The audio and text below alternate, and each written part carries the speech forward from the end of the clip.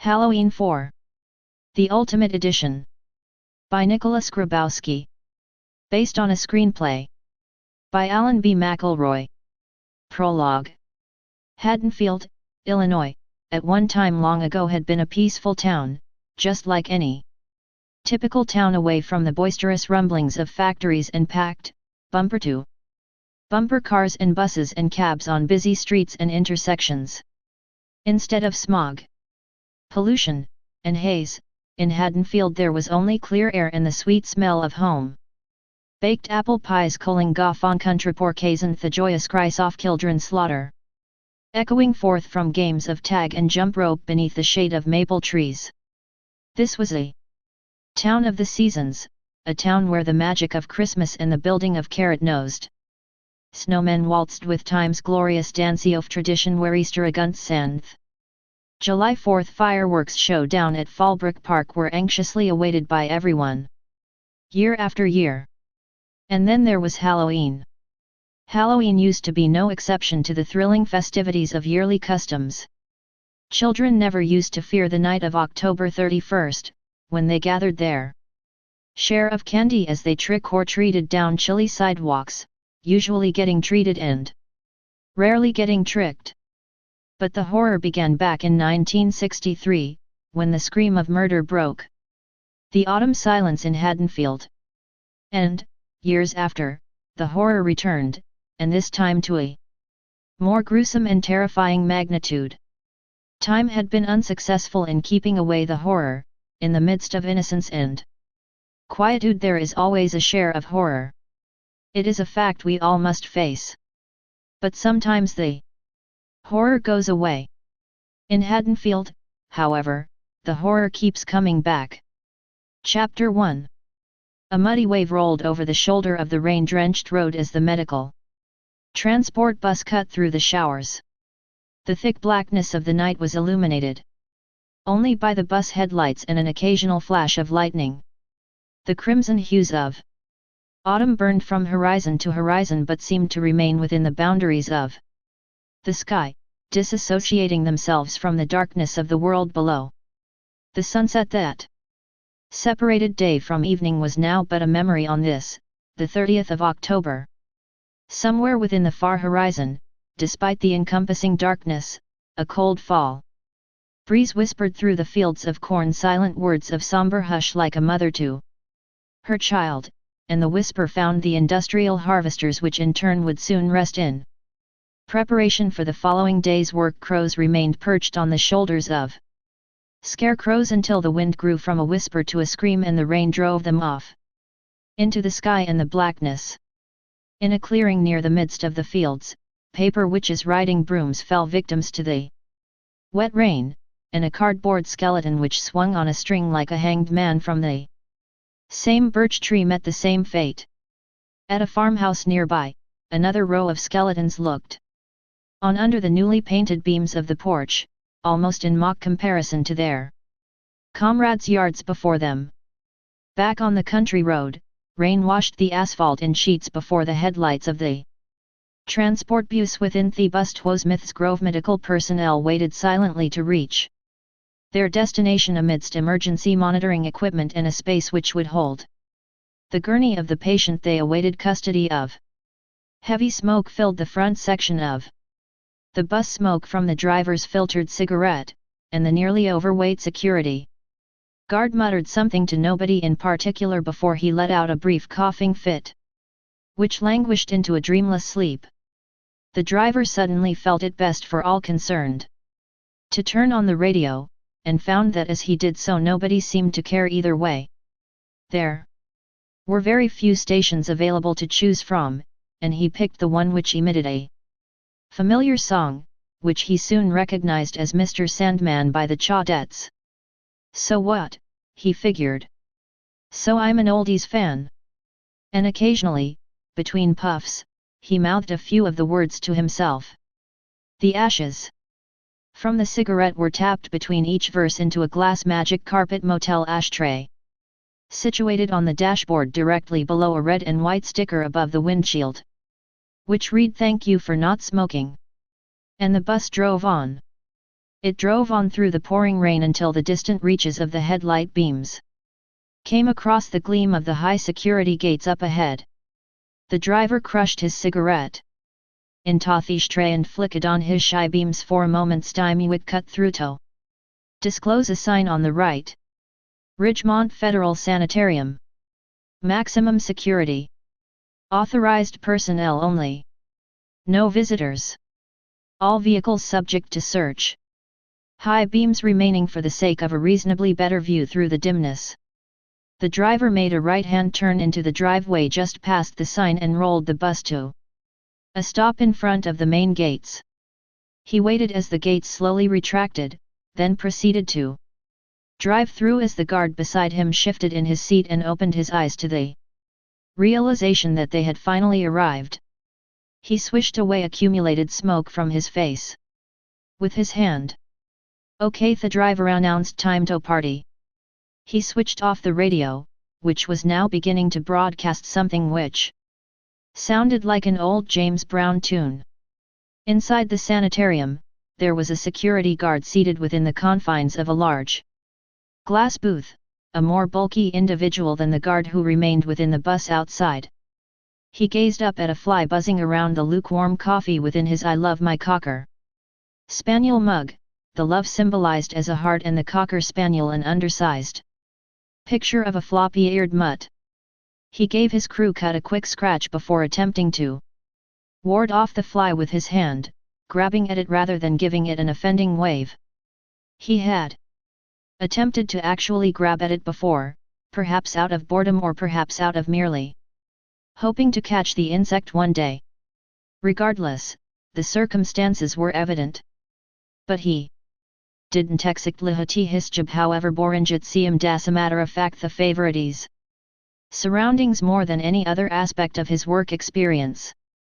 It was most likely due to his father being an architect and his desire to follow in his footsteps, but he was deeply interested in how Ridgemont was actually a penitentiary which had been built in the late 1920s. 50-year-old light fixtures hung above slowly rotating ceiling fans. Beams of painted wood stretched from wall to wall. Of course, it was no work of art. But the guard didn't exactly like Hirtha like Dald, he liked nostalgia. Anyway, nothing could truly say much for his job now that he thought about it. He was still known to al office Friday night, but he sat Larry Sparris the guy who Hauerksina loony bin. What the hell?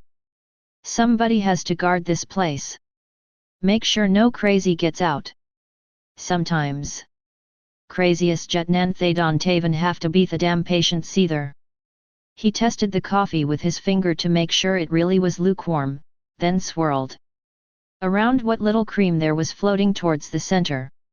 He thought he heard within the next second what sounded like snoring, and he turned and saw his companion guard on the stool beside him as always, and he was simply clearing his throat and turning another page of Field and Stream. Turning back to his coffee, the fly gone to return again. Possibly later the guard looked up and saw the two attendants from Smith's Grove. He withdrew his finger from the coffee and set the mug down next to a small build-up of paperwork. He gave his crew cut another quick scratch. "Good evening, Onoft," he attendant spoke cheerlessly. "Theater attendant, a woman," looked on with much the same enthusiasm. "Weary from Smith's Grove." No shit, the guard thought, seeing that it was written several times over their uniforms. "All metal objects synthethy tray on your left," he told them. There weren't very many objects for the strain that ward barely managed thema. Glance. He was busily sorting out the paperwork before him, found something on a clipboard, and proceeded to jot something down. He continued talking. "Purpose of visit. Patient pickup and transfer to Smith's Grove," the male attendant answered. Another clipboard. More jotting. Another sip of coffee. "All right," he said, "hold on a second, I'll take you down here myself." The guard grabbed the last clipboard and stood from his seat. His fingers disappeared under the counter and a buzzing issued forth the news that the two could now enter the glass door through the side. He joined them as the other guard with the magazine took his place at the window, reaching for the spaniel coffee mug. The guard with the attendants turned to him, noticing this. "I got Mano," he warned half-jokingly. The guard set the coffee mug down. The two attendants then proceeded to follow the guard down a silent corridor. "You relate," he told that while he wasn't angry he was imply inviting conversation. "Yeah well you should be on therod," the male attendant exclaimed. "Hiluvanite huh?" Thaguard said. "Real charmer." The guard led the two attendants down the silent corridors, silent save for the echoes of their footsteps against the grey stone floors. Soon enough, after they passed a series of small see-through offices, a janitor supple closet and employer restrooms arrived. At what Thegward referred to confidentially as the corridor of Tekrich's the three them beheld locked ward doors bearing small square windows. There were faces behind the windows, faces of human beings. The degenerates of society. Some appeared to be distressed and physically damaged, but what they all had in common the attendants swiftly noticed was that each one of them displayed the same emotion, some sort of agony. For some, the agony was distorting their physical appearance, creating elongated arms and cheekbones as if from starvation. Others were beyond agony, simply staring blankly into empty space. Starin' forever staring. "First I me here," Thaguard asked that wa behind him. "Hope it's the last time," Thuoman remarked. "You never get used to them," the guard said, keeping his eyes ahead of him. "Not looking up Yanivajita," said Tothephasis. As they passed, the three felt the eyes of the onlookers gazing out, watching them, gawking at them. Their faces pressed to the glass, molding their faces into the undersized panes and even scar tissue arabing goff and creating gay crimson smeary shot breath now a steamy film.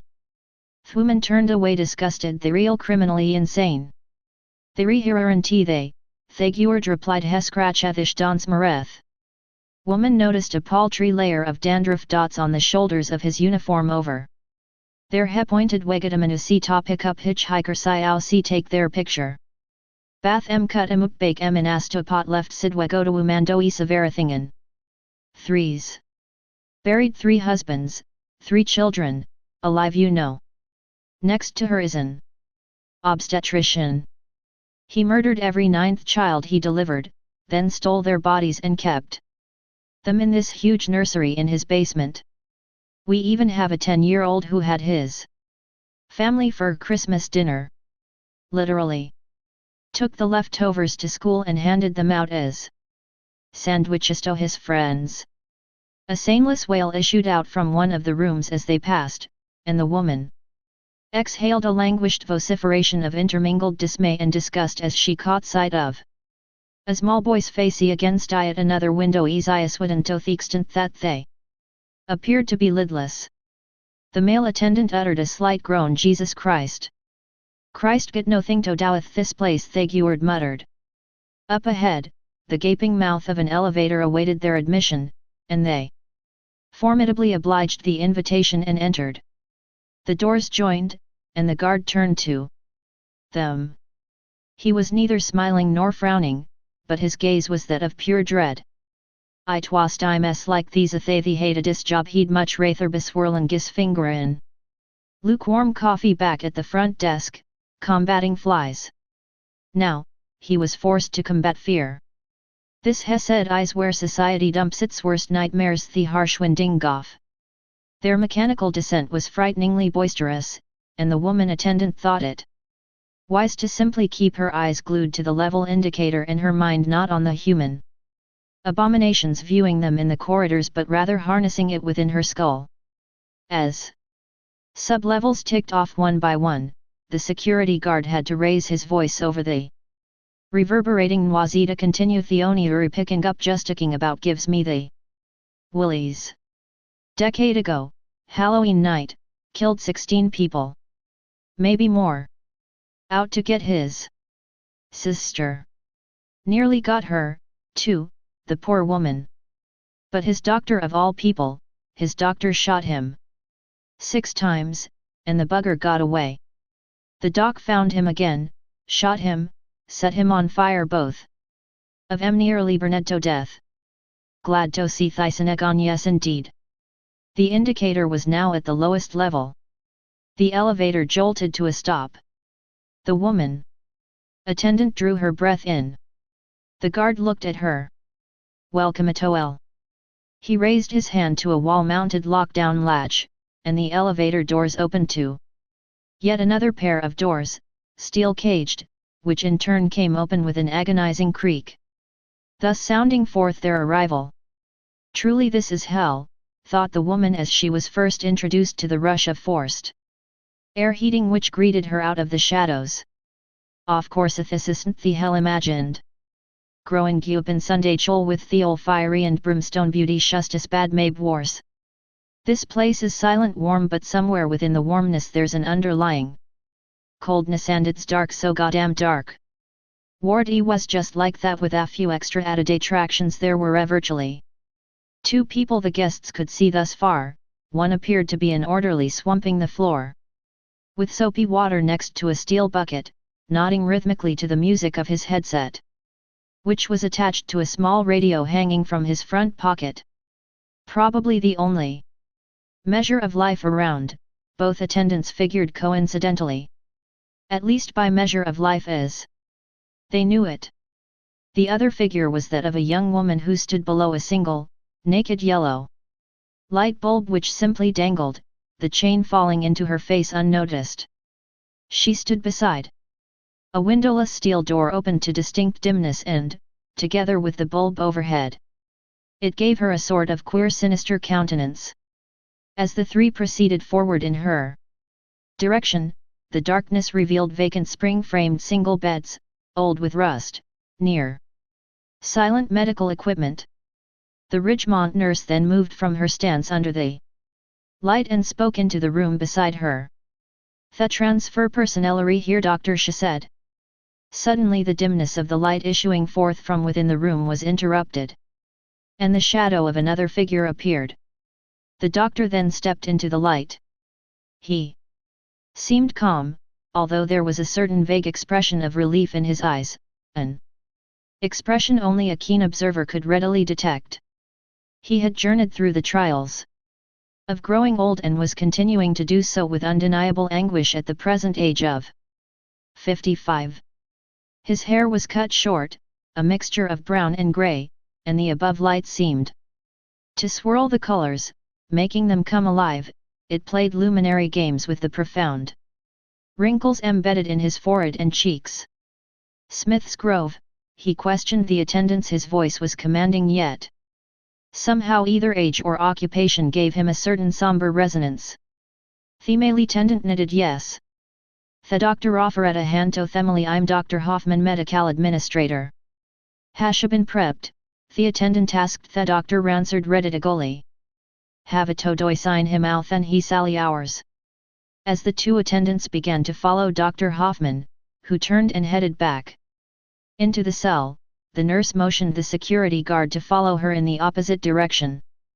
The guard gratefully obeyed. The first primary objects the 2 attendants beheld in the room were the gurney and the figure which the gurney held. The figure was motionless and darkened by the absence of light in its corner of the room. They could partially see the outline of its face, and a closer inspection proved there to be heavy bandages covering its entirety. The rest of the body was garbed in nothing but a white gown, and was in turn covered halfway with an equally white sheet. And 4 needles protruded from each arm like tiny, unmoving serpents. This was their man. This was their patient. The second object they beheld was the silent monitoring equipment stationed in another corner, diagonal to that of the patient. This bed had been unmade, and the imprint showed that there had once been a body in that space. Probably moved out like theirs would be. Probably dead. The woman attendant stepped closer to the patient. "You say he's been in asthma for 10 years. "That's right," the doctor answered, amazement warned. However, the presence Of other company somewhat revived his astonishment with bullet wounds and severe burns. It's incredible that she's still alive. A lot of people wish he weren't, the male attendant remarked, remembering they story as she had heard the story as passed down from employee to employee Smith's Grove. The doctor stepped over to the wall adjacent to the rear of the steel door and grabbed a clipboard stationed on a rack. As he withdrew a pen from one of the pockets in his white smock, the woman moved over to the body. In the meantime, the male handed papers he took from a shirt pocket and exchanged them with another paper from the doctor, after which was followed by a few scribblings on the clipboard. The woman gazed over the body, lingering for a moment, almost afraid to touch it, then proceeded to check one for needle, followed by the other. Behind her, the two others were moving back out into the ward. The male attendant spoke at the Dr. Rashoa ided forth assigning Goff documents I'd assume Dr. Loomis would hear Michel Myers still patient. Indignant, the doctor looked up and gazed into the eyes of the man. He had ceased scribbling. This is a legal mandate. Any patient stable for a continuous 10-year period must bear a mandato step psychiatric authoritative assistant medical herforth as matter doesn't concern Dr. Loomis. I was imply say in judicial procedure to inform the case doctor. The doctor returned at the remainder of his documents if Loomis read memos. He be standing here right now. Fortunately his position is more ceremonial than medical. And with Myers gone from here, my hope is that the good doctor will either transfer, retire, or die. Inside the cell, the woman continued tending to the shape in the corner. Pulse, pressure, breathing was slow and steady. This was the man the think the thad murder adult hose people she'd heard a buddy. Heard the stories. But they were all just that, stories. The same as reading a newspaper or a magazine. And here lay the story incarnate, right before her eyes. She gazed down upon it, upon those bandages. Pure evil, Simeon had told her before she departed from Smith's Grove. Pure evil behind those bandages, those scars behind those bandages.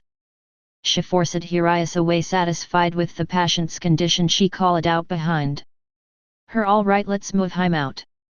Just as she turned away, a naked hand slipped out from beneath the gurney sheet.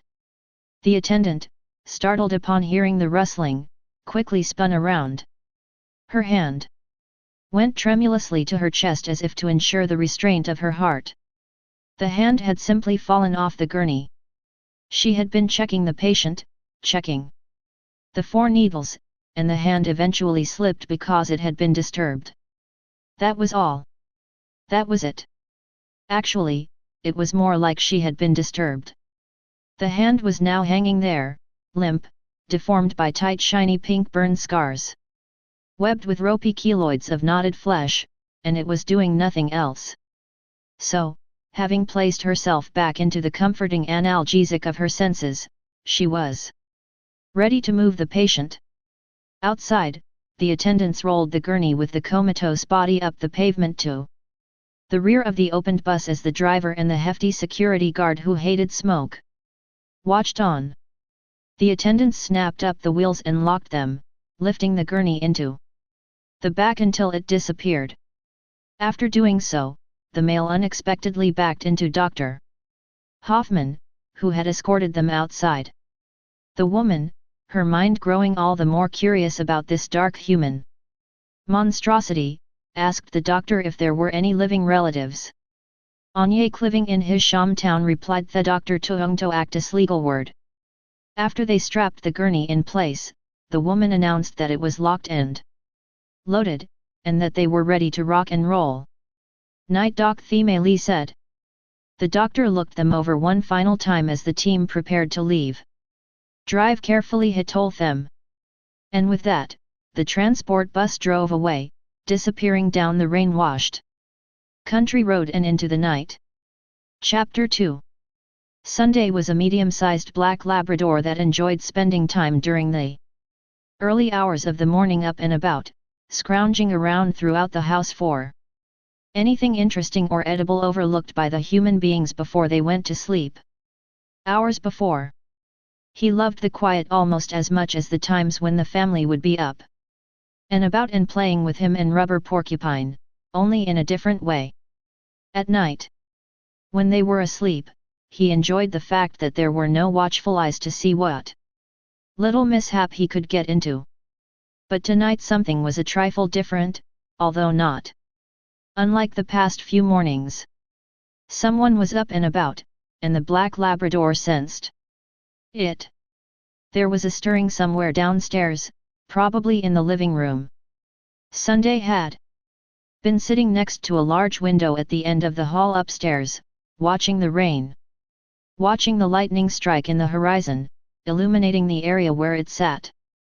Now he padded across the carpet, past the master bedroom where the heads of the household soundly slept.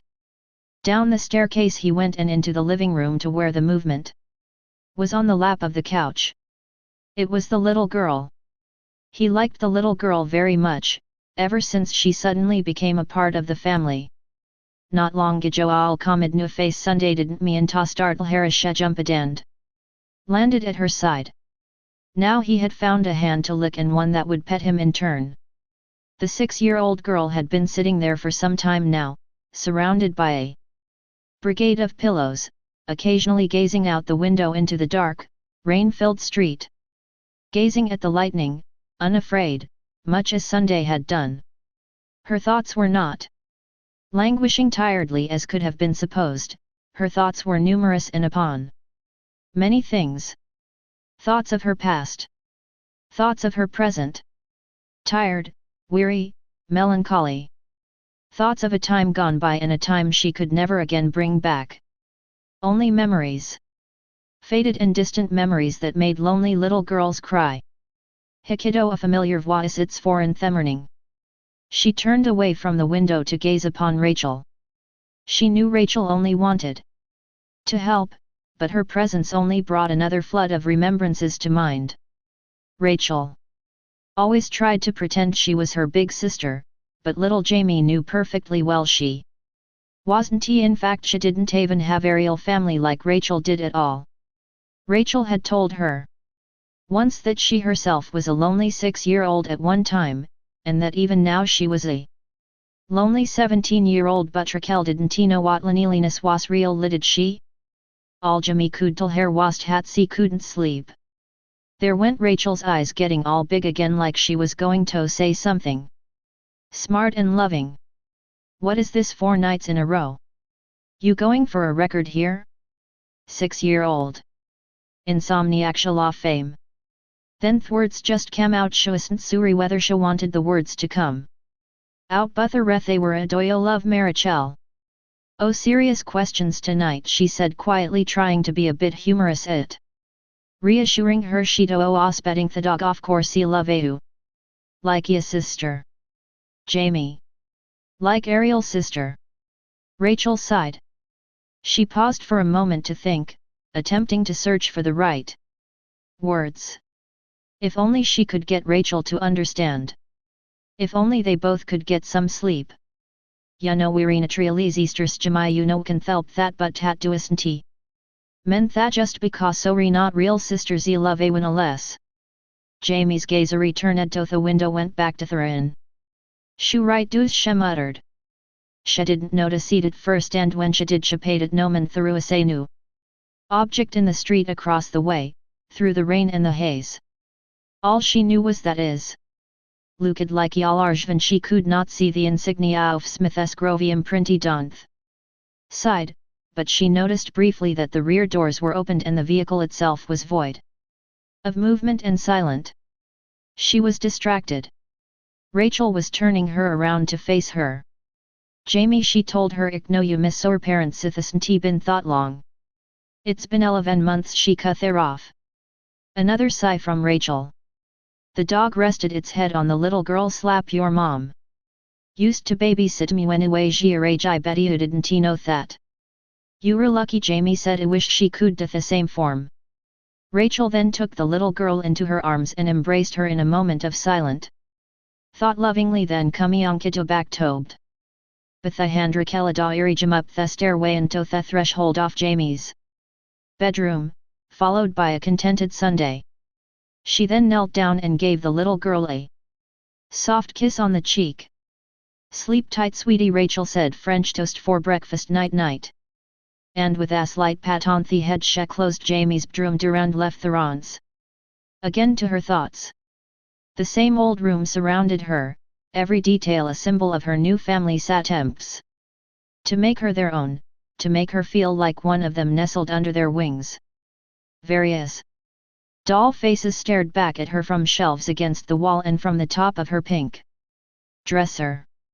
An assemblage of toy rhinos and penguins and bears and horses congregated around her light blue and red toy box near to her bed, and across from them were plush vegetables and fruits with inquisitive expressions as if having formed their own clique at the foot of the bed.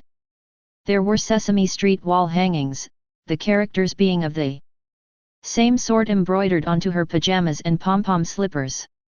There were clowns in the rocking chair near her closet. She felt a tremendously cold chill which drew her attention to the bedroom window. It was open, and the wind and drizzle were blowing into the curtains and onto the carpet, dampening them. Jamie scurried across the room and drew the window shut. Lightning flashed once as she turned toward the bed. If her gaze had been directed toward the window, she would have seen the reflection of the figure that had entered her room. Figure behind her illuminated verbued a moment's time after which, returning into the darkened shadows, she was not alone. Moving past her dresser, Jamie opened the double doors to her closet. There was a tan shoebox before her on the floor near an assortment of tennis shoes, and she reached for it and removed the top. More memories. This time, the memories were materialized in photographs, pictures of times gone by, a photo of her mother, Laurie Strode. On the back, in faded pencil, were the words "Mom at 17. There was a birthday card from 4 years ago with love for our little girl. There was a picture of Jamie, 2 years ago, riding her father piggyback at the Great American Amusement Park. Here was another picture, all of them together having a barbecue with the Hammets, their neighbors, her father posing as the master chef of the grill, reddened chicken breasts flaming beside him over coals. Yes. Memories, nothing but memories. One more flash of lightning. Above her, to her left, unnoticed, was the figure, the shape. Within the confines of her closet. The brilliant flash revealed its face, rows of whitened streaks surrounding 2 hollow cavities where the eyes should be, as if it were encased within bandages. Again, Jamie did not see the figure. At the moment when she very well could have, there was now darkness. Jamie returned the shoebox to the litter of tennis shoes on the floor, then turned and went for her bed. Kneeling, she pulled the covers down further to slip inside, and before she did, she clasped her hands somberly and prayed a simple prayer, a slight rendition of what her true parents had once taught her. "Now I lay down to sleep, praith Lord my soul to keep. If I should die before I wake, I pray the Lord my soul to take. God bless Mr. and Mrs. Carruthers. God bless Rachel. God bless Sunday. God bless men. God bless Mommy and Daddy in heaven. Amen." And with that, she began to rise to slip under the covers. Suddenly she was distracted. There was a shuffling sound, something stirring. It stopped just as suddenly as it had begun. She realized that it came from the closet. She turned and gazed into its emptiness. Silence. She continued her gaze. Nothing. Jamie rose to her feet completely and stepped toward the opened closet door. Hesitantly, she peered closer into the black obscurity of clothes and boxes. A fallen rag doll. She returned it to the top of one of the boxes. Satisfied and somewhat relieved, she turned once again to the bed. But she closed the closet doors, just to ease her mind. Yet another sound. Again she turned, and this time she beheld the inner emptiness of the closet as the door opened just a crack, then yawning wider as if in an ambiguous introduction to an entity about to make a grand appearance. She remembered Mr. Carruthers reading to her a few days ago from the funny papers something about a closet of anxieties. But there was still nothing. A different sound. Branches against the window glass, the maple tree outside. Scratch, scratch. She gazed back at the hollow abyss before her. It beckoned her, called for her, teased her. Sighing, she stepped up to it to close it once more. That was when she heard the breathing. All of a sudden something grabbed her ankle. She felt the muscular grip tighten and pull. It came from beneath the bed. She screamed. She stumbled as the monstrous hand pulled her down, causing her to topple onto the hard carpet, landing on her arm. She shrieked in pain. She kicked and writhed frantically. But her efforts were useless. On seaman Gonlatoaden her assailant's efforts. Her mind was racing in a merry-go-round of circles amidst the panic. She was being pulled under a second-hand forth-reaching. And suddenly she managed to break free with no further thought to scramble to her feet awkwardly, her shrieks echoing forth into all directions around her. She didn't notice the shape of the man rising from the far side of the bed, or the butcher knife which gleamed with the strike of lightning. She went for the door. Her hand reached for the knob. Her fingers gripped it firmly, and she pulled the door open. There he was, before her. It was no use. In the midst of her screams, death was raised. In the form of a knife. As it struck, her last thoughts within the haze told her that she would soon meet Mommy and Daddy. And thin the closet door open, the bedroom light streamed onto her face as she opened her eyes and stared into the desperate faces of Mr. and Mrs. Carruthers. Still, Jamie held tight to the shoebox, huddled with her in the corner, surrounded by hanging dresses and colored cardboard boxes and dolls.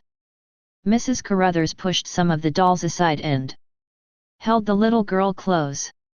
She noticed Rachel not far behind, gripping Sunday by his collar. "Dear God," Darlene Carruthers exclaimed, hushing the little girl's cries, consoling her. "It's all right, sweetheart, have a dream, that's all, just a nasty old dreamy vegetary. Safe see, jusselted ga honey putit out o fio your mind." And as Jamie reached out to embrace her in turn, the shoebox fell, toppling over the tennis shoes, its contents spilling. A black and white photograph, yellowed with age, rested face up.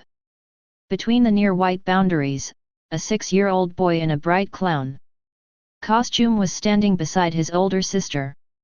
In the background was a house, jack-o'-lanterns aglow on the front porch, orange sky accenting the scenery over the far horizon.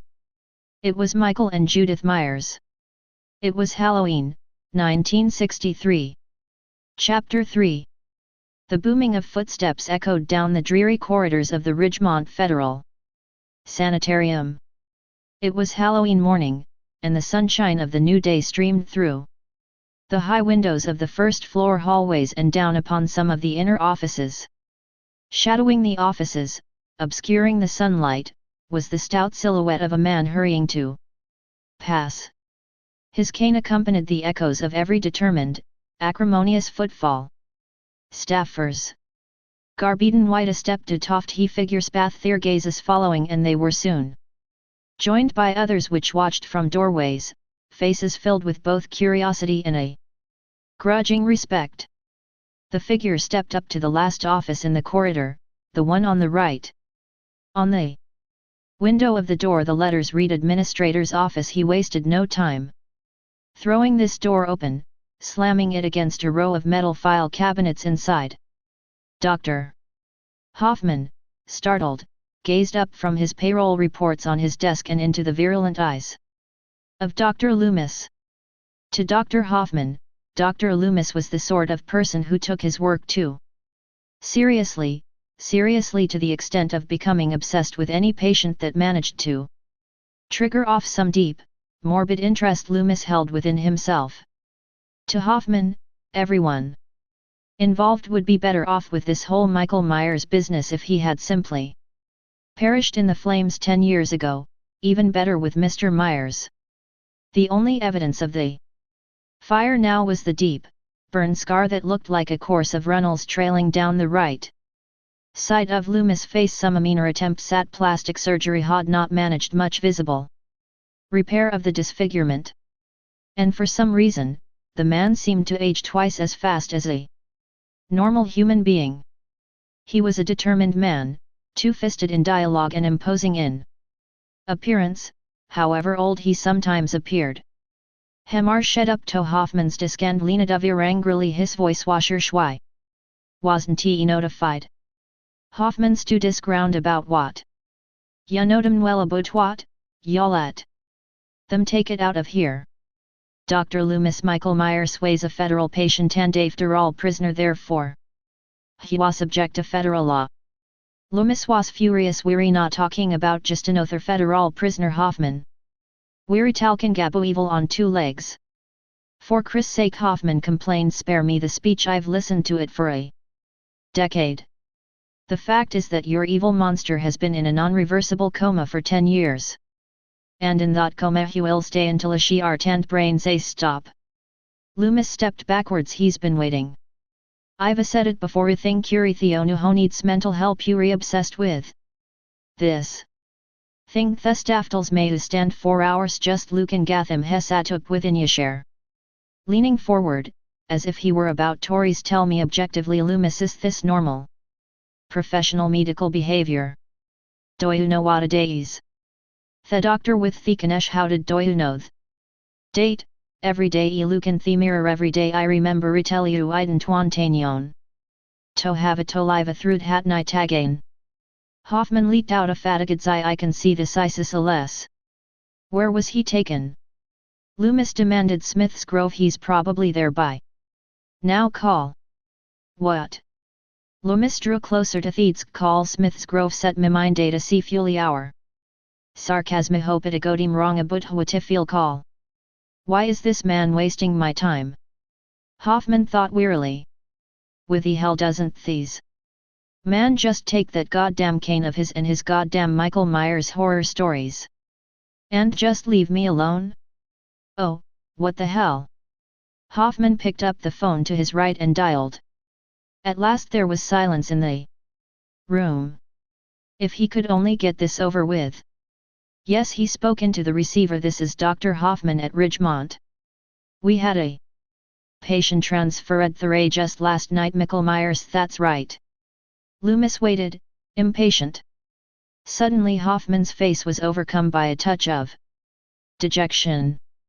Izzy Hoffman continued, all right, thank you, and he hung up the phone. The room remained silent for a moment, Loomis awaiting the inevitable. Hoffman continued his gaze upon the desk, not looking up, not ashamed that he had been wrong. On the contrary, it was still Loomis that was crazy. It was still Loomis that was wrong. Of course everything was all right, but a lawman like Dr. Loomis that'ant see if he agrees with you the retwo. Our sover to but they don't feel they sa cause for concern. When he looked up, he found that he was conversing with empty air. The doctor was gone, the door still swung wide against the file cabinets. Damn it! Loomis, he called out, and he was answered only by the repercussions of his own voice throughout his shed. Loomis. Dr. Loomis marched across the puddled pavement in the direction of a half-dozen blue official use federal sedans, his hard black shoes splashing droplets of water onto the legs of his dark brown slacks. He stormed over to the nearest vehicle and opened the door to the driver's side with a key from his pocket keychain. He heard a distant voice behind him.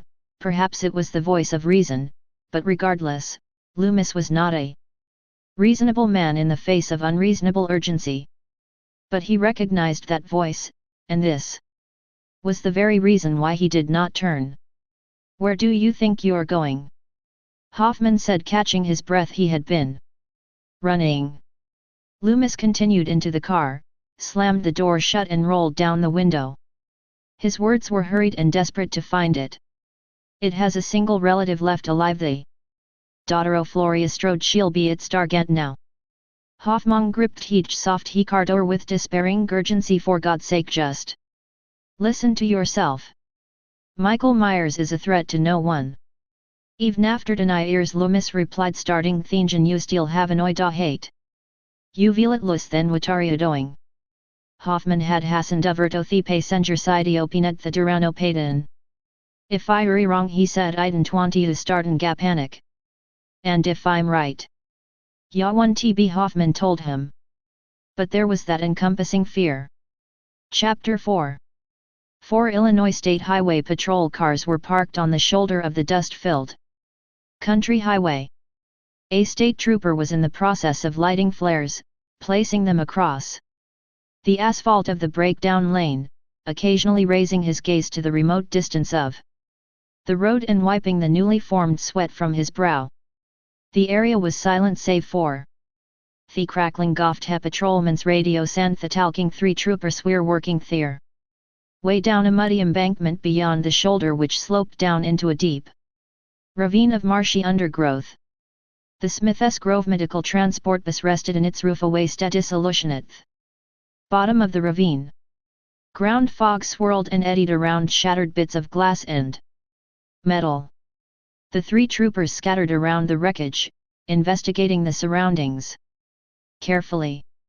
What amiss the Fairstone, exclaimed then ta theathers swing around the boxside. Anyone alive a salakisanophobich? Anyone alived batu mesid up tobi alakisanophobich, another remarked. The troopers circled the vehicle, moving moderately nearer through sucking mud and swamp runoff. The youngest of the 3 sloshed towards the rear quarter, finding the back doors twisted open. He peered into darkness.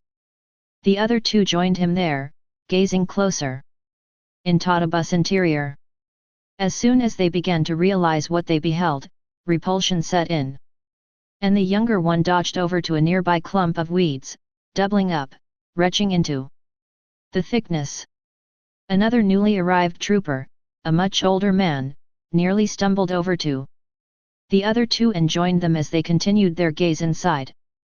Holy shit, he whispered, looks like those traffic films we show to drivers' ed classes. A trooper beside him unbuckled a flashlight from his belt and flashed it within the bus for a better view. Behind him, still others circled through the weeds. Back out on the highway, Loomis' sedan joined the patrol cars pulled over to the shoulder. He killed the engine and stepped out, gravel crumbling under his heels. Hoffman shut the door on the other side.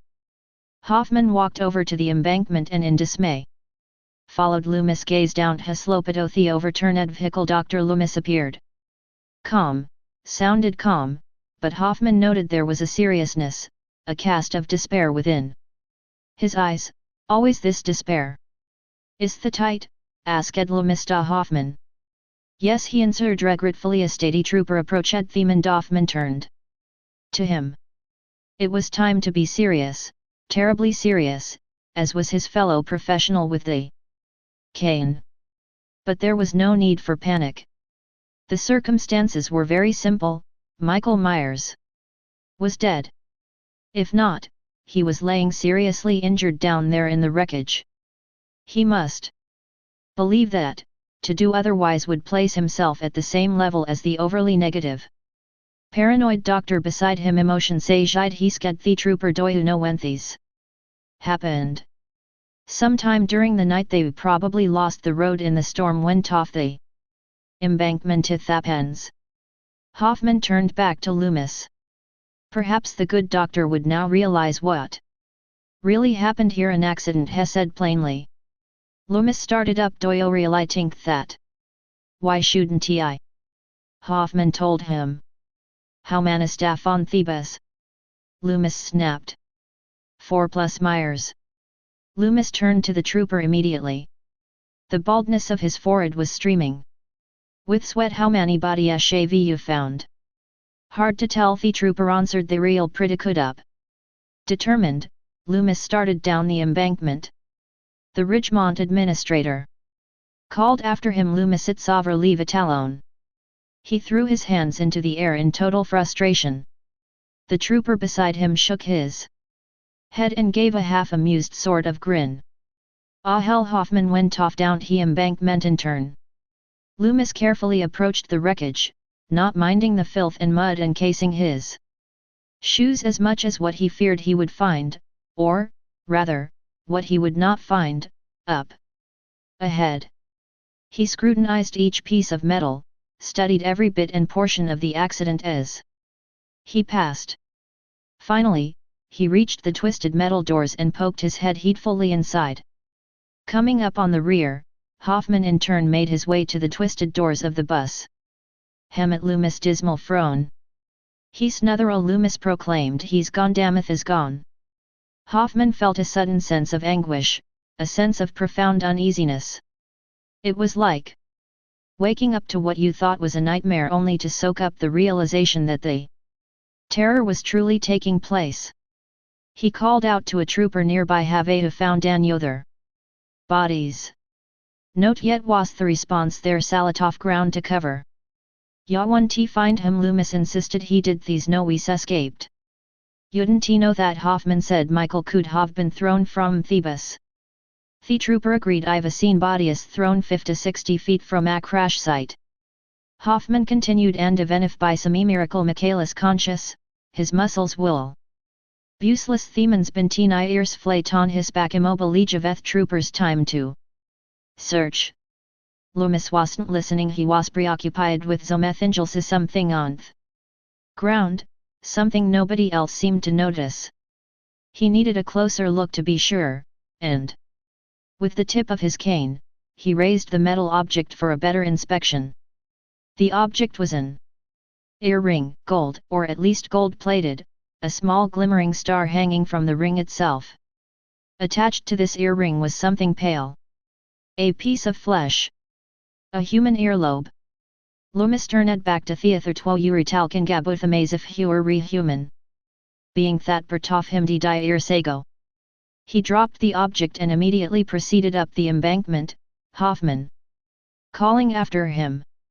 "Now where are you going?"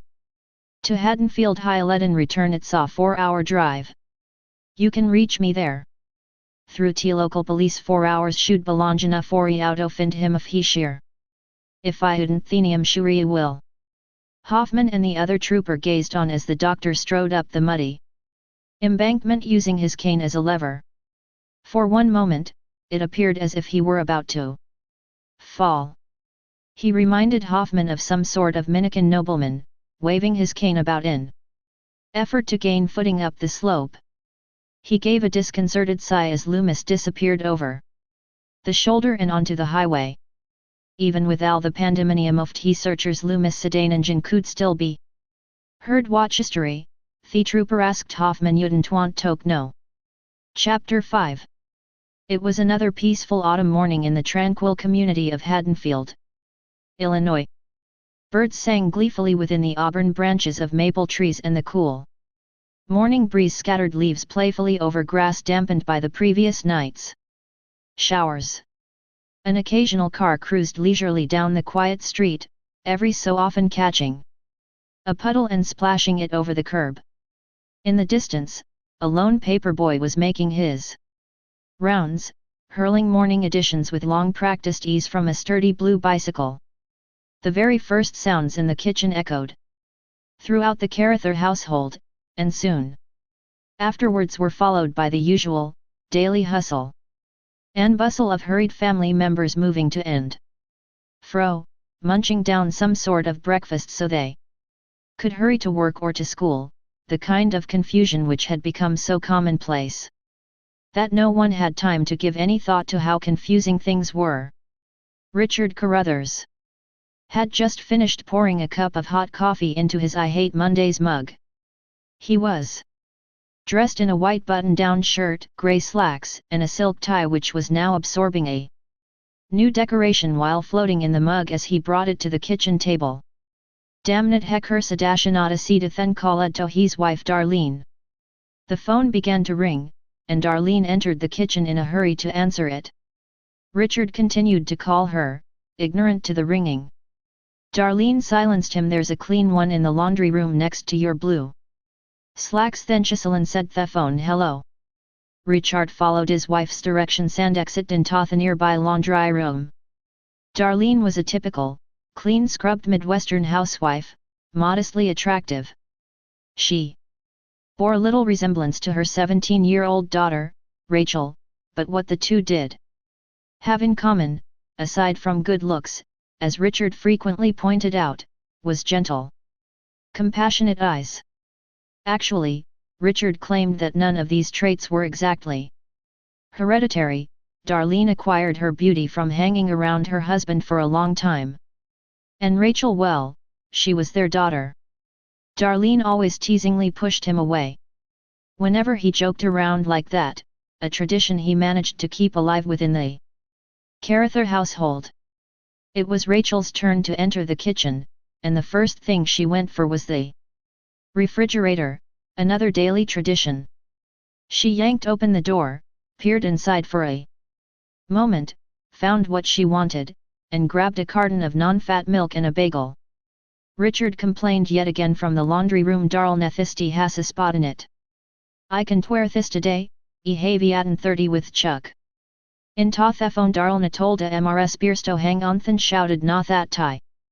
On the other side. Look, she spotted her daughter's breakfast that's notally eating unglady. Oh, I found it Thony. Richard shouted back. Mom, Rachel explained, I'm on a diet. Yawant annoying for a daughter. Darlene saya dandra turned to the phone. Sorry, she said into the receiver. Do you think Susan could just bring her crutches? Stupid question. Tell her I hope she feels better. Yes, all right, that's fine, good. Behind her, Rachel popped the bagel into the microwave and set the timer. Richard re-entered the kitchen, almost bumping into his daughter, working a Windsor knot into his second silk tie. Darlene hung up the phone. Who's hat, dear? He scared her. Susan's mother. She can babysit tonight. He peered half surprised as he began to down a mouthful of his coffee. Winnet. Susan broke her ankle last night at the ice rink. Rachel had been attempting a soundless escape into the next room from the inevitability she sensed even as her mother had returned the receiver to its cradle, her bagel still heating in the microwave. She halted at Thermother's command. Mom, please. You have to Jemiah tonight, she told her. I can do it, Rachel complained. Not tonight, you know I have this date with Brady. You know how important it is. Well, tonight is very important to your father and me. This dinner party could set your father up for a deserved promotion. You wouldn't want our data to mess the tube. Now would you? By this time, Richard had sat down to a warm plate of French toast, virtually ignoring the conversation. Knowing his daughter had to succumb, she persisted. Can't you find somebody else? It's too late, was the reply. Silence, save for the ding of the microwave. Wait, am I supposed to tell Brady? Rachel said. Wait, am I supposed to say, sorry? I vegato babysit me foster sister, go have a fun by yourself. Darlene sighed. It's nothing doft world, for goodness sake. Sure, I just sheer good I think tonight Brad was ready to make a commitment now. My future relationship, engagement, marriage, children, and your grandchildren have all been wiped out, and all because he have to babysit to Joy. Turning, Rachel nearly stepped into an apologetic Jamie. She was standing in the kitchen doorway, Sunday the Labrador at her side. Luke and Q Patrickelsha told her faintly, I misery you in of everything if he wasn't he. Hirio could go out. Then she turned and disappeared with Sunday into the living room around the corner. Rachel was left, staring guiltily into the empty space where the little girl had been. She could feel her parents' disapproving stares. Good job, Rachel, her father told her. That little girl needs love. Herndalio can think about yourself. Without looking back, Rachel left the kitchen in pursuit of Jamie. Raquel followed Jamie and Sunday into the girls' bedroom. Jamie didn't bother to close the door on her, but ignored her presence just the same by slipping onto her bed and pretending to toy with a pink marshmallow doll. Rachel joined her, sitting close. A moment of silence went by, Rachel trying to summon the right words to say to her, the words that best suited a 6-year-old girl with a heavy heart. Finally, the words did come, and she hoped to God they would work. I'm sorry Jamia didn't mean it like that. I can go out with Brad tomorrow night no. Biggie Jamia remained preoccupied with her doll. Hey cummy, and Rachel continued. Beauty I went to go out tonight. Jamia responded softly. It was clear that she was struggling to keep her voice calm. She was holding back tears, and being a real trooper at it. To it's me faulty o can tea. Recolad to think of something anything well tonight we're going to do something. Better we're going to go trick or treating. House hat. I didn't want to. Okay, let's try some angels. How about to pick you up from school this afternoon? And we go for easy cream. That did it. Jimmy just couldn't hold back that smile. There was something about little kids and ice cream, and Rachel had long since forgot what. Maybe it just tasted good. Double scoops. Double scoops, Raquel said and smiled back. Thank God. Rachel gave her a big hug within the next instant, just as Sunday jumped up onto the bed. He was dying for a little love, too, and Rachel obliged him with a little scratch behind his ears. Then she stood up. Come on kiddo, let's get some breakfast. Chapter 6. Norman Dale had popped a couple of ruby red pill capsules no later than 5 minutes into his lunch break, and here he was, thinking I'll be goddamn if this shit's kicking in and I'll read it's to meet a jitbacter building that bust at Trani. Rebuilding transmissions was never in Norm's adult life a problem. Right now the problem was finding his way to it until after he found himself marrying into a family which transplanted him from Chicago to this shithole roadside service station in the middle of nowhere. Hadn't he been as nearly impressed with an isotofree creational drug? He was halfway into the 40-somethings, and he was afraid things were going to be just as predictable for him throughout Hennick's Thalf office life as had been today and yesterday. And the day before that. He was better off single and home, than nowhere and stuck there. As he thought this, he decided to make a mental note of it and adopt it as a motto.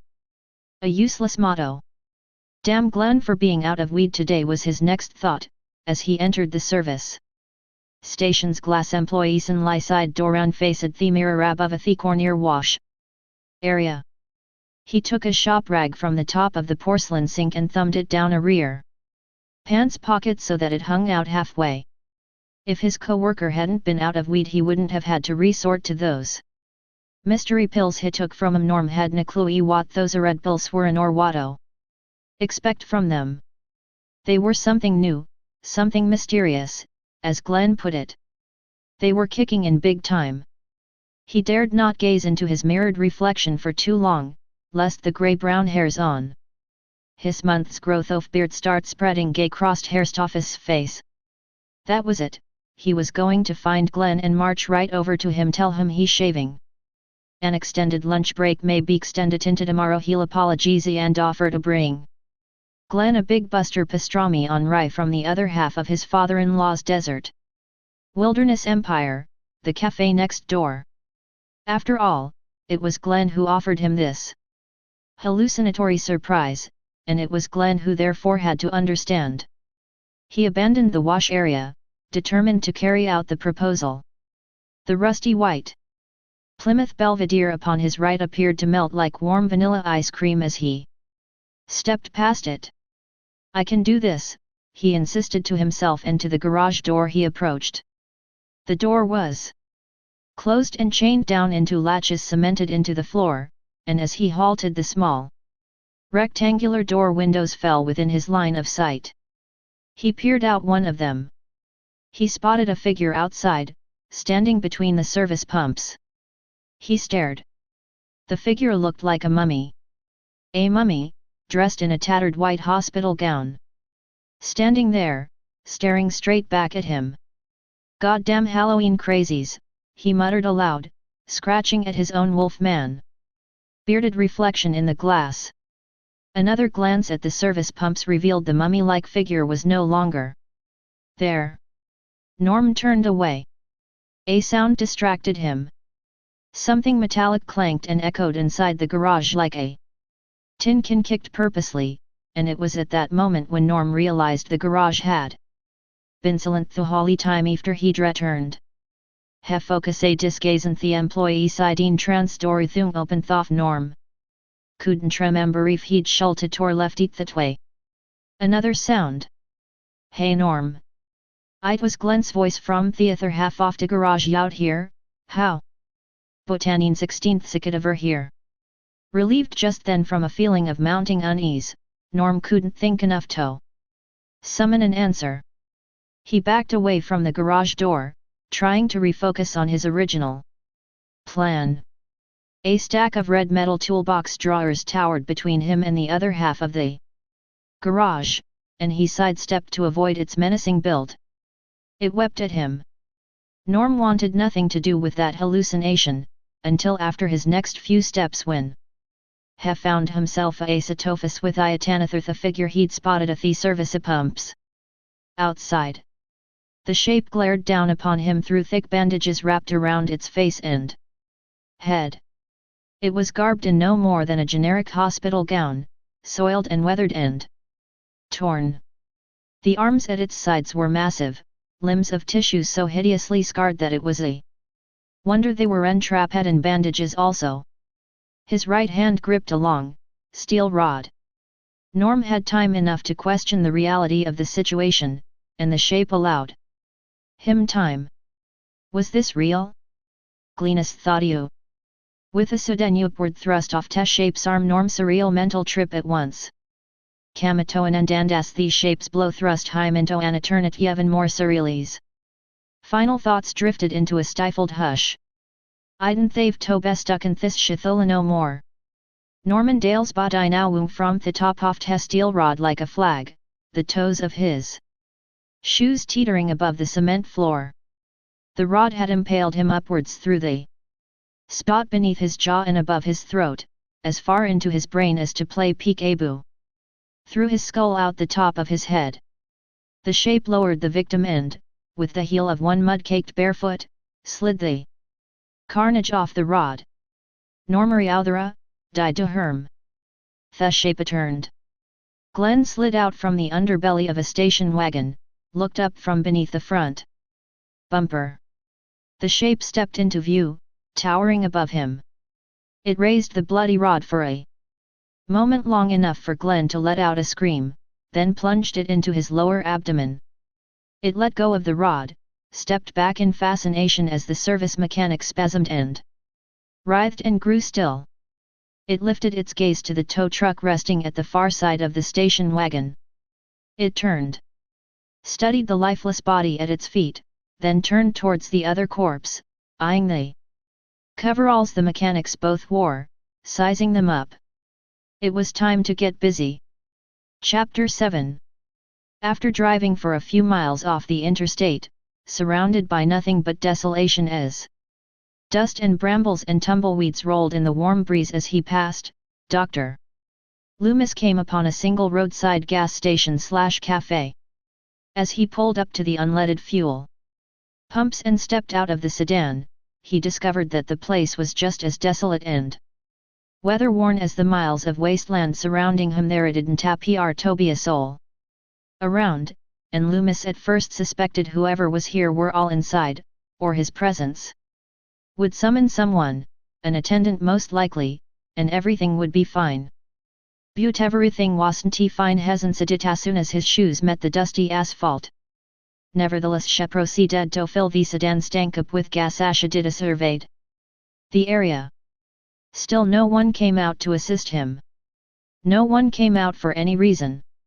There was a vacant lot next door, nothing but a chain-link fence surrounding the same desert inside as there was outside. He expected there to be a dog of some sort within the boundaries of the fence, but as he gazed closer, his eyes momentarily blinded by the sun, he saw nothing. Behind him stood a three-door mechanic's garage. One door was open, disclosing a racked, weather-beaten blue station wagon, the series of rectangular windows on the other doors revealed nothing but darkness. Still, there was no movement save for the rustling of papers within the center garage, and the steady rap rap rap of what the doctor presumed to be a remote screen door on the other side, loosened by the wind. The gas pump nozzle clicked off. He was finished pumping gas. The meter read $9, and the doctor counted the money within his wallet and drew out a 10. He then proceeded toward the open garage. Still, there was no one in sight. He halted. There was movement now, from behind the station wagon. "Hello," he called out. He waited. There was no answer. He must have been seeing things within the garage, for as he carefully peered inside, he found that nunuous thirtha wingent lie swept through the garage's interior, rustling block and tackle chains hanging to his right on a wooden beam. "Hello," he called out again, this time louder. Still not a soul. Cautiously, he stepped past the station wagon and into the shadows, eyes searching. Finding an old Plymouth Belvedere in a glass doorway at the end of a row of tool-lined shelving, he called out a third time, "I said hello, is Therion here?" His gaze went to the opening of the garage, out into the area of the pumps where his sedan rested. He turned, and suddenly his face knocked dead center into dangling human legs and feet. Frantically, Loomis fought blindly at whatever was before him, arms waving impulsively, until he stumbled back and beheld what was hanging before him. It was a body, nude, hanging among block and tackle chains, motionless, pale. Dear Jesus! He stared upon the corpse, himself motionless, stunned, disbelieving. There was silence again, silence save for the steady creaking of the wood beams from the body's weight as it slowly rotated above. He turned. There, upon the floor, not far away from a rolling red tool chest of drawers, was another body clothed in bloodied mechanics coveralls, sprawled as though tossed there in a discarded heap. Loomis began to regain his footing. He was shaking from the sudden shock. He quickly exited the garage and entered through the glass double doors of the cafe. A door chime announced his panicked entrance, and he wavered over to the edge of the counter, gasping. He found that the diner was just as deserted as it had appeared on the outside. There was a long line of empty booths and tables, and the counter was empty save for unfinished portions of breakfast on white plates. People had been there. But what happened to them? Well, that was something Loomis intensely feared. A Hank Williams tune was sounding forth from an old transistor radio behind the counter. Loomis moved forward toward its direction, quietly and heedfully. "I san Iona here." It took another step for him to see the waitress, stretched out across the floor. Obviously strangled, cold eyes staring thoughtlessly into nothingness. God in heaven! Loomis stepped back again, his feet faltering and causing him almost to stumble backwards, his hand brushing against the cash register at his side. The machine clamored. And this startled him even further, causing him to jump. His breath was heavy. His hand reached for his chest, his heart pounding rapidly, and he felt that at any time it would beat its way out of his body, striking the inner reaches of his chest cavity until it was free, finally, to silence. Another thought, perhaps, at the slightest wrong turn, at any given moment. Someone else would do it for him. Someone he knew. Someone he feared. Once, 5 years ago, a patient had become hysterical in a psychiatric ward and hurled himself at the doctor. He had no other choice than to use his cane in self-defense. It had become a sort of impulse. He realized he had left his cane within the sedan. No matter. In his coat pocket was a gun, a nickel-plated, 9mm Smith & Wesson. He pulled it out. For what he was up against, what he feared was still there, perhaps in that very diner, he knew that this gun would prove just as useless as the cane. His eyes searched for the slightest movement, ears for the softest sound. His hands were shaking as he held the gun, unsure as to whether he would be quick enough if he came in contact with a telephone. There was a telephone under the counter. A trembling hand felt for it, his eyes never leaving the area before him. Then he looked down and saw to his disappointment that the receiver had been crushed. It was as if someone had simply lifted it and broke it within his grasp. Damn it! Just then, out of the corner of his eye, he thought he saw something. A figure. It was standing at the diner's far end in the shadows. Loomis swung around, pointing the gun feverishly. There was no one there. A door stood opened where he thought the figure had been. There was a sign indicating, with a red arrow, where the restrooms were. Another sign indicating public telephones. A silent video game with a cardboard sign taped over the coin slots reading out of order. Blinking, Loomis crossed over to the open door. Carefully, he peered inside and discovered a dimly lit hallway leading into a series of back rooms, two of which were marked WOMENS and MENS. Mounted onto the wall across from them to the right were two payphones, the receivers torn away. Frustrated, the doctor turned and stepped back into the main room. What he saw then made him freeze. Terrified, he could say nothing. He barely let out a single breath. His heart nearly ceased its frantic beating. There it was. It was just standing there, motionless, occupying the space where the body of the strangled waitress lay, where Dr. Loomis had been only a few minutes before. Hospital gown now absent, the shape now wore mechanics coveralls. His face was Hadoi diet. Loomis could feel his cold gaze, that awful, hideous gaze. Loomis held his gun up at eye level, attempting relentlessly to aim, his finger trembling against the trigger, his arms far from rigid. Silence. Then finally Loomis spoke. Why now? No answer. Loomis continued, a nervousness in his voice. You've waited 10 years, I told them Talit.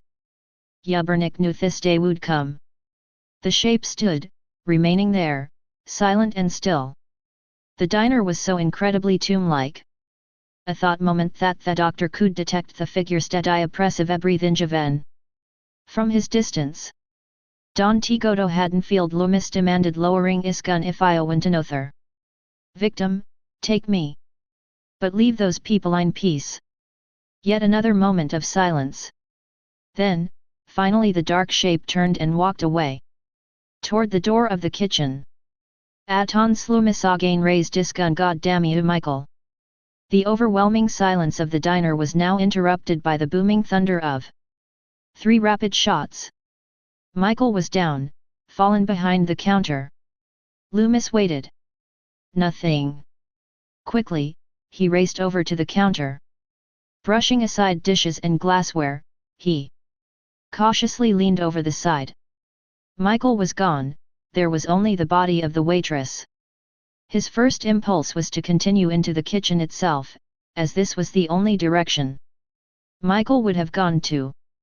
Still, he would have heard something, a shuffling, perhaps. It was as if the thing could disappear and reappear at WIL1, as if he were a ghost. But the bodies were evidence he was no ghost. His second impulse was simply to turn and get the hell out of there, and he did so without further hesitation. Outside in the warm breeze, he walked across the dusty expanse, the sounds of his Soleil on grit echoing throughout until they met the asphalt across which stood the service pumps and his sedan. His eyes scanned around, behind him and to his sides, expecting to see something, waiting for something to happen. The mechanic's garage was nothing but shadowy cavern. Thoughts swept through Loomis' mind, making him paranoid to his circumstances. The figure could suddenly appear from the mouth of the garage, or surprise him from behind. What a wonderful trick or treat that would prove to be. Or he could be Did he leave his car unlocked? Yes, of course he did. As he drew closer to it, he slowly raised his gun, knowing, however, it would most likely do him no good. Suddenly there was a sound, it came from behind him. It was the sound of a car door slamming. He turned. It came from the garage, echoing, ringing in his ear, then silence. Michael, hekaladud amidst te quiet his voice joined the koft he kardorina. Reverberating dance with the flurry of the wind. His gaze went to the side of the building. The space between the chain-link fence. Suddenly, Loomis pivoted back to the front of the garage as the boisterous sounds of a truck engine emanated from within garage on the right. Loomis plummeted out of the way. As the tow truck burst through the closed door of the far left garage. Glass and wood. Splinters full wind the truck's wake taking to the air and hurtling in a vira direction some. Soaring into the doctor's side sending him head first into the gravel in a space near the chain-link fence. There was no time to lie there. There was no time to be stunned like a rabbit in shock.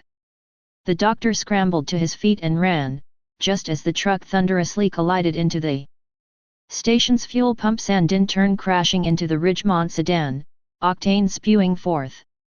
From all directions, sparks spreading through the air like fireworks. Occasionally turning back to witness the violent swamp of flames, Loomis continued to run. Suddenly the pumps explode into a brilliant, burning flash of black and luminous orange, flames scorching and consuming the ruptured housing of the garage and adjoining diner. In turn, underground tanks began to detonate, the destruction rocking the surrounding ground. The sedan burst into flames. Loomis fell to his knees. He gazed up in the direction of the catastrophe, an arm flung helplessly against the brilliant flashes, shielding his eyes, he attempted to shut himself out from the deafening flame roar and the concussive explosions shattering the remainder of the diner, first blowing out the windows, then in turn bringing the entire foundation to instant ruin. Meteors of wood showered in fragments around him, and he managed a feeble barrier around his head and face with his coat. He then brought the coat down from his eyes, his face pasty white with fear. Intense fear. His body racked with shivers. Suddenly he was no longer bent over in the dust. He was no longer bent over. There was no longer any dust. There was just simply flames, intense burning flames. And he could smell that charred flesh, his own charred flesh, as the men in long, heavy coats surrounded him, working over heaps of fire, and for a moment he swore he was in hell. Oh, Jesus! Oh, God, I'm in hell and hell! And as they pulled him out, he was still burning, helplessly burning. And then he was back again, back within the surrounding dust and debris, but he could still hear voices. At first he could not recognize the voices, but then his mind somehow blotted out the rest, and he could hear something familiar, something crying out relentlessly. Don't save him for Chris Sake's. And he realized to his horror that it was his voice he was hearing, his voice long ago, his memories, distant and remote. But the flames were there, the flames of the present, the dust was there, staining his face and hands. Yards away, a telephone line junction pole burned, its base shattered by the explosion. Suddenly, the entire pole toppled over, away from the exhausted and terrified doctor. Phone lines began to rip loose and dangle, spurts of electricity danced and quivered on asphalt and gravel. The tow truck was nowhere in sight, but for that matter, Loomis didn't bother to look. He knew where it was headed. He knew what would happen tonight. As he sat up, he rubbed his eyes from the momentary blindness caused by the intensity of the burning fumes and the smoke. Then he stood up. Determined, he walked on in the direction of Haddonfield. He knew what he must do. He knew what someone must do. Anyone. For if the police and the people from Smith's Grove or Ridgemont do nothing, blinded by their own absurdities and their own discernment, the town of Haddonfield would see a horror the likes of which no one had even seen in 10 years, because this time the horror would be much greater. Michael Myers would return to his hometown. And tonight, this night, was Halloween. Chapter 8. A bell sounded the anticipated ending of another tedious day of elementary school, and the many anxious children rushed from their classrooms and flooded the hallways with their presences and their shouts of laughter. They knew it was Halloween, and they knew that tonight they would once again get their bagfuls of candy and need-to-eat treats. They should be anxious, for this occasion only comes once a year to those fortunate enough to have costumes and participate in such a festive time of year. Jamie, however, actually was fortunate, for every little tyke her age who resided in Haddonfield had fortunate families to come home to. She just looked well, she looked odd. Being the only child in school without a Halloween costume to show off to her fellow classmates. Everyone else had some sort of outlandish costume, rarely did she spot someone with something ordinary or simple. Most every child had a parent who was virtually an expert with needle and thread, or had a few extra bucks to spend for that extra set of clown shoes or those furry, floppy ears to make that cocker spaniel outfit look just right. But Nujami didn't thavia costumia not samukasa maskondit wasn't because her parents were poor or her mother didn't thave to meet so anything Tagatha right was. Simply because she didn't want Tony. Now the ruisn't a sign and the tight wasn't a crime butever yother kid see him to think. So.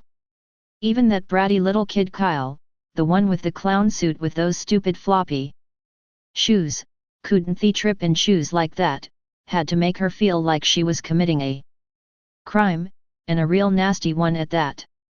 Hey Jim, where's your costume? She was just passing the playground, right near the monkey bars, on her way through the grass and headed out the chain link gate to the outside walkway. She turned and saw him.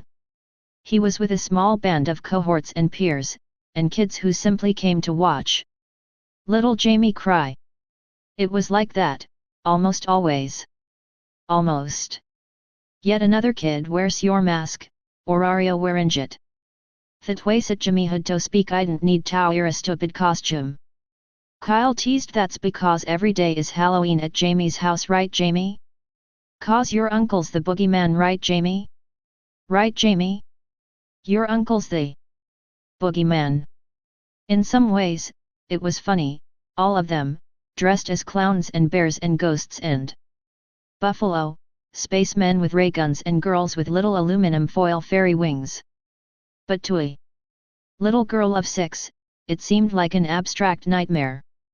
They all surrounded Jamie, resembling a childish imitation of a police brigade, except that she didn't feel threatened by their presence as much as the words they chanted. Repeating boogeyman boogeyman Jamie Sunkles th boogeyman. Boogeyman Jamie Sunkles the boogeyman boogeyman. Another girl spoke out amongst them how Kameo your mommy didn't make Iwa costume Jamie. How could she? Another boy responded her mommy's dead. Suddenly the boy flashed a rubber skeleton straight into Jamie's face. At first she thought he was about to knock her down with it. Jamie smami say mummy Kyla continued to tease. Impulsively, Jamie pushed her way through the band of children and managed to succeed in getting away from them. They began to chant once more. Jamie San Orphan, Jamie San Orphan. An orphan. As the little girl stumbled her way through the remainder of the playground, herself control gone wild as she sobbed and cried, she barely heard the rest of what they were saying. Gon didn't carry it. Go live with your boogeyman uncle, Jamie. When you grow up, you can be just like him. And, between her sobbing, Jamie cried back, unaware that they could not hear her. Stop it please please stop it. She continued to run. She ran out the gate, to the walkway and down a narrow asphalt driveway past a few parked cars, a parked station wagon and out onto the neighborhood sidewalk, out of the sight of her tormentors. Had they followed? She turned, but could see no one. She hurried towards a patch of grass in front of a large home, and leaned against the maple tree there, exhausted and frightened. She tried to compose herself, as her mother taught her to do before her real mother. She tried to force those thoughts from her head, from her memory, and, very slowly, she managed to succeed as best as she could. She told herself to be calm.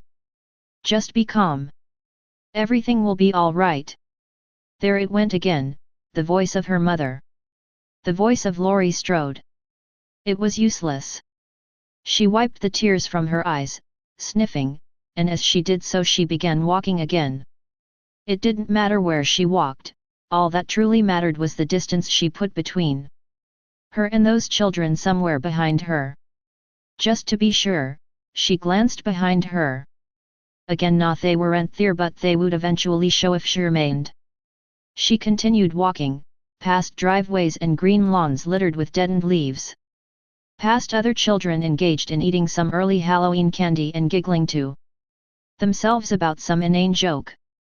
Just then a dark brown sedan pulled up in front of her as she approached a remote intersection, the driver rolling down her window. Jamie thought she recognized this girl. And then Rachel leaned over the driver and began to wave. "Hi Jamie." Surprised, Jamie stepped over to the car. Rachel immediately sensed something immediately in the girl's eyes and stepped out of the car coming around the front end. Walking up to her. The closer she came, the more obvious were Jamie's tear-reddened eyes. "Jamie," she said concerned, "Are you okay?"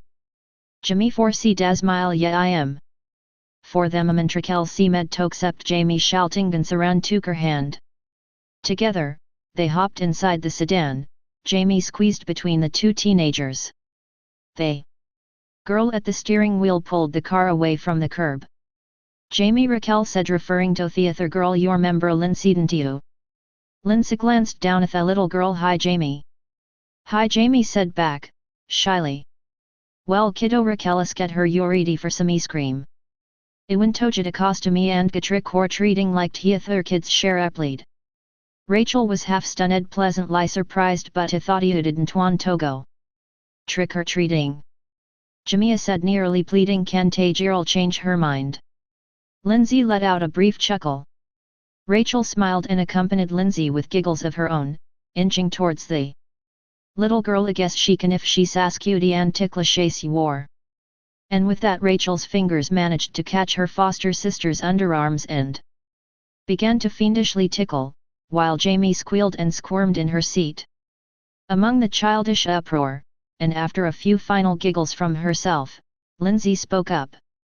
Casually as she made a left-hand turn at the following intersection: "You know Rackth Discount Mart shaving Gasalian Halloween costumes. Sly, Lind, real sly. Brady's working 3 to datel 9 o'clock," Raquel told her, knowing that was the reason behind the suggestion. "Ik no," Lindsay said, confirming Rachel's thoughts. "Don't you want to talk to him?" "Yes you do, Rach.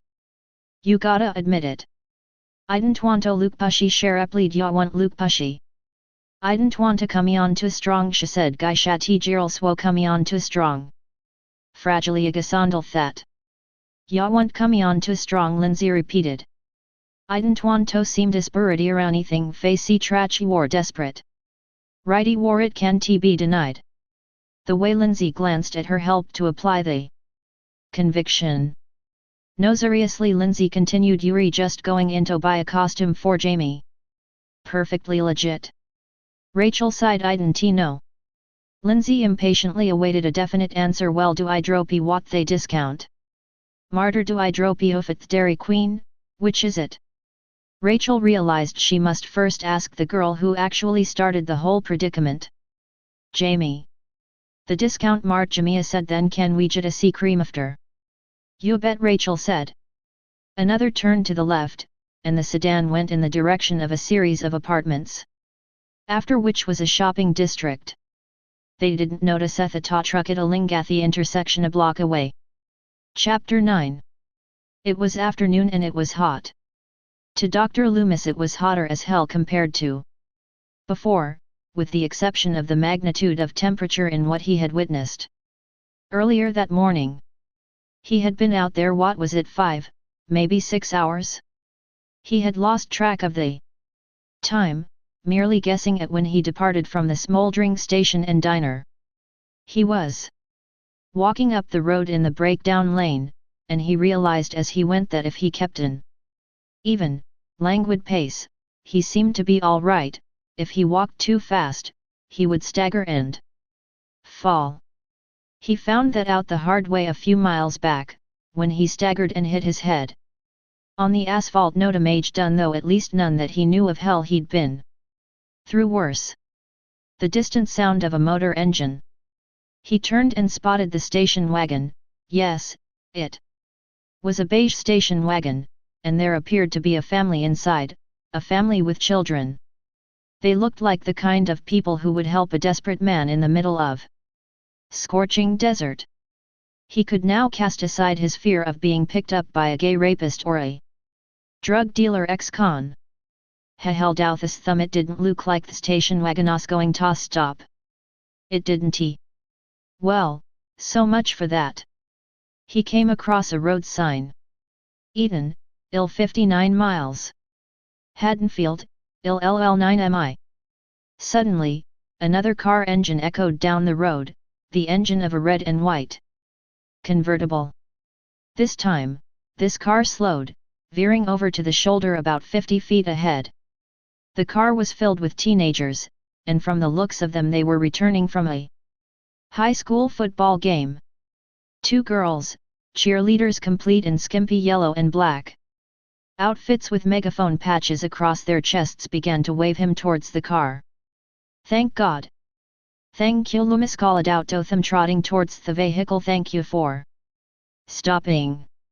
Just as he came up to the car, barely close enough to touch it, the rear wheels began to spin, propelling a rooster tail of dust into the air around the doctor. The teenagers gave a hearty laugh as they proceeded up the road a short distance, then they swerved to the right. And the vehicle halted again momentarily, leaving a trail of scorching tire marks upon the road. The car faced him sideways, encompassing both lanes of the highway. Someone struggled with his clothing in the back seat, and in the next moment a couple of pasty white, bare-naked ass cheeks hung out into the open air. The car then drove away, off and into the distance like a bat out of hell. Loomis was left alone, angrily beating the dirt from his clothes and the coat he carried in one arm. As he looked up the road he noticed what appeared to be a beat-up old pickup waiting in the center of the asphalt up ahead.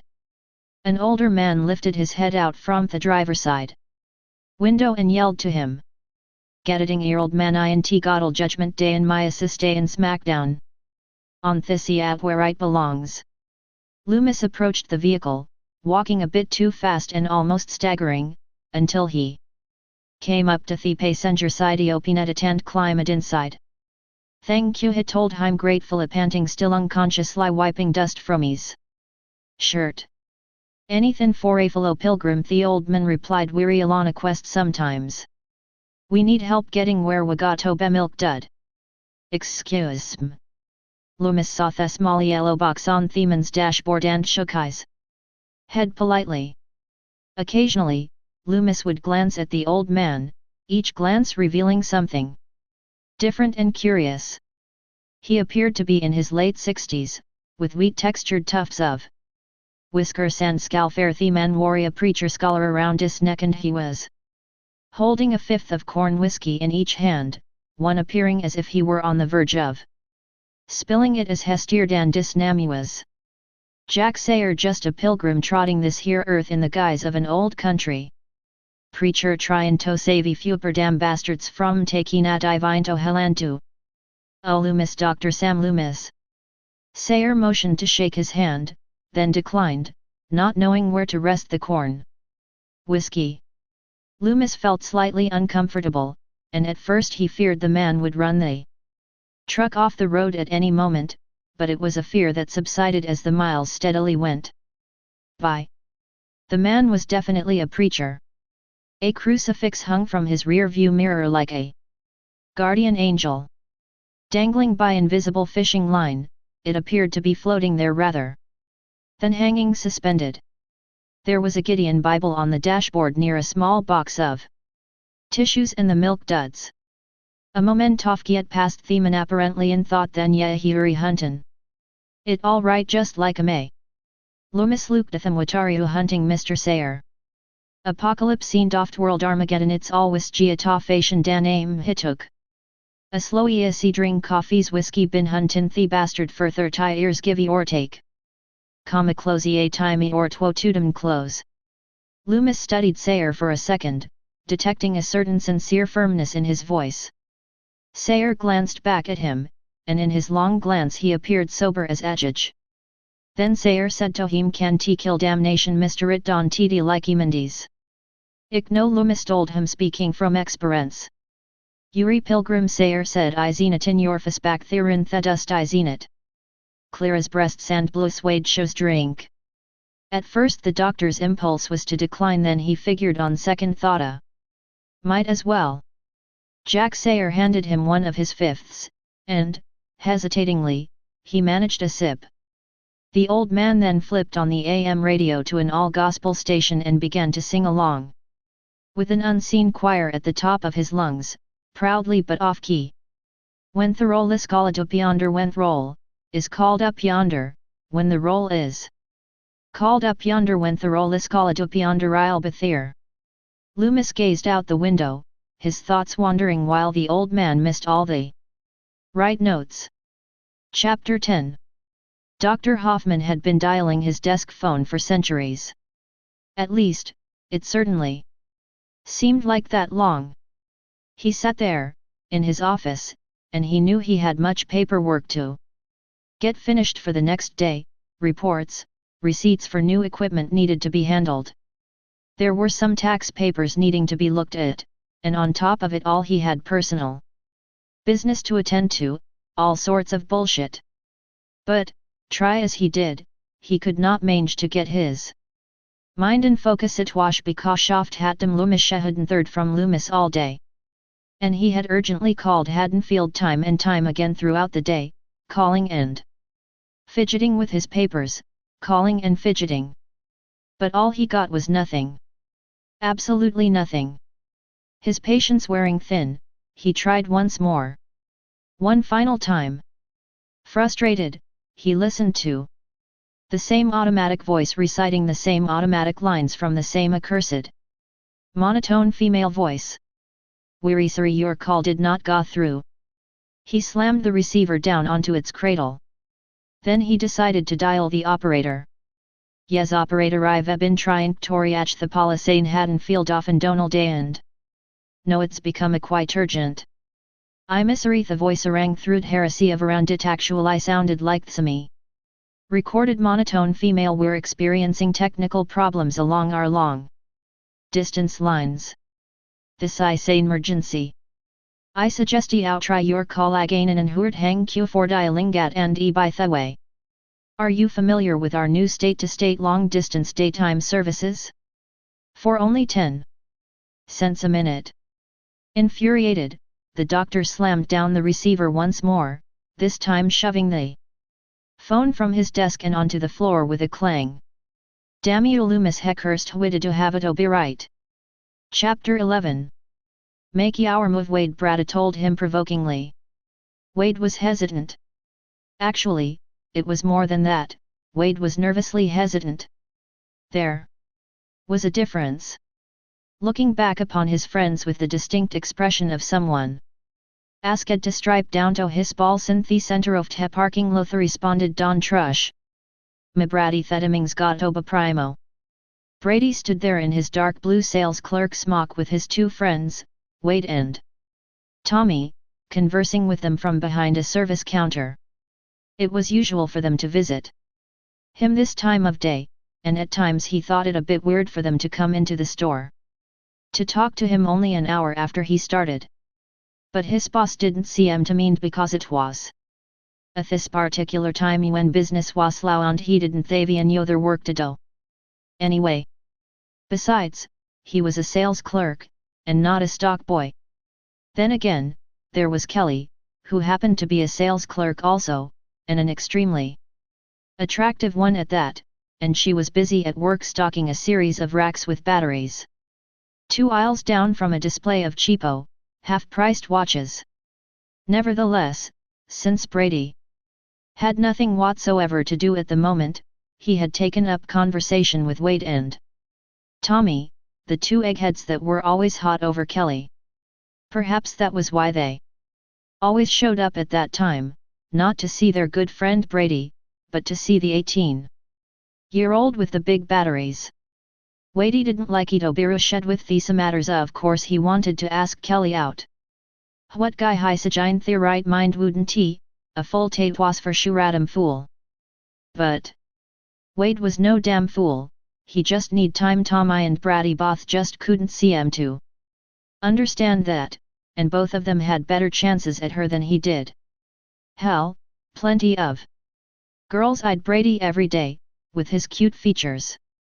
Come on, Wade, admit it. Brady was cute. And all Wade just wasn't the hate thought word cutie it was a mething girls had an affinity for that word. Then again, maybe he hated that word because nobody ever said that about him. He looked at Brady irascibly. I didn't see you asking here out you got the best chance. Yuri the jock, Brady responded.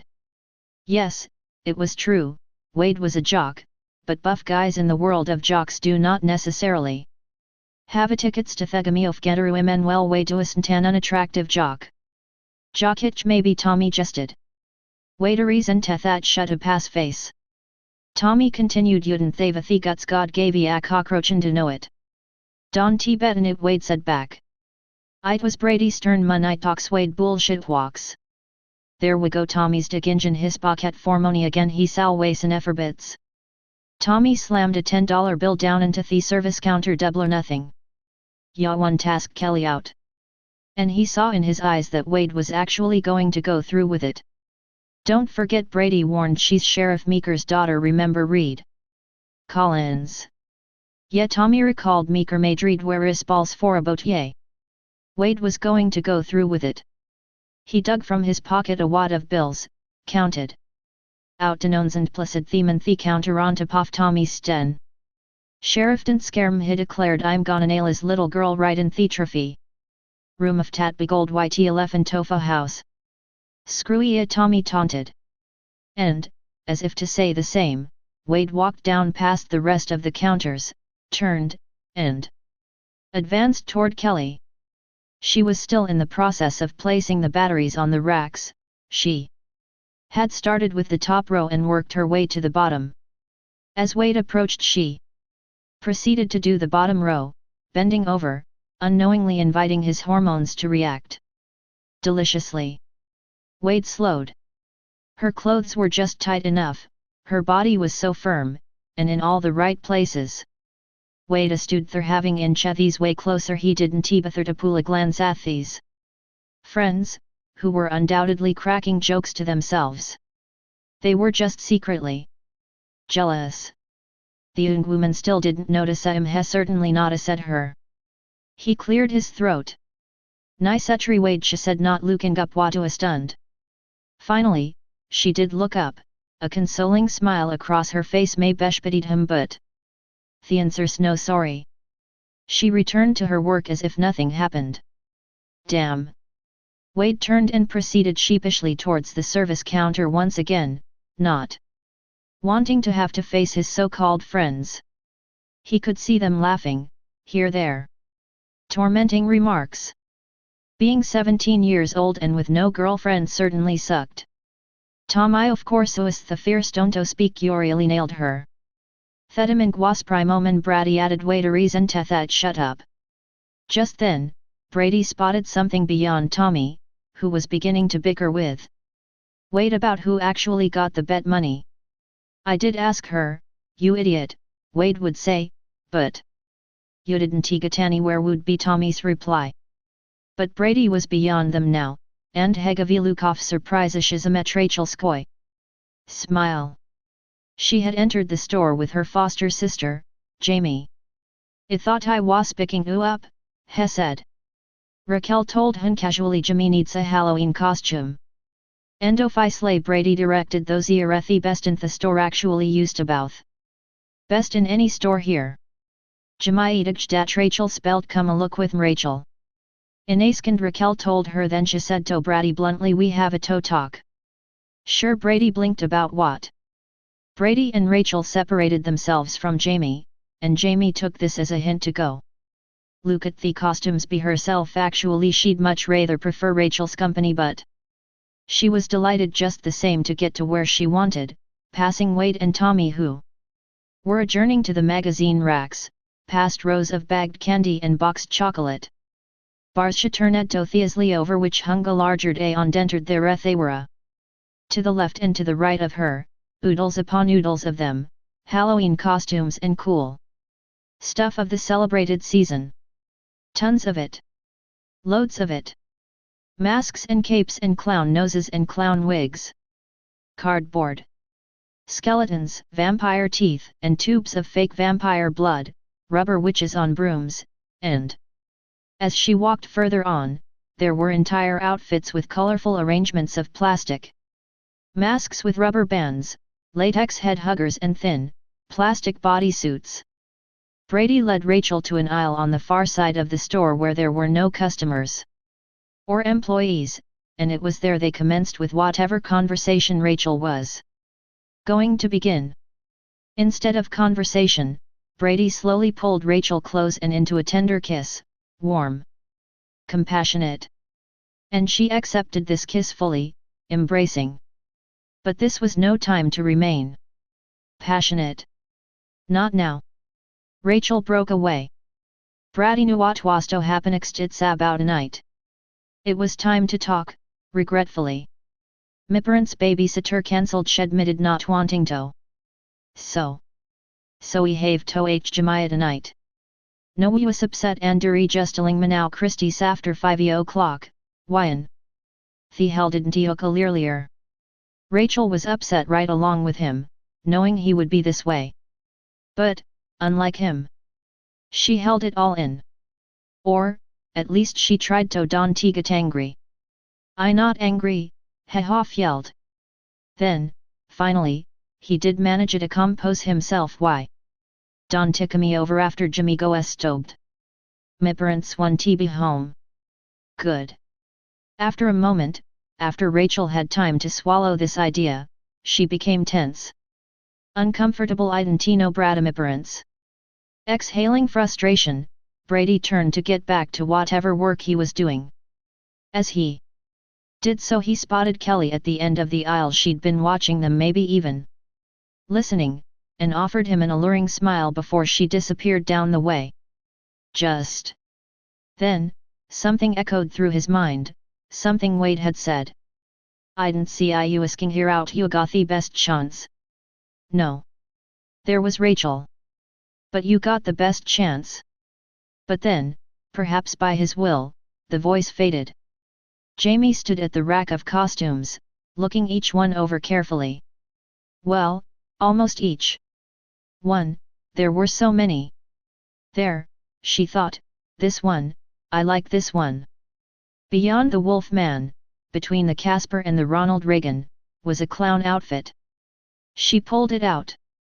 There was something interesting about this particular clown suit, something reminiscent. Something vaguely familiar. It was red on one side and silvery white on the other. Pom-pom-like buttons trailing down the middle and voluminous, white nylon ruffles about the collar. Removing it from its hanger, she looked around for a mirror. There was one. Down the way near the wall. She walked up to it and stood there, holding the costume out before her at first, admiring it. Rachel, she called out, found the perfect costume, see. She held the clown costume up to herself and gazed into the mirror, imagining how Nice it would be, how splendid it would look when she wore it. Then Kyle and the other kids wouldn't they would see how wonderful her new clown costume wasn't they? Wouldn't say anything, they would just leave her alone for ons, perhaps they wouldn't even recognize her in this outfit, partly because they wouldn't even expect her to be wearing one, so they wouldn't mention Uncle Michael too, they wouldn't say anything about. Oh my god! Her reflection in the mirror had changed. What, this an illusion? Yes, now it was gone. She thought for a moment that she was no longer gazing into the mirror at herself. It was the image of a boy wearing her clown costume.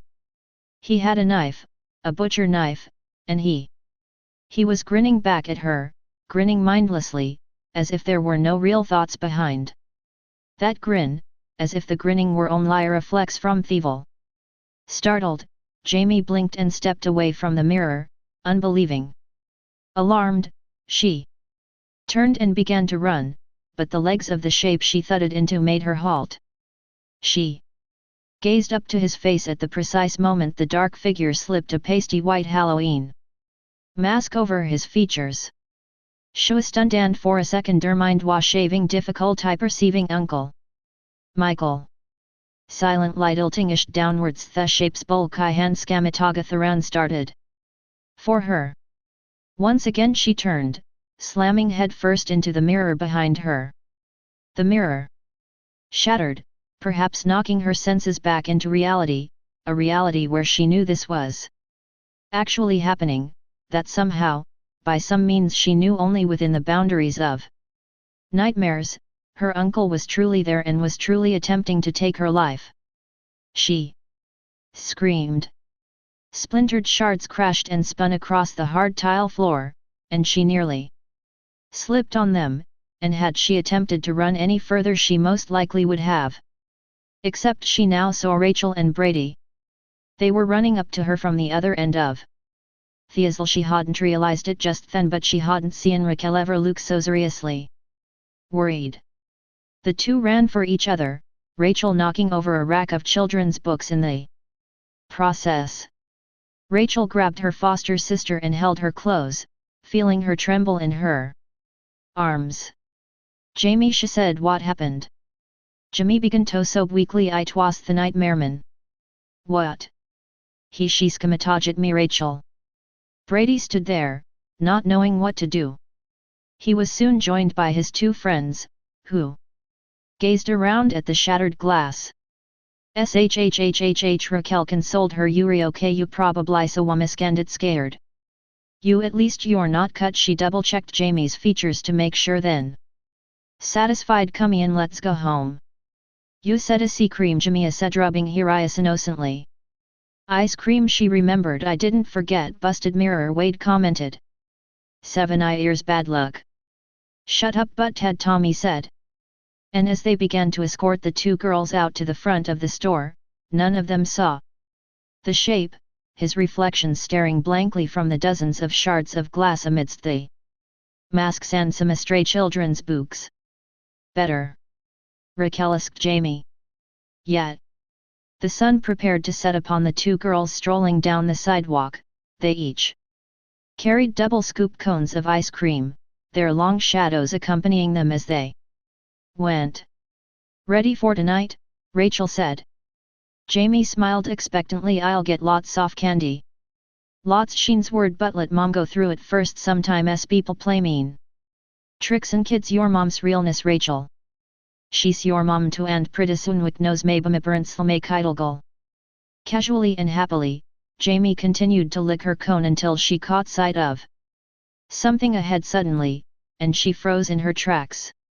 Up at the end of the block, standing partially within the shade of the tree on the front lawn of the corner house, was the shape, the dark man, the one she ran into unexpectedly.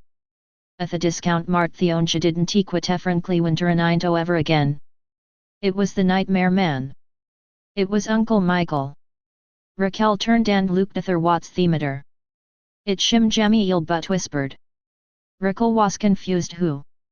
She turned only to see an empty distant shadow beside the corner house. At least, that was where Jamie seemed to be casting her fearful gaze. Rachel looked around. There were only a few children. Jamie sage walking on Theoposites idoft hestri tanda Plymouth. Passed them by. Nothing more. The nightmareman, Jamie answered, still staring throughest his distant far away. Stare deep within her eyes, as if she were entranced. Rachel also noticed a certain shade of terror within, thought Lucor was at momentary shock. Regardless, Raquel was concerned. He was next to thoughts. There was no one there now. I'll go look. Okay. Raquel told her to hick. The little girl didn't at first reply. Then, as Rachel proceeded to walk over to the shadows, Jamie cried out diffidently, Rachel Dante. But Rachel continued, and as she did so, she stepped around the edge of the corner house and out of view. Long seconds passed, too long for Jamie.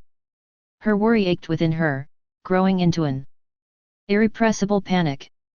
Now Raquel had joined at the shape's absence. Rachel. Jamie called out. Nothing. Rachel, she repeated, dialing. Her ice cream cone slipped from her fingers and dropped upside down on the sidewalk.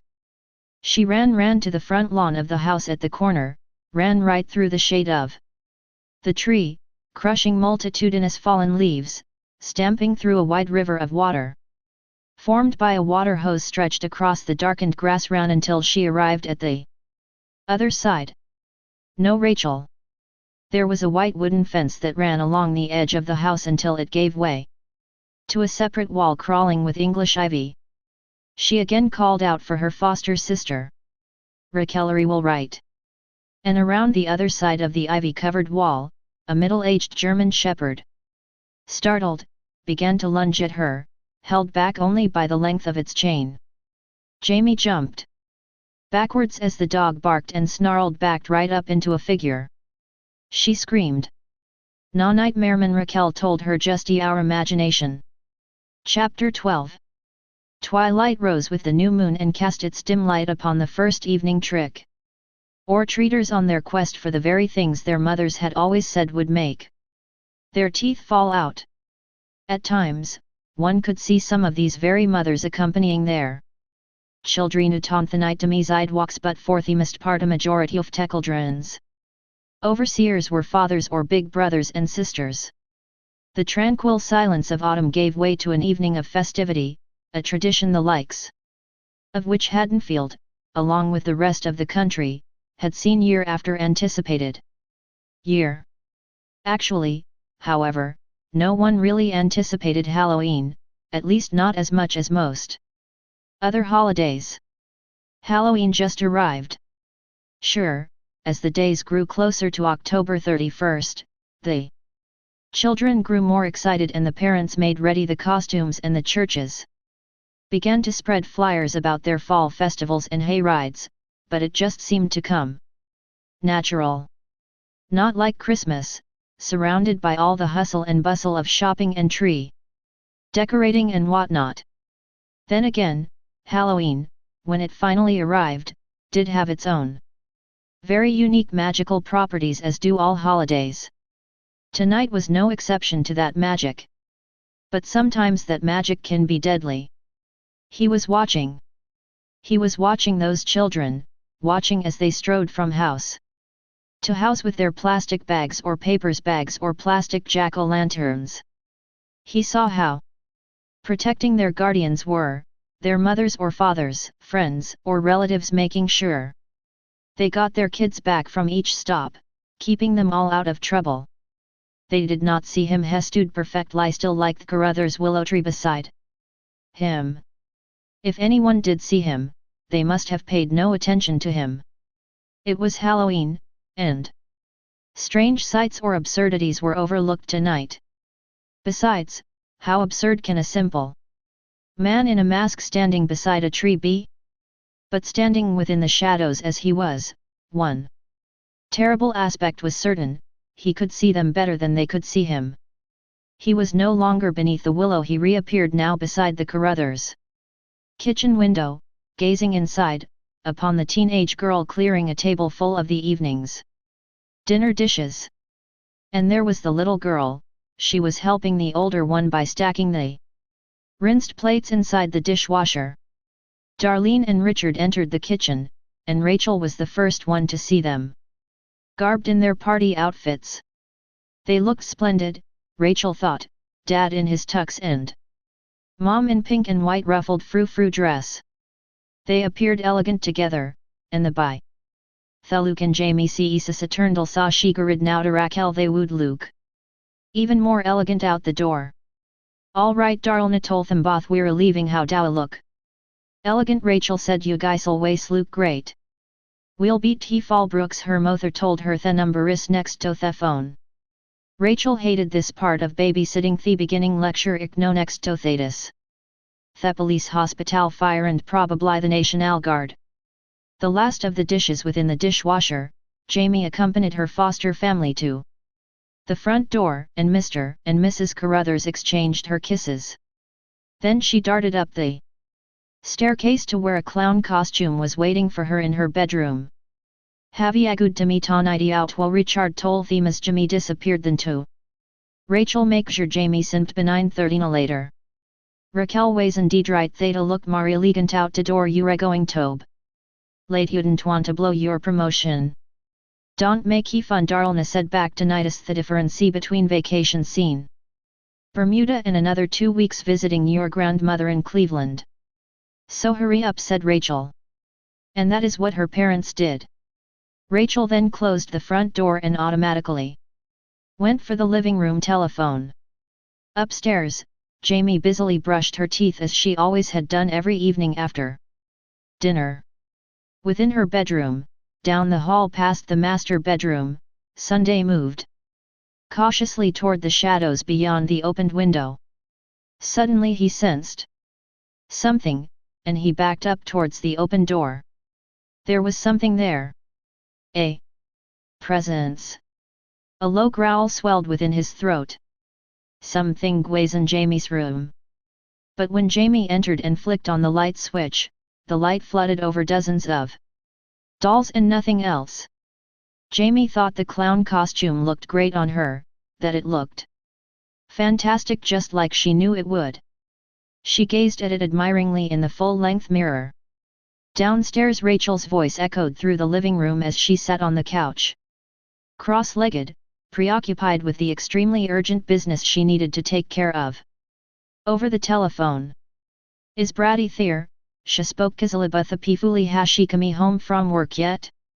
Okay well when he does tell him to drop by a buddying deal be home abithan okay, this is Raquel Akabi. Then, upon setting the receiver down upon its cradle Rachel called out come on. Jamie let's go you're going to miss the good candy. Jamie heard her calls. She set the mask over her face, gazed at it for a moment, smiling. Realizing that she even looked way better than those stupid kids who made fun of her. Something distracted her. She turned towards the closet. Didn't she hear the door creak, wast hat coming from her room? Where was Sunday? Kumyankaduthikal echoed from downstairs. Never mind. She darted happily towards the voice of her foster sister. But the shape had been watching, even as she admired her costume, and, in a way, he admired it too. From within the shadowy depths of the closet, he gazed down upon the opened box of memories. He lifted up pictures, photographs of days gone by, memories he shared unknowingly with the little girl, and memories only he alone could summon. He saw the woman Laurie Strode, a teenager. He saw the little girl with her father, posing with a barbecue in the background. And he saw himself, in the ever-familiar clown costume, the one the little girl even now wore proudly, and he was standing next to his sister on that night so long ago yet so recent. That night was here again. Downstairs, Rachel was checking the stove burners in the kitchen. She grabbed her jacket on the rack near the front door and checked her pockets for the house keys. Finally, satisfied, she turned to Jamie, who was just then coming down the stairway. "I thought you were ready," Jamie said, observing Rachel slipping into her jacket and returning to the kitchen to turn off the lights. "I'm ready, Sheriff Lead, I'm ready, okay, let's go." The shape at the top of the stairs watched silently, silent with the exception of the ragged breathing which seemed to reverberate through the darkness surrounding him, as the two girls disappeared out the door. Back within the depths of the closet the dog's slow growls were forever stifled now. Lay in a bloody heap, its neck broken and its head hanging loosely over blood-stained rag. Doll's silent, unmoving, its unseeing eyes gazing out into the horror it last beheld. Forever gazing. Chapter 13. Jack Sayer brought Sam Loomis all the way into Haddonfield, right up to the parking lot of the police station. Throughout wilderness and farmland and miles of empty highway, the old vagabond Reverend Grwalthamara curious of what was behind the doctor's desperation it was the face of the apocalypse. Yes, that was what Loomis was searching for, and Sayer had paused many times from his sing-along anthems of old-time religion to toss out a few questions. There was much to talk about, or much not to, out on the endless open road. The doctor's answers were generally evasive despite the near-empty corn whiskey bottle which remained in his hand. A sign of a good pilgrim was being a good drinker. Loomis was a good pilgrim. Sayer had plucked a new bottle from behind his seat after having discarded the other.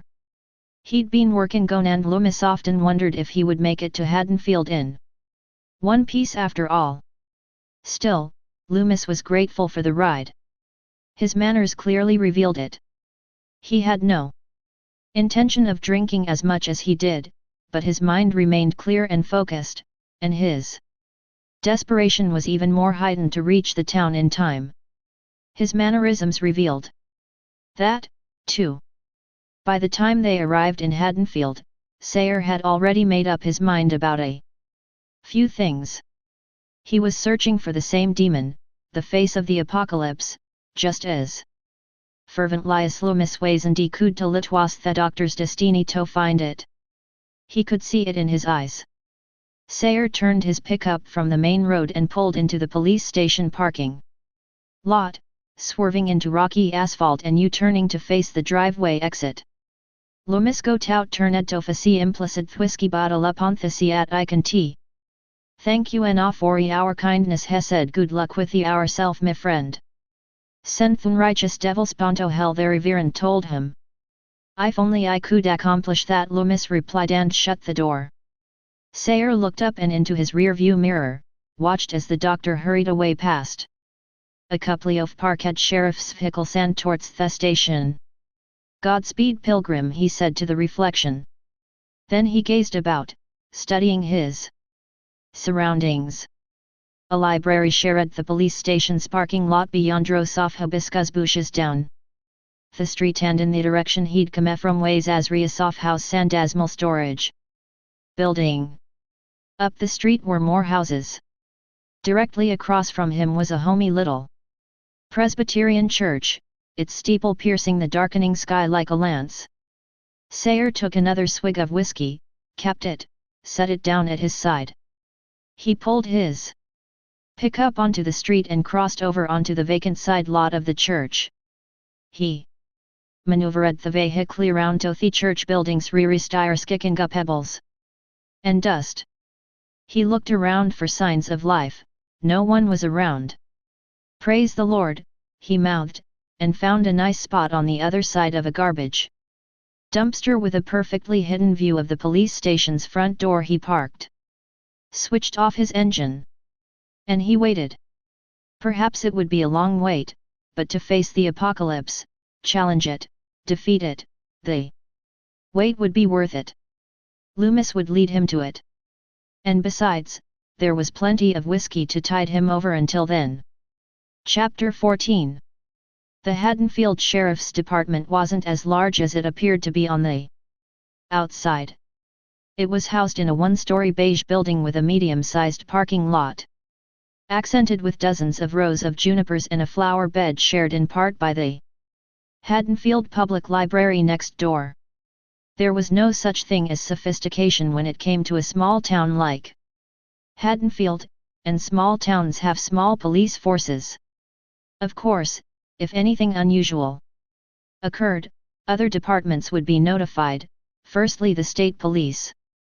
But nothing unusual ever happened.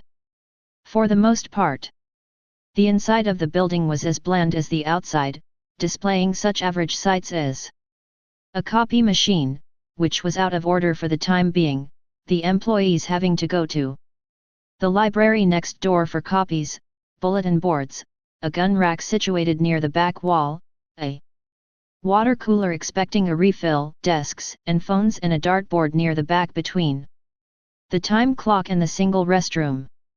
To complete the atmosphere, there was a threesome of deputies behind the desks, one of which was conversing with his wife over the telephone something about a hamster and a liquid cleanser and how a girl named Marcia should be spanked. At the front desk, the deputy was occupying his own time by reading his favorite section from Reader's Digest, chuckling at the humorous anecdotes. Suddenly, his attentions were distracted by a man who stormed into the building through the front glass double doors. The fellow appeared to be quite flustered, serious, determined, and immediately the deputy knew that this was definitely going to be one of those nights. The balding man, wearing a dark overcoat and a dusty outfit beneath, marched directly up to his desk. "I need to see Sheriff Dr. Loomis demanded. The deputy set the open magazine face down on the green blotter before him, leaned back casually in his seat, and gave a hearty laugh. "Of course Athiski couldn't be serious. Hitoltheman the you need to travel bout 3,000 miles south here." Loomis was suddenly confused. What? Bracket retired in 81 Thedaputian format humupand movisto St. Petersburg we get a postcardy very Christmas. Well, who the hell is the new sheriff? I am spooky another voice Ben Meeker. The doctor's gaze a shot beyond the deputy and saw a husky, solid 200-pound sheriff standing to Theman's left. He had inquisitive ardent brown eyes and a brown crew cut, and by the look of his height and stature he appeared to be over 6 feet tall. If people were cartoon animals, this man would have been a grizzly bear. "The doctor wasted no time Sheriff Meeker my name's Loomis Meeker finished for him his voice OSD pan commanding folks around. Here aren't likely to forget our face. At least, not cops. What the hell brings you back here? After deniers?" He sounded resentful, but there was something within his tone that the doctor detected. As weariness Michael Myers he told him he's escaped Ridgemont he's here in Haddonfield. "That's impossible," Meeker said. "He supposed to be an invalid. But through his thesauriousness in his eyes he sheer sheriff." Meeker was the kind of sheriff who was known for possessing a very deep sense of humor. Deep, meaning that in order to be able to find it, you would have to dig deep into his personality. He took his job seriously, and even when the situation seemed too absurd to be true, he faithfully investigated, or he would send some deputy to do it for him, and the deputy would curse to himself for finding a dead gopher in the middle of the road instead of a dead baby, or an old man who insisted he saw the Buddha staring at him from outside his bedroom window, like 2 weeks ago. "Why would he be here?" he questioned. Loomis told him sternly the car crash that killed Laurie Strode and her husband left an orphan in Haddonfield. The sheriff was plainly surprised. "Jamie Lloyd?" "Yes, wherever that child is he's in danger." Meeker was still inquisitive. His interests of Myers been locked up since before she was born. He's never laid eyes on her. 7 bodies Sheriff Loomis declared. "That's what I've seen between here and Ridgemont. A filling station in flames. Michael Myers is here in Thistone right now. He's come to kill that child and whoever else stands in his way." Meeker's lips drew thin. His eyes were hardened and pensive. He was contemplating. Then, he turned to the deputy with the Reader's Digest. "Call the state troopers and check history." He turned to Loomis. "All right, let's assume for a minute that what you say is true." "It is true, Sheriff. Heinz ist die das het a pudio beadand began todial." The sheriff continued, fine if it's true inuent tok no wathi hel wekan dodo. Avoiderepi at tofanai irsago. We have it to find the little girl Loomis instructed gather some place of calth. Local television tell them to Gidaviri one off the streets and behind locked doors. Thedaput internet from the phone I can get long distance sheriff operators as they. Phonalini down. This was cause enough for the sheriff to move. His tremendous build swerved around the convocation of desks until he came to the shotgun rack. He went immediately for a 12-gauge Ithaca pump, and pulled it down. He knew his profession well, everything was automatic, flowing like clockwork as he loaded shells and pocketed anything remaining. Then he turned to Dr. Loomis, striding back toward the front desk. Coming. Note until Isio Uerman make that call.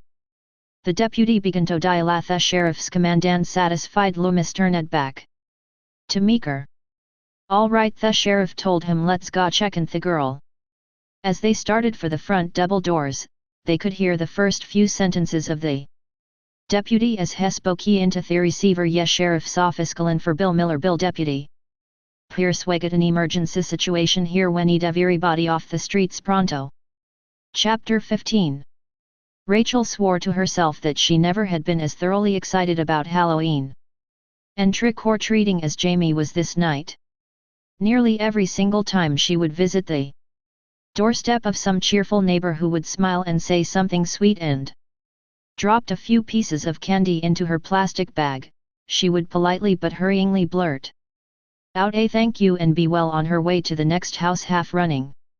To Rachel, Halloween was fun, not in a strict sense but in a sort of sense that this night wasn't dull and ordinary. And, of course, she enjoyed the fact that Jamie was truly happy, overjoyed, even. Wait for miracle called out, refusing to run Jamie wait. But the little girl was too involved with the splendor of it all, her little clown outfit sparkling dimly under the street lights, more and more small packages of chocolate and lemon drops and bubble gum waiting to fill her bag. This is great, Rachel. The next door revealed an overweight, t-shirt fellow who held a can of beer in one hand and a handful of candy in the other. Alcohol undoubtedly blending his thoughts into a jelly of drowsiness, he nearly plopped the half-empty can into her sack before catching his actions and withdrawing, chuckling to himself. Jamie joined in the laughter and frolicked merrily away. Cute kid Themon remarked to Noonie and closed the screen door. The next house, this time it was a grey-haired elderly woman who greeted her, an orange robe covering a pink nightgown. She appeared to be delighted before the little girl. And perhaps this was the reason her handful of candy was the most generous thus far. Trick or treat? Jamia said at the same time the lady held out the candy. Myth woman said, Watakirai little clown luquati veget for you. Jamie sees immediately to pinto a felicitous resplendence. Thank you. You're very welcome, honey. Jamie walked toward her foster sister, who was waiting on the sidewalk listening to the meager sizzling of the electric cables of the telephone poles above, her mind on the pleasantries of the remainder of the evening. Back at home, Jamie asleep and Brady downstairs with her. Jamie halted beside her for a moment, her fingers sifting through the bulk of her plastic jack-o'-lantern/ghost bag. Rakeluka downather haydenoof. No way, Jamie said. She turned and Rachel followed her past a series of hedges. En route the next thous Halloweenus great can we stay out all night. Forgetite kadawiri home by 8 o'clock. As they came upon the next house, the last house on the corner past the hedges, they saw that the porch light was off. Rachel told her to ignore the house, and that the family living there was either sick or out somewhere on vacation or at a party in Haddonfield. Most everyone participated in one way or another in this particular holiday, unlike other cities Rachel had heard about where churches had condemned the celebrations as being paganistic and therefore sinful to practice. All Rachel knew was that tonight, in the world of the contemporary, all of the parties and bobbing for apples and putting on costumes and Going door to door was as innocent as a newborn baby. She had many fond memories of the custom from her childhood, and Jamie and every other little girl or boy would not be the least bit harmed with the same fond memories. Besides, wasn't Christmas origins paganistic too? Anyway, aside from what other people did or did not do on this night, Rachel knew that it was also a night for little, quiet get-togethers in living rooms, dark live-in rooms, maybe even dark bedrooms, while certain parents were having a good time with their friends somewhere, too. Rachel directed Jamie across the street to start on another block, and when Rachel looked down at her glow-in-the-dark Timex, she knew that this block would be the last. As they arrived at the other side, they came across a small group of children who appeared to be around Jamie Sage, wearing bright light-colored clown suits with awkward-looking shoes and ghost white sheets, and there was even a kid with a huge plastic buffalo head which forced him to hang his bag of candy by a string around his neck in better effort to hold up the monstrosity. They looked like refugees from a Saturday morning cartoon nobody wanted to view. The one with the stupid floppy shoes, the clown with the stripes as if posing as an escaped convict from the circus, went up to Jamie. "Wow!" Kyle said to her, "That clown costume's really cool." Jamie didn't know what to say. She was fearful the first instant, but the fear soon evolved into certain delightful surprise. "Thanks. I'm sorry about O'Day," the boy said sincerely. "It didn't mean it." She was stunned, really. She knew it was the clown suit. It was a miracle suit. Yeah, Kyle admitted it was sort of a jerk. "Then hey yo, wanna go with us?" "Sure." Jamie joined the kids, Rachel exhaling arduously, trudging along behind. They walked down the sidewalk and up the cobblestone path to the next house. Rachel waited at the sidewalk again as she watched the kids scramble up to the porch. The kid in the flimsy clown outfit, the boy, rang the doorbell. The front door swung open. "Trick or treat?" Kyle said, holding out his bag. "The other children echoing Gatha's sides." Kelly stood within the doorway before the parade of candy moochers, and she smiled as she grabbed a fistful of candy from a table just within the entrance. She was wearing absolutely nothing save for an oversized t-shirt with bold, black letters on the front. Reading Kop's Audiobook from Rachel's point of views, he period ludicrous. Standing there before children in that attire. At first, Kelly did not see the other girl gazing in. Then she did. Their eyes locked for a moment. Rachel noticed something etched across Kelly's face, something like and overwhelming shock or guilt. "Rachel!" she exclaimed. Then Rachel saw movement behind her. Curious, she advanced across the cobblestones. The moment she drew close enough to behold what it was she was seeing, she halted. At first she thought she was mistaken. It didn't take it long for her to realize that she wasn't he. It was Brady. Holy shit! It was Brady.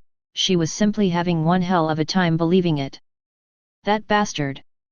He was there, lounging around on the sofa inside, in the living room, his shirt unbuttoned, a beer in his hand. The moment he saw her, the moment the realization absorbed through his consciousness, he bolted to his feet. Kelly was going about her own business with the children as if nothing else interesting was happening. "Rachel!" Brady was yelling as the trick-or-treaters went their way to the next household. Rachel turned, her face flushed with mixed anger, disappointment, and hurt. Brada continued, "Talk aloud, running for the door. Rickle, wait a minute to give me chance to explain." Frantically, he sprinted past Kelly, who was gazing on in amusement, and caught Rachel at the sidewalk, grasping her forearm desperately. She could not meet his gaze. Instead, she turned from him, her eyes somewhere upon the darkened street. Softly she replied back, "You don't owe me anything, Brady. No explanations necessary." Contemptuous, she pulled her arm free, only for Brady to regain his grip.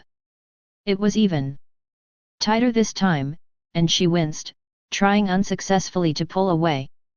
Listen, this bastard was saying je blauwe voor data the last minute. Soy hoop the next best thing, she yelled if audio were different from other guys. I am different, he pleaded. It was just pissed off, that's all. Really? Well, I'll just little miss shot pants get back toner singe your bruised ego. Finally, Rachel managed to break free and walk away, leaving Brady standing there, watching her as she went. Rachel. Brady called Anatharva asif malevoice emanating from the house it was in Seoul. Bekoninjit was Kelly Ario coming. Brady looked back at the figure in the doorway. She was standing there, longing for him, silhouetted under the porch light, the outline of her figure visible beneath the thin T-shirt. Rachel half-trotted down the center of the empty street under the few scattered lamp posts. The encounter with Brady had made her lose track of Jamie, and now Jamie and her little band of midgets had vanished. There was absolutely no sign of them anywhere. In fact, there was absolutely no sign of anyone, for that matter. It was as if her very presence had summoned all the citizens of the town into their homes. At first this absence didn't faze her. The bastard ex-boyfriend of hers rattled her brains to such an extent that they were like a puzzle that some little kid came across and tore apart, flinging the black and white pieces into the air. In order for her to think soundly again, the pieces had to be regained. Rachel had to face the possibility that some of these pieces may be forever lost, and it was all because of the little kid symbolized as Brady. Yes. Her life was black and white. She felt that nobody ever had their life totally together and figured out.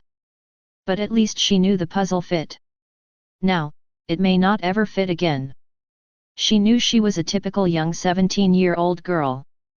Once, her school counselor had a talk with her about her class schedule. One of the teachers suggested she belonged in a higher English class, and one thing led to another, and it was this counselor who told her that she appeared to understand about herself more than was usual for someone. Hiraj didn't agree with him at first, but later she realized that he might have been right. She had a sort of phobia that she kept to herself, a phobia about presenting herself as being too egotistical, talking about herself too much, and so whenever she saw a problem in a friend she thought she could help, she would most likely say nothing. Of course, there were exceptions, but she didn't want to be a Miss Know-it-all walk nose may be a counselor herself when she got older. But this was all complicated, an overwhelming, often unbearable botchery of living, and explaining the whole thing proved to be even more frustrating and confusing. All she could think of was the puzzle. The missing pieces. And Brady. But she'd rather not think about him, that bastard. He was such a typical guy and she had him figured out to be something else. Perhaps her counselor was wrong. Maybe she was just lucky hennet kamat understanding people thinagain shoisn't perfect. I must unteed well on these, she told herself. I must not let something like this get me on. I have it show him that I not jealous anymore. I thought I could just see a silly drop him and gun to someone else and not think twice about it. I must. She realized she was dwelling on the subject too much now. She had to concentrate on her most current problem. She had lost Jamie. Well, not lost wasn't that putting things a bit drastically, actually thought Heroes. No other word she could think of to replace it. Yes, Jamie was lost. Jamie was. Jamie, she called. There was nothing. Not a sound around her save for the rustling of maple leaves around her feet and down the street and sidewalks, the gentle swaying of the trees in the wind, the shutters at the windows of nearby houses to the left and to the right. Jamie, she spoke louder. Still, there was no sign of life in the streets. Just great, Rachel grumbled to herself. Just wonderful, Rach. First you lose your boyfriend, then you lose your sister. She could not seem to be able to get over the fact that there was absolutely no one around, where once there were dozens of clusters of trick-or-treaters and opened screen doors. True, the porch lights of many of the houses were still on, but was Halloween over with? She checked her watch. Suddenly she thought she heard something almost behind her and to her right. She recognized a ortofalaudi crackling sound like that of a hate. Did it sound like a twig? It was the sound of a twig snapping amidst the rustling of the leaves. She turned towards the sound. There, a half of a block away, hovering in the darkness beneath the phantom-like blackness of a tree alongside a parked car, was a face. It was a white face, suspended there. And as close as Rachel dared squint her eyes to see, she could not visually detect the presence of a connecting body. The shadowy white face just hung, no, floated, there, like the Kabbalistic configuration of a mime wearing nothing but black save for a painted-on face. But this face did not seem to possess any specific features. Of course, she was too far from the figure to tell, but it appeared as if whatever it was she was gazing at had no eyes. But this glimpse was momentary, and within the next second the whiteness was gone, having suddenly withdrawn into the obscurity of the night.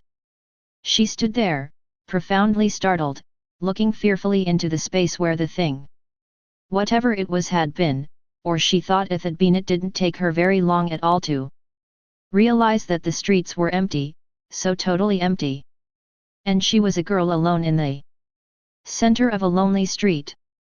Slowly, she drew in a breath and managed to call out, attempting to show no signs of fear. Who's there? But there was only the forlorn answer of the wind rustling against hedges, and of the leaves. Her frustration with the recent past had now switched dramatically to fear of the present. Nonetheless, she knew she had to find Jamie, had to find anybody, even if it was Brady, just to feel safe again. She advanced a step, then her pace quickened down the street once more until the dark figure appeared abruptly in front of her. She halted. She could see now that there was a body attached to it, a body of extensive proportion. Amon's body, and she could see the Thuisgarbidanarajed mechanic's coveralls hat appeared not to fit him properly. He remained there, at the end of the block, a tall, unmoving figure, standing as if engaged with Rachel in an old-fashioned showdown she'd see in the old westerns on television.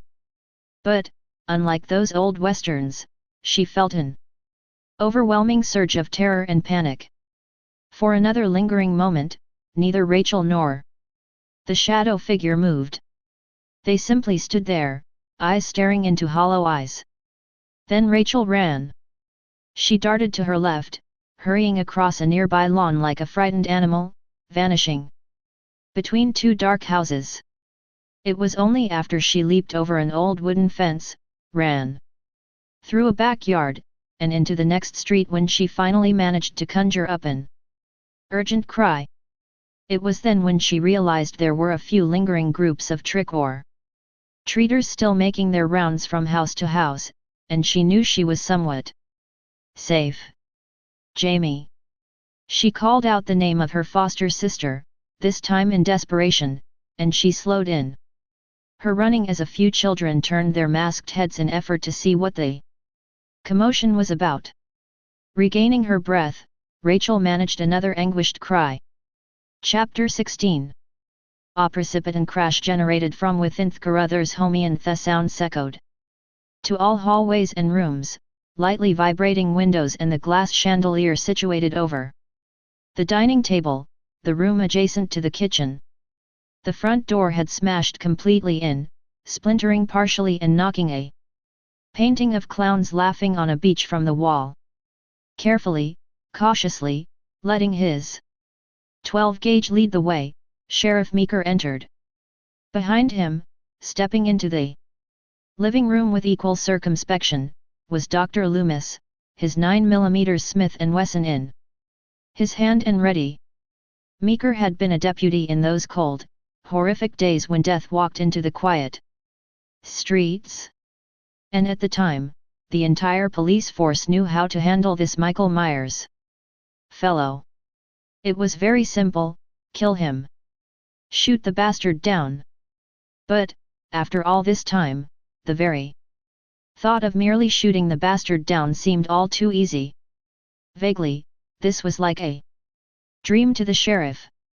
A hazy, obscure sort of dream at that, and he feared that somewhere within the confines of the next few minutes, this obscure dream would detour into the terror of nightmare. Regardless, Meeker knew that, no matter how hauntingly miraculous the circumstances were, or at least seemed to be, Michael Myers was stoppable. 2. Meeker, the good Dr. Loomis, was a desperate, complicated man who had been through hell, and that very same hell was what this damn doctor was somewhat responsible for. Sure, the government stuck their asses in the situation somewhere, but the doctor could have done something, could have fought the orders to first transfer this ungodly murderer 10 years back. He could have taken the matter to court, could have done some goddamn thing. On the other hand, he had suddenly developed somewhat of a sense of trust for Loomis. And this trust was built upon the fact that nobody knew this monster better than he. Good ol' Dr. Loomis, good ol' goddamn Dr. Loomis. But Meeker knew what he was doing, too. If this was true, if Myers had somehow escaped captivity and returned to Haddonfield, the sheriff was sure as all hell that he was not about to let a repeat of 10 years ago unfold this night. He grew up in this cozy Illinois town, and he was not about to let it go into oblivion at the hands of a psycho. But this man was more than a psycho. He recalled how Loomis had informed him dozens of times that he's no tamer a psychopathy. You must understand, he soon adulterated evil. But, the sheriff thought to himself, soon enough he's gonna be unadulterated dogshit. That is to say, if he's actually here.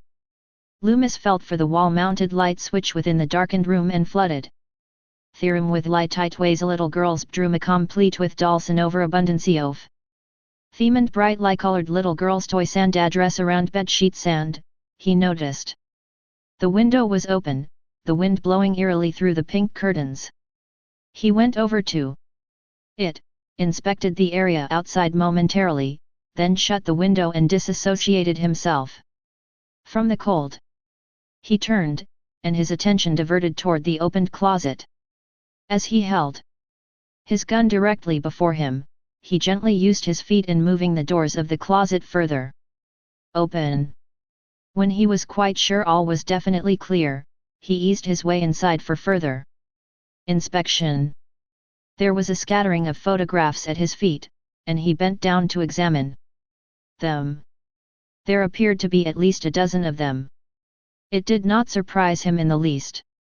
When he met with the familiarities of Laurie Strode, her husband, and there was their little daughter. Their little girl, Jamie Lloyd. So innocent.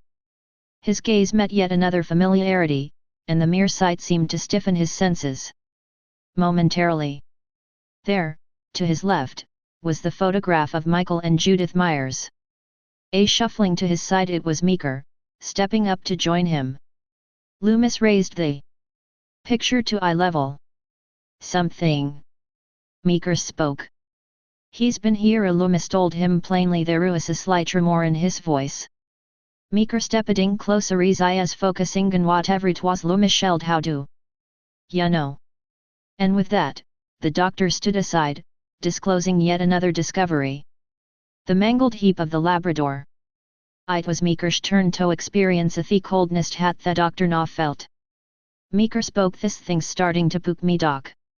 At least I'm not alone. Oh, the sheriff said, being unable to bring himself to believe the doctor could with his experience be exactly balls to fool with fear. How long have I been scared? 25 years. Loomis had seen enough. He turned and moved past Meeker towards the door, and the Sheriff followed him out, finding his gaze difficult to remove from the remains of what had once been the family pet. Downstairs in the living room, the two met a deputy who had been waiting for them near the entrance.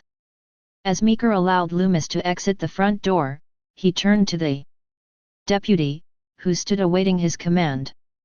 "Logan," Meeker ordered, "I want you hooray just in case the family come home." "Right here, Ben," Logan replied. "Luke sharp understand." Immediately, the deputy double-checked the chambered rounds in his .38 long barrel. "No problem, Sheriff." As Meeker closed the front door, he secretly wished the man luck. He had an idea what the town would be up against Butte Maria wasn't enough. And this was going to be one hell of a night. Chapter 17. Jack Sayer awoke, startled, choking momentarily on his own saliva, which caused him to cough out yellow phlegm over his steering wheel. A dark dream escaped him as consciousness embraced him with the chilly nighttime air. A soft web of spotlight streamed down from a fixture embedded upon the side of the First Presbyterian Church of Haddonfield, illuminating the vacant lot near Ben Sayer's pickup truck beneath. As immediately as reality gripped him, he was overwhelmed by two distinct thoughts. He had passed out while watching for Loomis, which foiled the purpose of the entire stakeout, and something oblong and black was writhing and flailing between his legs at his crotch. He jolted upwards in sheer fright, shrieking, his hands moving to brush it away. Whatever it was, he calmed enough to take a good look at it. He picked it up. It was a wind-up rubber rat. 5 young teenagers burst into a chorus of flutter beyond the Penndriver's window. And the Reverend nearly cursed to Almighty God before he caught himself. He flung the toy below the glove compartment. The kids scurried quickly away from his pickup, all of them garbed in Halloween attire and glowing face paint. One of them stopped running for a moment, pushed aside his Dracula cape and spit out a set of vampire teeth. "Trick or treat, old man," he exclaimed Andronoftohoin his spears in the distant dark. Jack Sayer was alone, and it became a Kiatagain of Enmarquiathan when he'd first arrived. He stared out his windshield, out past the street and at the front door of the tranquil police station. "Well, damn it, alto eternal el hespat and hegropede fories whiskey bottle." He found it, uncapped it, and brought it to his lips, his eyes canvassing the surroundings, and his mind struggling to come to terms with what to do next.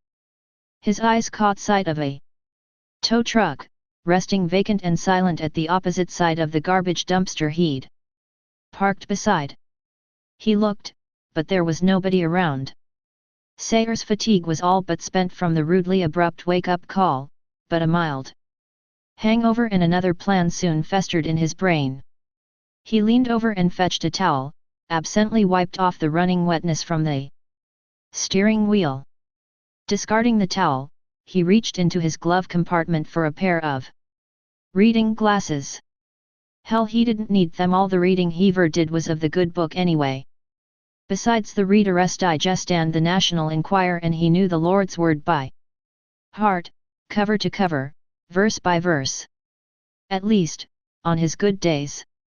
From now on, those glasses belonged to Dr. Loomis. "That's it, old Reverend.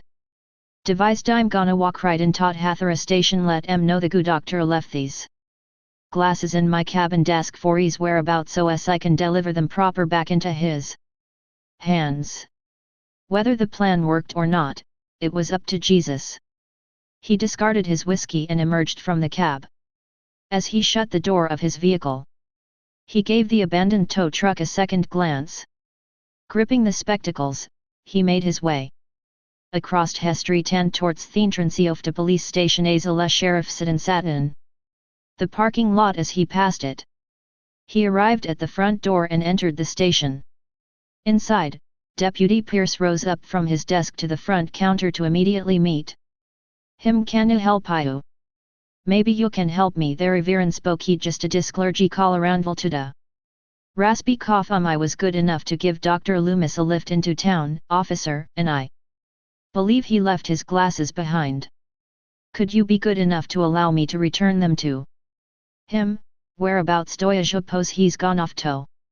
If you'll just leave them with me, the deputy replied, I'll see to it the doctor gets them. If I hadn't mind, I'd like to return them personally, Sayer told him. The Townsend asked out of emergency, said the deputy, leave them here, I'll tell him I dropped them off, don't worry, a good motel's up the road a quarter mile, I'll tell him. Yuri staying theory if I wish to meet up with him, can't tell how long he'll be off. This isen helovenite, it's all I can do for you. You can tell him that there, Viren said, but I'll keep these for image if you understand, suit yourself. Sayer nodded to him, clutching the glasses, and solemnly bade him farewell. The face of the apocalypse would have to wait, he figured, but he knew fate would inevitably cross their paths someday. It was his destiny. It was its destiny. A motel, a quarter mile up the street at Wazelhehajoing for him now on nights. Lodging would do him good. Turning, he made his way to exit into the night. He opened the door, stepped outside. There, directly before him, stood the face of the apocalypse. Sayer gasped. The eyes behind the chalky white mask stared down upon him, emotionless, cold. The glasses fell from the Reverend Shen's dropping onto the ground, taking gas step away from the abomination. The heel of his shoe met with them, crushing them. His screams echoed into the cool breeze and, for a moment, no one heard them until it was too late. Chapter 18.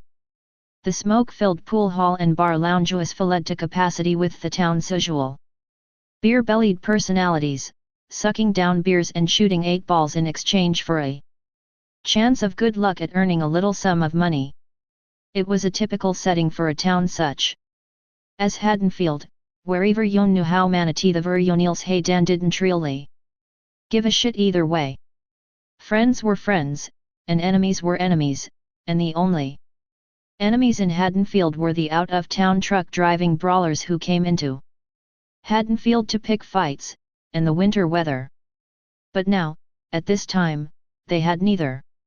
There were no strangers tonight. Well, perhaps there were a few, but remained virtually unnoticed amid the bar noise and the laughter.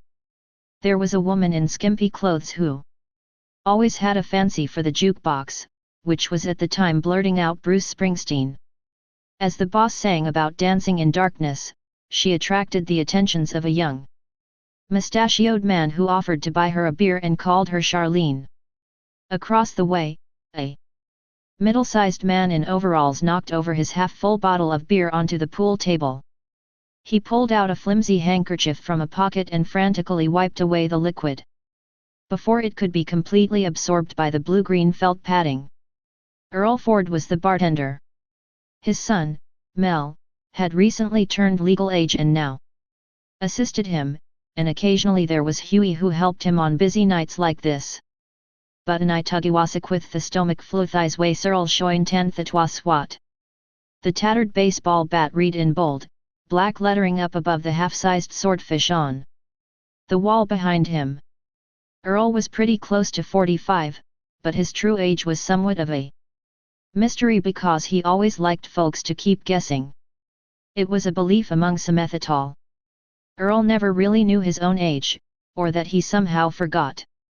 His face was like that of a bulldog, and he had the body of a professional wrestler, but he, in fact, despised wrestling.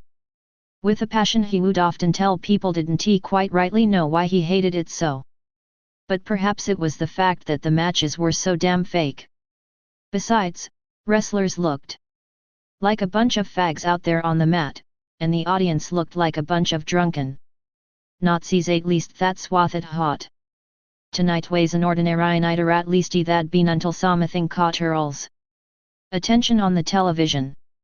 He was often distracted by the 22-inch television, always watching for Ernest commercials or commercials with Joe Isuzu, but this time what attracted his attention was something quite different. He stepped over to the set and raised the volume.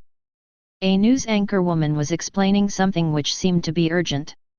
Hell, of course it was urgent, anything that said special bulletin in the background was unusual and urgent, and from what Earl Sear spicked up it sounded like the woman was talking about evacuating the streets. What the hell? By order of the sheriff's office, the anchor woman continued, all citizens of Haddonfield are asked to clear the streets. Still, the bartender could not hear. God damn it! Everybody shut up a goddamn minute, he yelled out, and the bar quieted heads. Turning still, some people just could not hear straight. I said, goddamn it, everyone shut up. Silence. The anchor woman continued. Remain indoors until further notice. All businesses are asked to close as soon as possible. Stay tuned to station for updates. Adelman and Wesley called out, what salt hats hat Earl? That was exactly what Earl was about to ask Meeker himself, or whoever the hell was. A thiefus immediately moved to the bar swall mounted phone, he picked it up receiver and dialed hurriedly. Ho Euclin, another monasked. Earl replied, police station. I ain't closing down without a good goddamn reason. Everyone waited. All eyes in the bar rested on Earl. In the background, a few men continued to quietly resume a game of pool, ears open. After a few lingering moments, Earl angrily hung up the phone. He proceeded to remove his bar smock. Well? Orrin asked. It just rang Weasel, Earl would reply. Within the next minute the entire place was ringing with the sounds of chairs moving and shoes brushing against the wooden floor. Voices of curiosity added to the commotion. As the crowd proceeded to follow the bartender out into the front of the bar, through the single front door past Dontdrinkandddrive Zignandu Tontathis Faltoft car crammed parking lot. Yet another follower rushed up to the bartender from within the crowd, asking where the hell he was going and why the hell everyone was following him, knowing full well he was just as dumbfounded as everyone else about the sudden urgency of the news report. We're going to see Ben, Earl told him angrily. Phone never just rings at a police station, no way no how. Everyone piled up into their respective vehicles. Pickups, four-wheel drive Blazers, Jeeps, Broncos, and the like, all covered with enough dirt to pave a small street. Earl's Chevy was the first to kick up a wave of dust, and he led the way as the others filled the street from behind. One hell of a night, all right. Chapter 19. Guests exited Justin Falbrook's palatial home ill-dressed in their finest attire, half drunk, others having had little or none to drink, but all having enjoyed the party. They were walking to the rows of cars parked along the side of the street, wondering what the urgency was in the news flash. Some had attempted to call the police station, but got no answer. Still, they would comply with the warning, and perhaps call the station later from their own homes. Richard and Darlene Carruthers stepped across the walkway down the front lawn, one of the couples who had apparently very little to drink. Let's drive a home first, Darlene said. Raquel said they wouldn't be out long. Richard looked around and spot who he was looking for there. Just inhibitors a good night.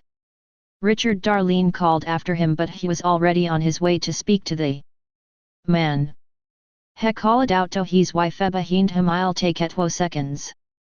He went over to Justin Falbrook, a man in his late 40s, and a very wealthy man at that. He was in the process of bidding an older couple good night. Justin Richard spoke out to him. Mr. Falbrook turned. In a kindly but nonetheless worrisome voice, he said to him. Richard, I'm so sorry you can't stay for dinner. I hope you understand, Richard said.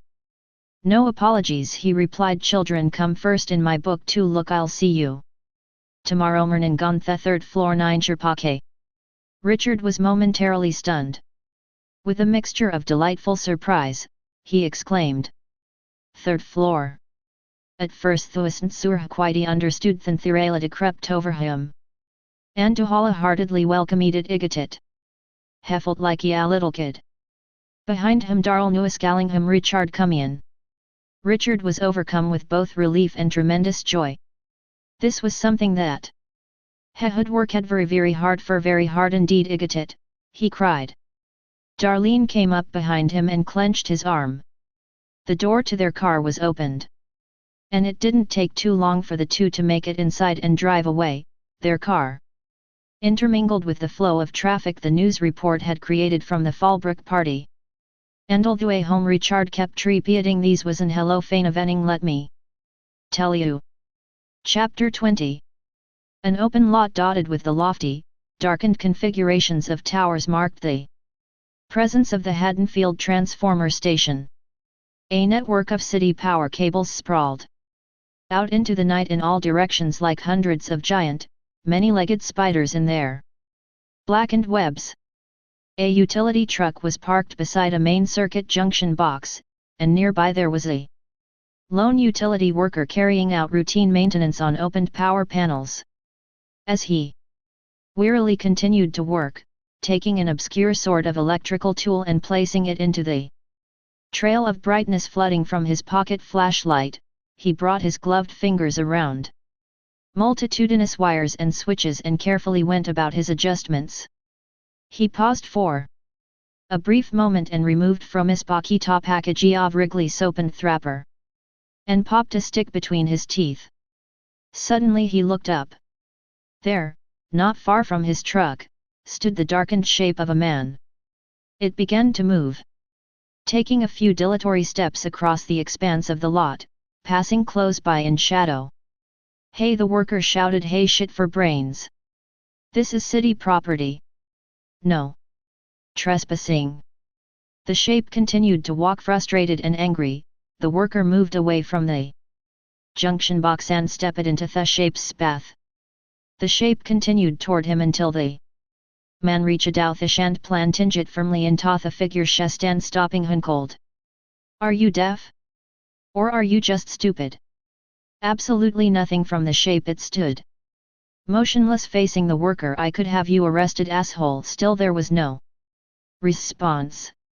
The worker could hear the breathing sounding in slow, hissing emissions from behind whatever the hell this man was wearing over his face, something like a large, distorted white mask.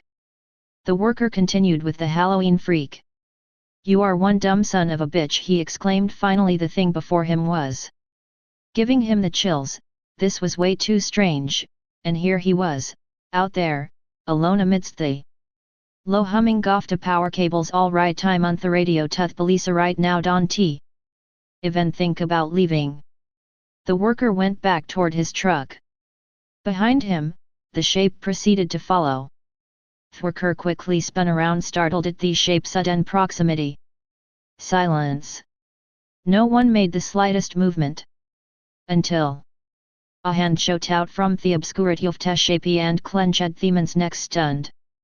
There was little time for the worker to struggle. He managed a swift kick, then another. Both legs flinging into open air at the thing's side. In his overwhelming terror he realized that he was no longer on the ground.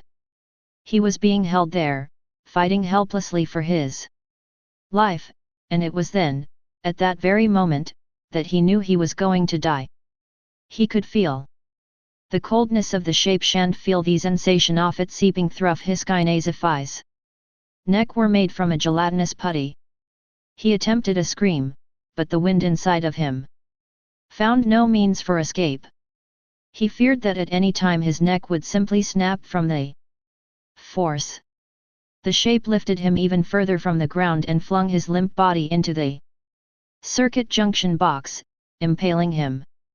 Amidst his own blood and flesh sizzling against the flying spark, he finally managed a single, agonizing scream. Then it was all over. His dead body remained quivering there as the shape watched, its head cocked in morbid fascination. The box continued to short-circuit around the body, and all around the encompassing area the transformers began to shower a spectacle of sparks. Lightning arcs. Off-rampant power surges began to shatter cables. The station's transformers began to turn into a forest of flaming brilliance, storms of electricity erupting from all directions. The shape continued to walk on. The last of his presence developed into a silhouette. Against the festivity of powerful light, then it disappeared in the direction of the town end. Into the night. In the streets of Haddonfield, true and ultimate darkness set in. Chapter 21. Throughout the entire town, darkness set in as the electrical power died. Parents rushed their children into cars. Others pulled their kids from the sidewalk and behind closed doors. A sense of undefined panic clouded their faces. Panic indeed. It ran rampant through Haddonfield this Halloween night. Panic of not knowing what was going on, panic spawned by what the news people were saying on their television sets intermingled with the sudden power failure. Some didn't take the mysterious circumstances all too seriously, thinking that the whole thing would all blow over shortly and that the town would be up again on its feet. But there were the others. Terrified, not knowing what to do except to heed the final words of the news report and to stick close together with their families behind locked doors, huddled close to burning candles and emergency kerosene lamps. Jamie wandered through the darkened streets as the last remaining children were scurried into cars and driven off, including the small band that she had joined. Kyle had been suddenly picked up by his mother, who had scolded him for failing to come when she called him over the first time. Now, she was left alone. She didn't understand what was going on. All she knew was how the lights in all the houses and all the street lamps around her had died, and right before that parents had shown up, grabbing their kids in a frantic rush and taking them home. Something was certainly wrong here, and not Jamie was certainly scared. She looked around for Rachel, but her foster sister was nowhere to be found. Rachel, she cried out once, and once was enough. Her own voice frightened her. Perhaps because its echoes made her realize how alone she was in the darkened street. Now, there was only wind and silence.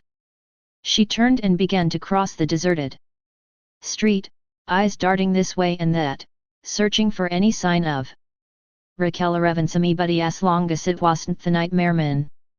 Nah, please, no, she didn't want to think about that, not now, not ever. But there, in the darkness, whenever yon suddenly deserts you, all little girls tots could run wild. She dare na think of him, she dare na think of how she stepped into hirunka yet. The discount marred how scared her, how reached out. Then it hit her. Maybe that was why everyone suddenly went away. Maybe it was because the nightmare man was coming. No, Jamie, don't think about it, don't even. You're just getting yourself even more scared than ever. She was shivering. She realized she had to look for Rachel, and that Rachel was probably looking for her, too. Please God, don't let anything happen to Rachel, please. Jamie didn't know that what she was fearing gal along was just behind her a little way into the darkness along the streets opposite, as I'd tracking her, watching her move through the hollow of its mask. Finally, it appeared almost directly behind her, stepping out into the middle of the lane. Jamie reached another corner and stopped. The sound of another pair of footsteps continued for another second longer from her rear, then stopped as well. Quickly, the little girl spun around towards the sound. There was nothing but emptiness. Rachel, she called out, there was cracking is thought you. Still, there was nothing. No answer. She turned and proceeded around the vacant street, the eeriness of her haunting surroundings growing, aching throughout her mind and tugging on her nerves. Stopping in her tracks once more, the second echoing steps continued. They were closer now. Then they halted. The little girl turned again. In a firm but innocent voice, shaking, she told the darkness, however you or I veget. Abigdig with mhebites. But yet again there was no reply. She stood still, waiting to hear something, anything, but all there appeared to be was the encompassing darkness. But as she stood there, she heard the footsteps once again. They were approaching her, and she could not see a single soul. Her eyes searched frantically. "You hear my vegetadog," she managed to speak out. Butaiton Lai sounded forth in a mere whisper. She tried Toranthistomy, but she found that she couldn't show us frozen ein plus estive. Like a terrified rabbit knowing that there was a python in its cage ready to feed but not knowing where it was. The footsteps were growing closer. Closer still. Until suddenly, she miraculously began to run. Her movements were fast and swift, the wind on her back helping her along. In the midst of her panic, she nearly fell. She was paying more attention to what was behind her than where she was going, panting and gasping tremendously, barely being able to breathe. She almost swore she was going to simply die from exhaustion before whoever it was that followed could get to her. The world before her now was a whirlwind of blinding haze, bucking and yawing in one fantastic fit of frenzy. Then she ran directly into a figure, nearly knocking it down and her along with it. She uttered a startled scream as hands grabbed at her, and she fought them blindly. It was no use. Rachel bent down close to her. "Jamie," Raquel said fearfully, "Jamiculm down Jam, where have you been?" After both girls caught tear breath. Raquel, having been running herself, she scolded her, "Don't ever run off on your own at night. You hear me? Not ever." Suddenly the two girls were washed in the brightness of automobile headlights. A car swerved to the curb and stopped, and within the next second, Sheriff Meeker and Dr. Loomis began to climb out and rush over to them. Meeker was the first to cry out, "Rachel Carruthers, Jamie Lloyd, thank God!" The two girls were confused. But that was only part of it. "What's going on?" Rachel demanded. Thea Thurman with the overcoat spoke out, "Get in the car." As the two girls reluctantly obeyed, Loomis turned and stopped cold in his tracks. There in the distance, as far as the darkness could allow him to see and with the assistance of the car's high beams, was Michael Myers. He was simply standing there, motionless, on the sidewalk across the street. Stricken with fear, Loomis stood frozen.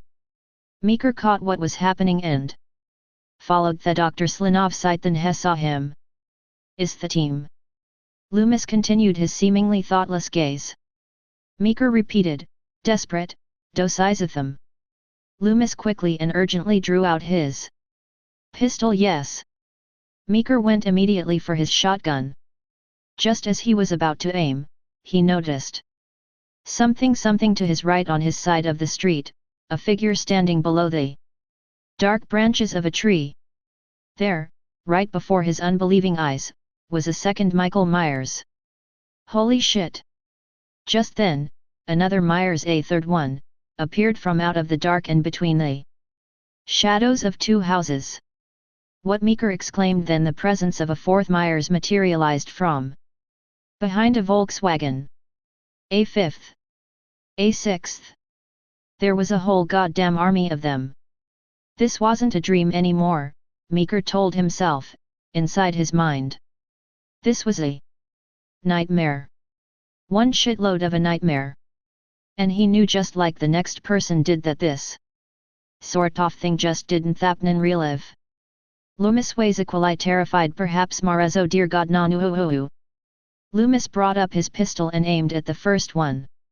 Just as he was about to fire, the sheriff realized something suddenly and knocked the doctor aside, Loomis pulling the trigger. The bullet went into empty air. Then there was the voice of a child crying out. Before them, across the street, the first Myers took off his mask and revealed the panic-stricken face of a tall 16-year-old, bearing freckles and long red hair. He darted into the shadows and disappeared.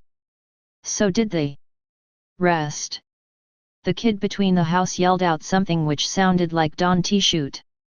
And he scurried off in kind, shouting gongrily, "Meeker ordered them aloud oft here gethom goddamnit theirs. A curfew I catchy our assisandit saw e kenda angel." He turned, and saw Loomis leaning heavily against the squad car. He was trembling, exhaling terribly. "You okay?" the sheriff questioned him. "Good God," Loomis managed. "I could be killed. What does that make me?" Then Meeker said, "Let's get back to the station, Gethisikat Sharifov." But as the squad car swerved away, no one noticed the dark presence behind them. Back on the street, its reflection glimmering within the car's rearview mirror until a heartbeat later, it was gone. Chapter 22. Headlights swept over the face of the darkened police station and revealed something neither Loomis nor Meeker expected to see. The entire outer portion was in shambles. Meeker had to skid to avoid the shards of broken glass from the doors. Broken fixtures swung in the constant draft in the doorways. The squad car idled, and Meeker and Loomis crawled out, Meeker charging the two kids to remain in the back seat. Meeker and Loomis entered through the broken glass double doors, their guns ready, and a flashlight scanning. The interior was a veritable ruined nightmare. The cold breeze emanating inward from outside was blowing papers everywhere, from the lopsided desks and onto the floor, and from the floor to all corners of the room. The sheriff was about to flip on the light switch when he remembered there was no power. He shone his flashlight in the area ahead of him and proceeded forward, with utter caution, the doctor coming up on the rear. Meeker could not understand what his men were doing to allow such a catastrophe to take place. Couldn't he believe a Thatanimong could actual Lidolthis and whereth hell were his men, anyway? They wouldn't they've given up without a fight, Meeker said. Loomis told him they didn't know what they were up against. Glass crunched under their shoes as they continued inward, past broken desks and desk chairs, past broken telephones and scattered trash. They went around to the side. Near a closet door, the flashlight came across a pool of what seemed to be blood from beneath the door. It was blood. The sheriff was merely having difficulty believing it. He made the light crawl upwards until it came upon a pale hand, closed in the door jamb. It was clutching a .38 revolver. Reluctantly, Meeker opened the door. There was no body. The hand fell and tumbled, dismembered, splashing into the pool of blood. "Christ!" Meeker exclaimed.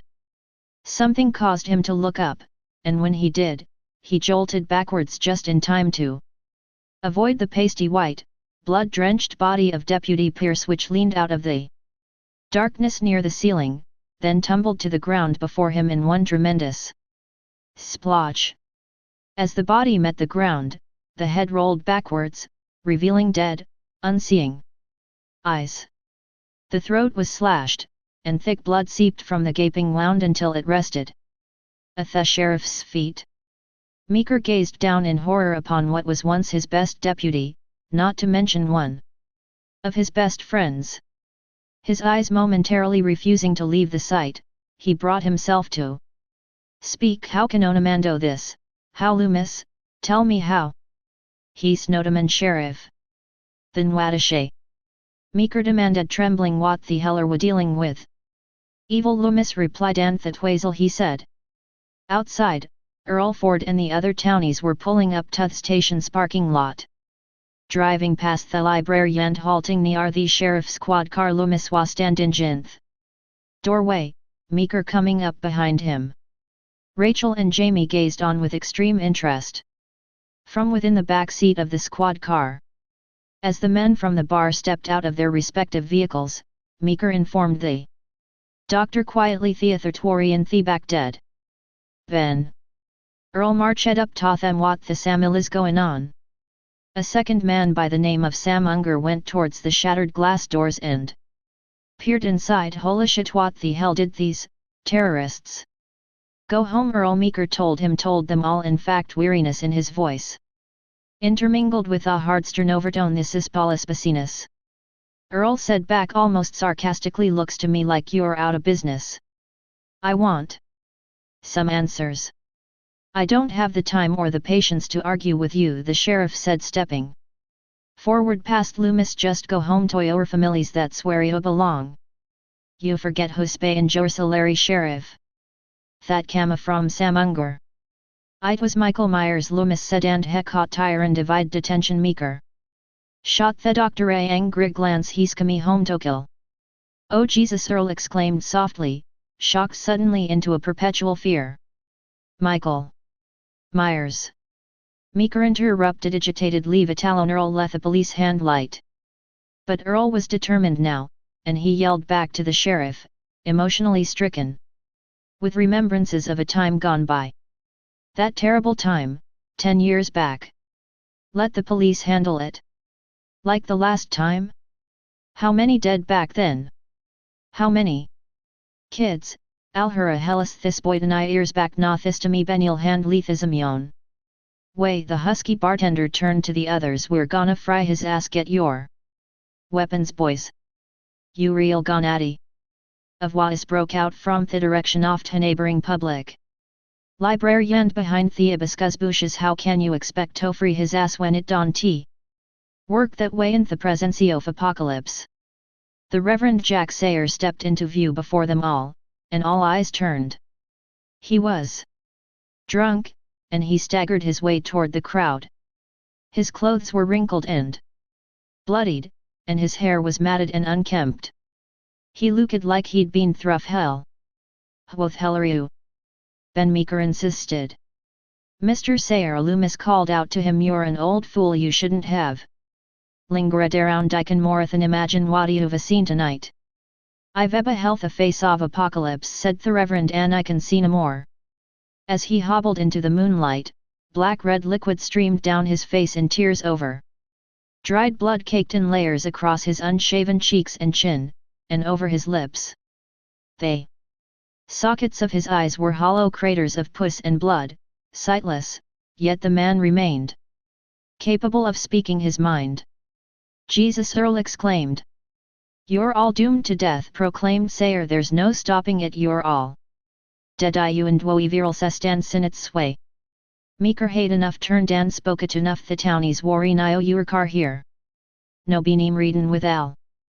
Meeker duginto hispaki tandretrivadaki from iskiring I'm trust in jouto take. Pierce's squad car and drive this man to the hospital pronto it's a wonder he's still conscious or alive edel there samed pack in the front seat you'll find some agazi and bandagestic ovaries ias and help stop the bleeding identino what else a todo Christ. Wildo Ben Warren took the key. Christ is what I need now. Sayer continued may God have mercy on your souls. Loomis held his tongue as the vagabond preacher was led to the last remaining deputy. Vehicle Babylon incoherently under his breath the doctor's reprimands and grief were at a loss to the situation at hand. All were at a loss, horrified, speechless. Raquel held Jamius that Wiftem looked on from within Meeker's quad car having already seen more than enough for one night. All right then Earl called out show Sover let's get this bastard. The other townies, grumbling to themselves of the vengeance they would bestow upon the grisly murderer this evening, this old evil that had once again returned, followed Earl back to their vehicles. Their Broncos and their Fords and their pickups revved and whirled, swirling and skidding until they reached the street and disappeared past the library. As soon as they had left Meeker spun around and faced Loomis angrily you stupid son of a bitch, you've just create a lynch mob and that friend o fio yours Surya shell didn't help no neither. Without a police force Loomis said taking a handkerchief from his coat pocket and wiping the baldness of his head, sweat dribbling down the sides of his face those men may be Haddonfield sunlit offense. Meeker stepped back and shone his light once again into the ruined shambles of the building. He flicked the switch off and turning, the sheriff knew that he had enough guessing and enough shocking episodes of death. He was going to get to the bottom of this. Ankil Thutsanofabich Meyerson see and for all and he'd bit a meat if he didn't get out help he was going to need. Then God help us hair plied to Loomis. As they started back to the squad car Loomis said we still need a place for the chilled My house, Meeker said immediately. It's secure and I've got a shortwave in the basement. We can call the state police. Asked Thaklem beat into the squad car, leaving the sheriff's station nightmare behind. For the time being, they disappeared into the darkness of the silent streets. It was then when the sheriff realized that hell was too goddamn moderate for describing what the remainder of the night would be like. Chapter 23. The front door to the Carruthers house swung open and Logan exited hurriedly, closing it behind him and not bothering to check the lock. His mind was on the urgency at hand, and this was no time for trivialities. He rushed from the house to the squad car. Climbed into the driver's side and started engine hasn't up the car's policy radio. Ben, I'm on me way here, ported in Toyton headed were ethereally. Ich know how you feel, Meeker's voice came in. Just get over to my house right away. Beth here in 5 minutes. As he pulled out of the driveway, he thought he saw something in the rear-view mirror. He turned, seeing only darkness. But as he traveled down the street, the black figure remained within the shadows of the back seat. Motionless. Waiting. Chapter 24. Candles glowed and flickered with a subtle resplendence atop the television set in the fireplace mantel, providing a maudlin atmosphere for the two lovers embracing, stretched across the carpet below. They were lying there together, alone, and their kisses grew long and passionate as time vanished into a vague simplistic notion called the past. They were entranced inside the sheer delicacy of their intermingled world. Kelly leaned up from the carpet and gazed down dreamily upon Brady beneath her. Her long t-shirt draped downward and spread across he faded lagoofy sewn shirt. Brady's hands moved underneath and up along the smoothness of her skin. Kelly spoke softly, "Let's go upstairs." "I don't want to," Brady whispered in reply. The girl was thoroughly delighted with living rooms as much as bedrooms or anywhere for that matter. She smiled down upon him teasingly. Slowly, she slipped off her t-shirt, pulling it over her head and dropping it to one side. Her eyes were saturated into his, watching with playful curiosity the somber yet hungry expressions his face displayed. She reached behind her and unsnapped her bra. She allowed it to slide to the carpet. Her panties were reflationed as Brady CS glided across her body and downward. She could see the triangle of pubic hair daintily exhibited before him. "What do you think?" she breathed. Brady let out a sigh of ecstasy. "I think I'm in heaven." He reached and pulled Kelly on top of him, and as they kissed he writhed out of his shirt and flung it over the coffee table nearby. Kelly worked her lips erotically down across the surface of his chest, her hands skimming past his sides and to his waist. Her fingers played with the buckle of his pants until it separated, and she drove her mild hands into his underwear, searching and grasping, afterwards sliding his pants down to his knees.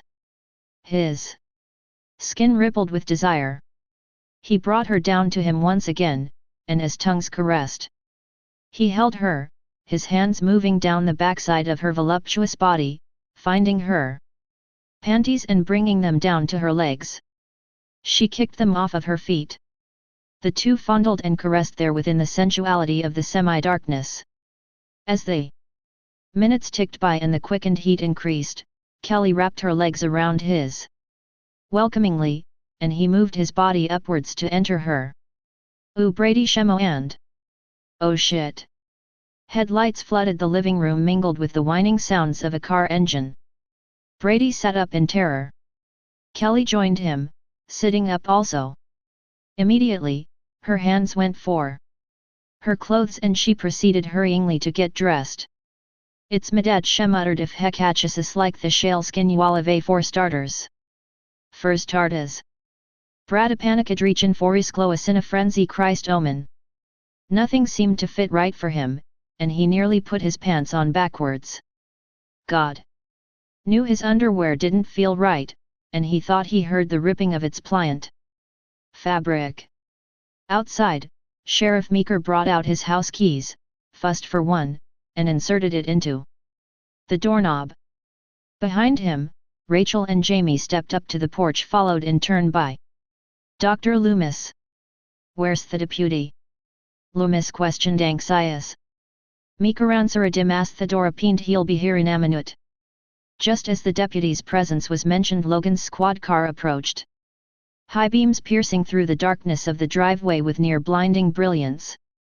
It pulled up and halted, Logan stepping out onto the cement. Meeker turned and entered his home, all others following in turn. As he stepped across the foyer and into the living room, his eyes beheld his daughter and the boy. Their gazes met but for a moment, the two standing dead center near the fireplace and the television amidst the moderate blaze of the candles. Their appearance was as if they had just complete the night's rest, but their faces were sweaty with guilt. The burly sheriff's gaze a shot past them as if they virtual lidded not exist. "My God, he's senioringus," Brady told himself, trembling. "Holy shit's gone act like we're in a theory and then he's gonna let me have that siddle have it when I least expect it and thir one beanie thingolf toff metto sent back home." Meeker surgeon's eye and alertness confused the boy momentarily until it suddenly struck him that the sheriff had more important matters at hand. He remembered what the announcer said on television. Then he saw Rachel, and their eyes met. Quickly, and with utter embarrassment, he turned away. "Rachel," Meeker promptly ordered, "take your sister upstairs, last door athened off the hall." Rachel nodded and took Jamie upstairs.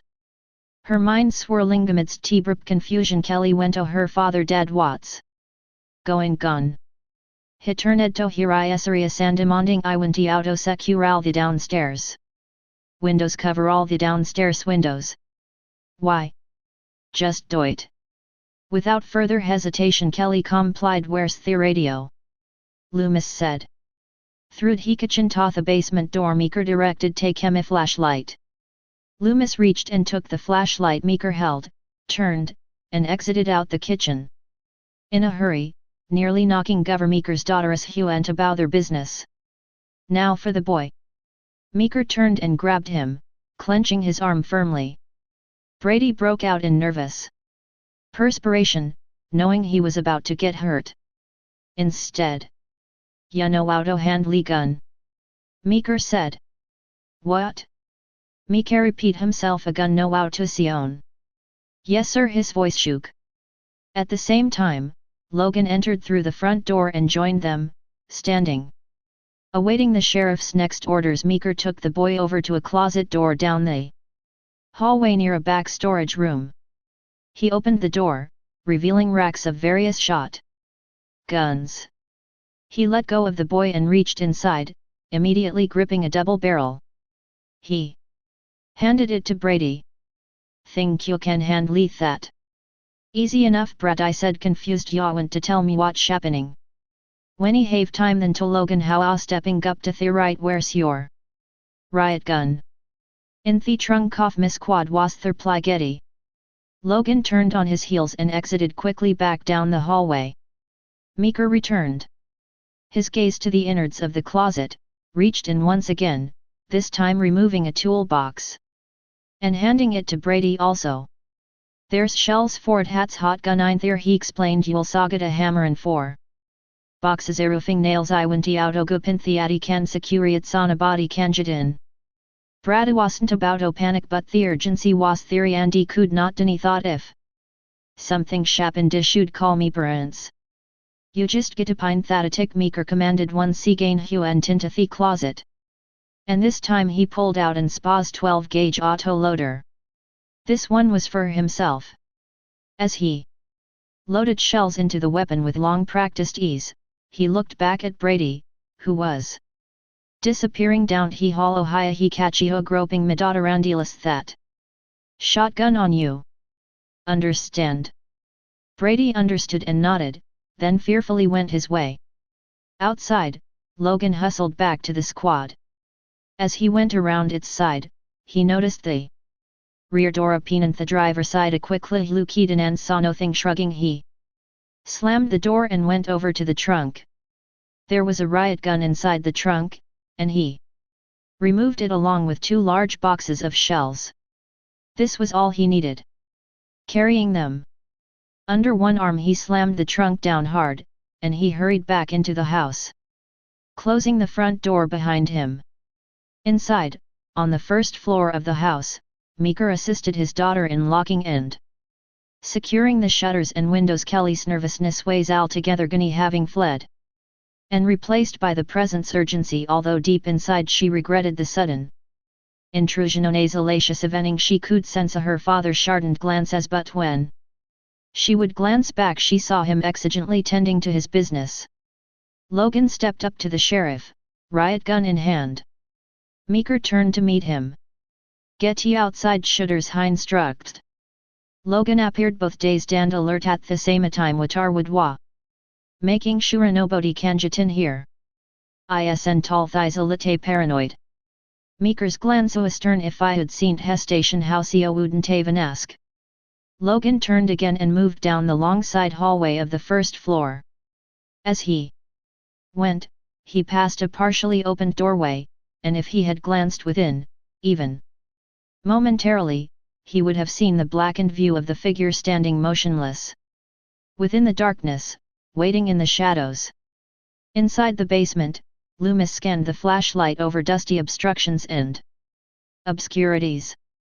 The basement was a dark, eerie place made up of workbenches, a couple of broken-down 10-speed bikes, an old freezer, boxes upon boxes of junk and unwanted items. His flashlight brushed into a stringy cobweb, and the doctor tore it away and stepped backwards from it. His beam then trailed down to yet another workbench. There, at the far end, was the radio. Brady passed by a window on the way down the upstairs hallway and peeked out for a second time. He could view the deputy slamming shutters closed over the windows down stairs. After another brief glimpse into the outside darkness of the streets across the way, he moved away from the window and strode through the hall to the partially opened door at the far end. Slowly, he creaked the door open further and leaned his head inside. There, in the shadows on the bed, were Rachel and Jamie. They were sitting there, ever so quietly, Rachel holding her younger sister protectively yet calmly. "Are you out okay?" Brady asked, breaking the silence. "Raquel didn't even tottern." "We've been better," she replied sourly. "What's going on?" "Michael Mears." "Who?" Raquel then finally looked at them. "Tina Irsego Halloween, he's Jamie's uncle." "Thicket sat shulwerite," Jamie interrupted, and suddenly she began to sob. Rachel turned her gaze away from Brady and rocked her gently, comforting her, wishing they were someplace else, someplace far away. Far away from uncles, far away from Brady. Far away. Politely, Brady retreated from the bedroom and quietly shut the door, leaving them in the darkness. At the other end of the hallway, past the staircase, Brady set down the gun and the toolbox and reached above his head to the ceiling. His fingers fumbled for the handle to the attic door, then grasped it and brought the attic staircase down. He propped it against the floor before him.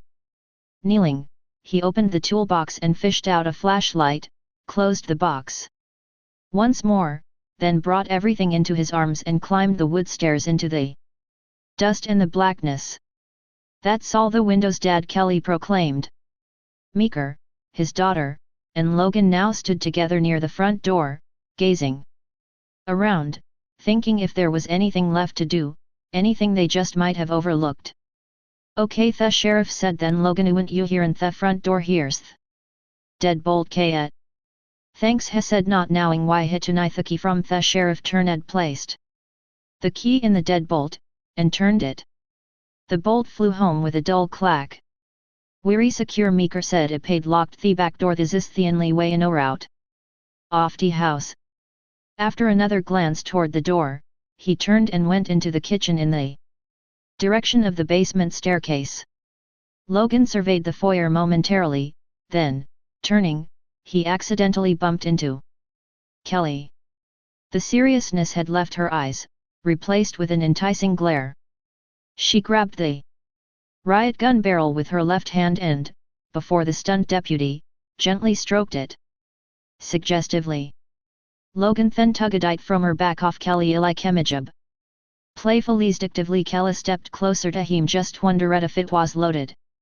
Kelly brushed past the deputy and moved off, past the living room candles and into the long side hallway, disappearing. Logan scratched his head feverishly, then, turning to the rear of the door, wondered what would happen next, and whispered a prayer for daylight. Chapter 25. Haddonfield Park, or the Terry Grounds as it was sometimes called for a reason long forgotten by most, was the blackest part of town at night. This was due to the fact that someone had flung bricks at the two light posts situated at both ends, and since that incident a few days ago no one had time to fix them. The darkness was interrupted by the brightness of the headlights of a pickup truck, and the air became filled with the roar of an engine and the multitudinous voices of townies. Earl Ford's pickup rounded the corner, slowly making its way past the park, high power flashlights shining from the hands of the men at the back, scanning the surrounding area carefully. On the opposite side of the street, their beams came across driveways and trash cans, piles of deadened leaves and the front porches of various shaped houses, some bearing the flicker of candles from behind closed drapes within the windows. The men were armed, some with pistols and others with shotguns, ready for any encounter, grumbling to themselves about catching the son of a bitch who had returned to wreak devastation once again upon this town of theirs. Suddenly, one of them, the one called Orrin, raised a pointing finger and called out, "There, Hayes!" From the front seat, Earl snatched his Remington 12-gauge pump beside him and immediately bailed out of the truck. The men hopped from the truck's bed and joined him, Orrin continuing to point out the direction which he referred to. Earl slowly marched up toward that direction, pumping the shotgun to ready. Orrin came up beside him, leading him further, then stopped in his tracks and rested his finger in the direction of a series of heavy bushes beside a modest colonial house. Eyes in his face, "Ha filed right here, Earl, right in those bushes." The other men readied their rifles and shotguns and pistols, all nervous, all shaking, but all as damn well ready as they could ever be in such a desperate moment. Fingers were tense on triggers. There was a long pause of silence before the bushes began to rattle and rustle, then there was a flash of something pale white which darted across the steady beams of their flashlights and seemed to move toward them. It was then when Earl shouted, "Fire!" The air turned thunderous with the intensity of the pandemonium of shotgun blasts as the men opened fire upon the entire range of the bushes. A deafening firestorm of buckshot grew into a violent crescendo which echoed throughout the expanse of the town, and various front doors in the surrounding area opened, curious and startled heads popping out to view the commotion. Quickly, the bushes began to disintegrate under the constant blasting, and several languished seconds passed before the last gun finally emptied completely. Smoke eddied above the ruined hedges. Leaves and branches were blasted virtually to dust. The entire row of what was once hedges stood naked and bare before the determined lynch mob. Nothing was left untouched, toothpicks and sawdust was what their flashlights now beheld, and as the group of men slowly advanced, their flashlights beheld blood. Then the pulverized body of a man. One man cried out in horror, "Shitterled Hatstead Hollister!" Earl swung around to Orrin. "You told me who some Myers." Orrin backed away, defensive, yelling, "You told us to fire, not me." Earl dropped his shotgun and hurled a fist at the man, smacking into his left jaw. Jolted backwards against the grass, Orrin rose to his feet and road-blocked Earl into the nearby dust. As both men began to wrestle, others tried despairingly to pull them apart. Chapter 26. The darkness of the attic tended to be a bit haunting for Brady as he finished hammering another window shut. Then again, considering the unnerving circumstances, he had every right to feel scared. He remembered the stories about Michael Myers, and he remembered standing theorist ambulances and paramedics surrounded various Strode's house after the bodies had been found. He was only 7 years old at the time, but tonight the images were crystal clear in his mind. Jamie's uncle. It was difficult to believe. Yet the whole thing sounded vaguely familiar to him. He was almost certain he heard this about Jamie Lloyd before, but he figured he must not have paid any attention to it. It was like a dream, or, more precisely, like déjà vu, this sudden news. And Jamie's uncle was somewhere within this very town. God only knew how many people have been killed already, somewhere out within the depths of a blackout. He realized it could have been him outhreaded ladder to bedriven away on a stretcher with dozens Sophias gazing gone after him buthuas and tout terra now. He was in here. He was safe. Thinagain for some reason he didn't feel safe. He felt vulnerable. Yet he had no reason to be. He was truly safe here. Everyone was truly safe here. They had weapons, and there was Sheriff Meeker and a deputy there to protect them. And he would protect Raquel and Jamie Eo, and he would protect Kalita. Mustn't forget about Kelly. That was another matter. As he moved on to the very last window, there were only 3 windows in the attic, each side by side towards the front of the house. He remembered a few of the momentous times he had shared with Rachel, and he remembered how each one of those times ended with a slight shove from the girl whenever Brada would try to go to for Kelly wasn't like that. In fact, with Kelly headed and Taven have to make the first move, it was like he was a magnet to her, and she just came to him.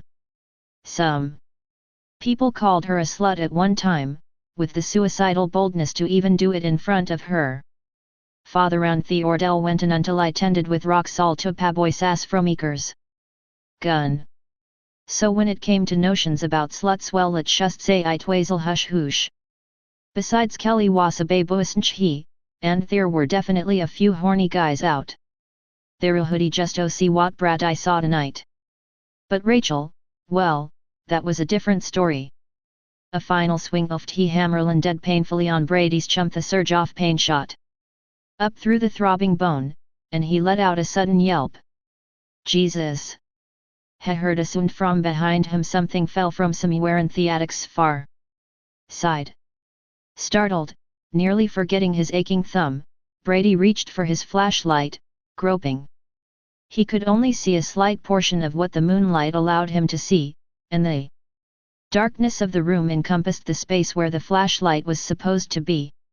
As soon as he found it, it toppled over and rolled away from his grip.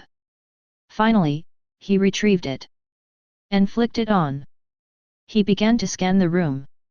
Silence. Hoist it. Brady called. As far as he could see, the attic was vacant. There was nothing but clutter and stored memorabilia, old picture frames and dusty paintings, archaic sculptures, prescriptive metal objects, and a box full of what seemed to be dartboards. His flashlight beam then centered on a moose head rocking, slowing into a halt. Cautiously, Brady advanced deeper into the room, occasionally glancing back at his shotgun resting propped up against the wall where he finished the windows. The blackness descended behind him and he continued, and his figure was chased by numerous shadows. Still, he found nothing.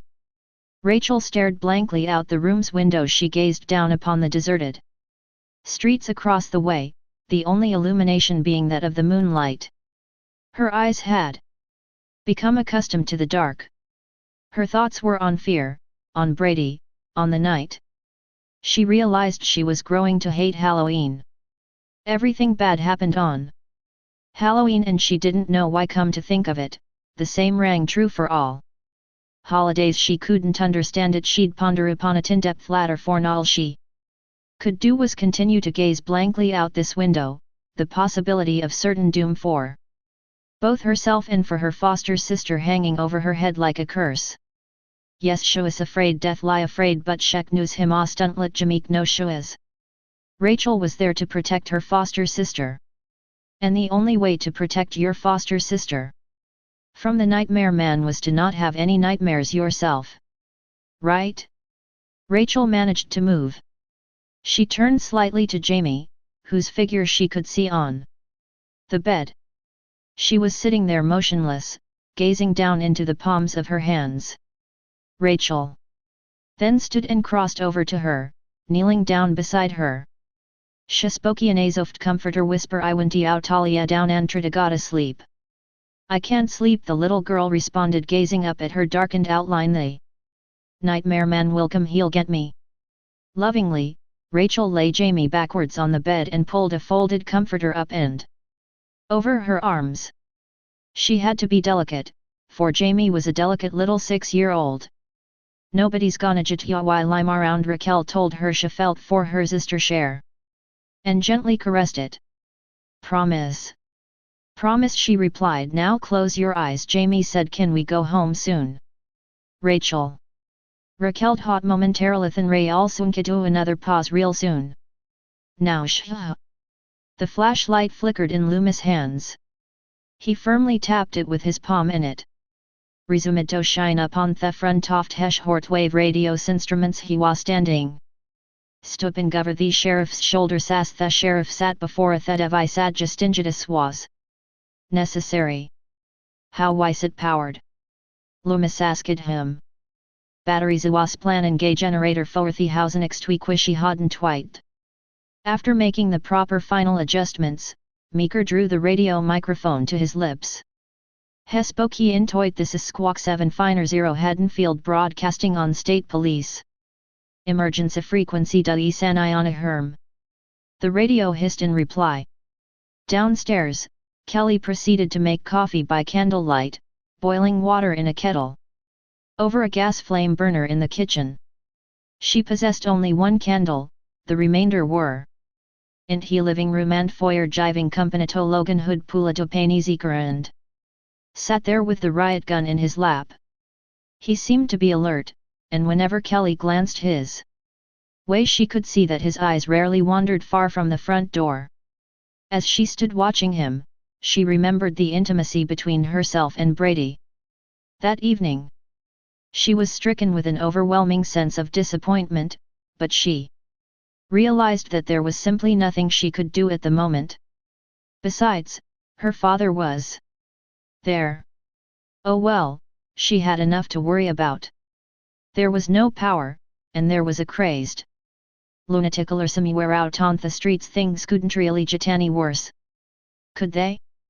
The wind outside rustled branches against the window glass, momentarily startling her. She took a second to glance around the empty kitchen. Like most children, she used to be afraid of the dark. She experienced a slight chill and told herself that there was nothing to fear but the dark itself. Or did the saying go, there's nothing to fear but fear itself? Anyway, it was something like that. But regardless of how the saying went, regardless of how many excuses she could give herself or how she tried to explain it away, she knew she was afraid. Upstairs, in the master bedroom, Rachel stood and leaned over her foster sister, lightly kissing her forehead. All was quiet around the two girls, and Jamie was finally dozing under the comforter. Rising, careful not to awaken the sleeping child, she gave her a final glance, after which she silently exited the room, leaving the door ajar. The hall was nearly pitch black and had just meant Rachel see a shad of Elapedto. The lack of light didn't seem to aid Harold that much.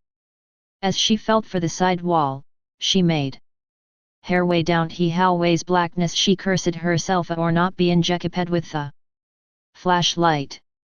Surely the sheriff himself possessed other flashlights hidden somewhere around the house. She could have asked, but at the time she simply had given no thought about it. Barely up ahead, she could view the ghostly outline of the top of the staircase. She reached out and grabbed part of the top portion of the banister. Slowly, she began to descend. Step by careful step, she made her way down to the bottom end and into the glow of the living room candle light from the fireplace and the television. There was the deputy, seated in the easy chair, his body facing the front door. As soon as the young lady moved into his line of sight, he spoke to her and she turned. "Everything okay?" "Jamie sleeping," she told him quietly. "The dark atmosphere hate a certain property, which made ever yon zeem to is perforno clerious, and still however she didn't mind. What she did mind was getting the hell out of the situation. Jamie sleeping, when can we go home?" State Police Lacom Logan assured her not long after had Don Turi. "I'm trying," she said. Actually, she had plenty to worry about, for the figure that watched from the shadows behind them, the figure that stood there, motionless, that eventually drifted back into the confines of their shared darkness, was waiting, his unearthly mind contemplating patiently. Behind the pasty white blankness of his mask, Meeker tuned the radio's receiver again for a clear message, and a voice began to fade in. Loomis leaned close to the speaker, listening intently. "I hear Simeon," he said. From the radio came a low, semi-raspy utterance, then the voice came in more lucid. "This is Frank Beauty over in Tuckerville. You get some kind of emergency." "Thank Christ," Meeker exclaimed the nine to the microphone. "Yes, hi suspend Meeker. The sheriff over in Haddonfield ur power and phonally neezera down and we veget a killer. Lucy inner streets Michael Myers." The voice sounded perplexed and aired this kinda Halloween prank. Meeker's voice ostens this isn't Tajoko. I need the state police and we need them now. A pause. "I'll give em a call right away. Hang on a sec. I'm gonna need name and address. We're not going anywhere, Merbuet." Loomis exhaled, relieved. At least, he was somewhat relieved. Now these people would be safe. The state police would be there soon. Now, he knew what he personally had to do. He turned and proceeded to climb the stairs to the kitchen. Inside the kitchen, Kelly was in the process of pouring the coffee into various multi-colored mugs which played with the shadows in the candlelight. Loomis stepped up out of the basement at just about the same time that Rachel entered via the living room. Loomis asked Rachel, "Is your sister all right?" "She's fine," Rachel answered. "Good." Near the downstairs foyer, the doctor approached the deputy, and Logan turned. "The sheriff has radioed for help," he said to the deputy. "They'll be here soon." Logan scratched his skin. The other hand remaining conched to theriat gun hiluva. "Night." Instead of agreeing, Loomis replied, "It's not over yet, deputy." The doctor buttoned his overcoat halfway, turned, and headed for the front door. Knowing what he had to do, the task that at times he felt he was born to carry out. His hand reached out and grasped the deadbolt, turning the key and grabbing the knob to open the door. Logan jumped up to stop him. "Where are you going?" "The Carather shouts," the doctor said sternly. "That's where Jimmy lives, that's where he'll wait for her, and that's where I'll be waiting for him." "Leave Myers for the state boys," Logan insisted. Loomis shot back a glance. "The state police want to know what to look for or how to stop him. Do you know?" Loomis could not answer that. All he knew was to exit out that front door, what he must do. The deputy reluctantly allowed him past, and Loomis pulled the door opened, disappearing into the night. The deputy watched as the figure in the overcoat strode quickly down the walkway, and he shook his head. He closed the door and relocked it. In the kitchen, Kelly was searching almost recklessly for a cup of sugar, accidentally knocking a tall glass from the sink and sending it crashing to the floor. "Shit," she exclaimed, and for the time being she kicked daf woft heshard soverto space on the floor near the plastic wastebasket. As she did so, Rachel, who had been standing along the sidelines watching quietly, stepped close to one of the opened cupboards. She reached upwards and closed it, then pulled an object out from the back of the countertop. It was a sugar bowl. "Look in for this," she said. Kella turned to her and saw what the girl held irritated look at Tino Yuand. "Bratty hadanitha goingake." Yanusha said calmly, "You just didn't care. He's not married or anything." Kelly defended. "I vegetarito dao eight's best for me." This was one goddamn bitch, Rachel thought to herself. She was a slut, there were no two ways about it, and the hell with the fact that she happened to be the sheriff's daughter. Raquel proclaimed dramatically, "Future home wreckers of America, unite. Your future." President that spoke in. Kelly appeared annoyed. Not only was she a bitchy slut, but she was even a bitchy, conceited slut at that, Rachel thought. Kelly told her why sup tau hate mean one Trachel or Bradawan Tibathelist man you lose it to another woman. And with that Raquel reached for a mug of coffee and splashed it across the girl's tea shirt. Start ledkally yumped back the anus didn't scorch her and show us grateful to herself for making the coffee set in expectation for the lost sugar bowl. "Have some coffee," Rachel said. She pushed past Kelly and descended into the basement and out of sight. Unbelieving, Kelly stood there for a moment and absorbed the insult as her shirt absorbed the coffee. Angered, she stepped into the nearby laundry room and stripped out of the shirt. Her bra had been flung over to the other side of the couch when her father had pulled up in the driveway. Before all, her experience still didn't amount to an entirely successful last-minute practiced dress. Pausing to wipe the slight wetness from her breasts, which glistened in the moonlight streaming down from the nearby window, she threw the shirt into the empty makini and fished for one of her father's flannel button-downs. She found one, sorting through a nearby pile, slipped it on and buttoned it up. For the life of her she couldn't understand with so me like Brada would have the slightest interest in a girl as dull as Rachel. She then threw it from her mind, not wanting to deal with such trivialities. Bitch, she muttered to herself. Jamie was awake. Her eyes opened to the darkness of the bedroom, and she sat up and gazed around, her eyes accustomed to the lack of light but not being able to locate any sign of her foster sister. Frightened though not tremendously, at least note yet, she called out Rachel. But there was no answer. "Nobody's gonna get ya while I'm around," Jamie recalled Rachel saying. "Promise." "But Raquel wasn't through as he?" Jamie cast her gaze on the semi-opened door. "Rachel will be back," she told herself. But somehow there was a lingering doubt. Rachel stepped over behind Meeker, and the sheriff acknowledged her presence with a weary smile. Then something else began to come in from the radio. As Rachel leaned over, Meeker lost whatever smile he had, his face turning hard and rigid. He listened to the radio. Cross-talk among the street NKE of squelch and interference.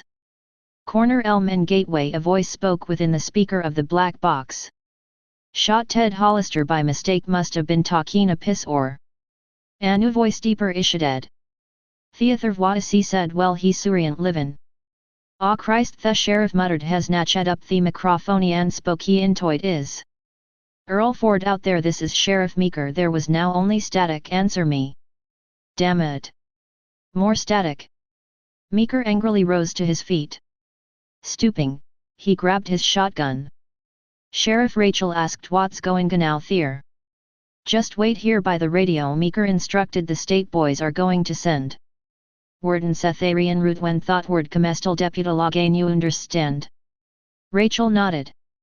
Meeker headed for the stairs, kicking his foot into a metal object as he went, nearly tripping, semi-exhausted. Alone, Rachel was in charge of the radio. She was scared, not because she was by herself in a dark basement but, oddly enough, because of the pressure of responsibility. What the hell did she know about talking into a police radio? Hell, she didn't even know what breaker meant. She thought she knew what 10-4 meant. God, what if she said the wrong thing? What could she do? But in the midst of her panic, she realized that all she had to do was talk plain English. The god of the shortwave radios could punish her later. Or something like that. She plunked down on the wooden chair in front of the small shortwave unit and stared at the instruments.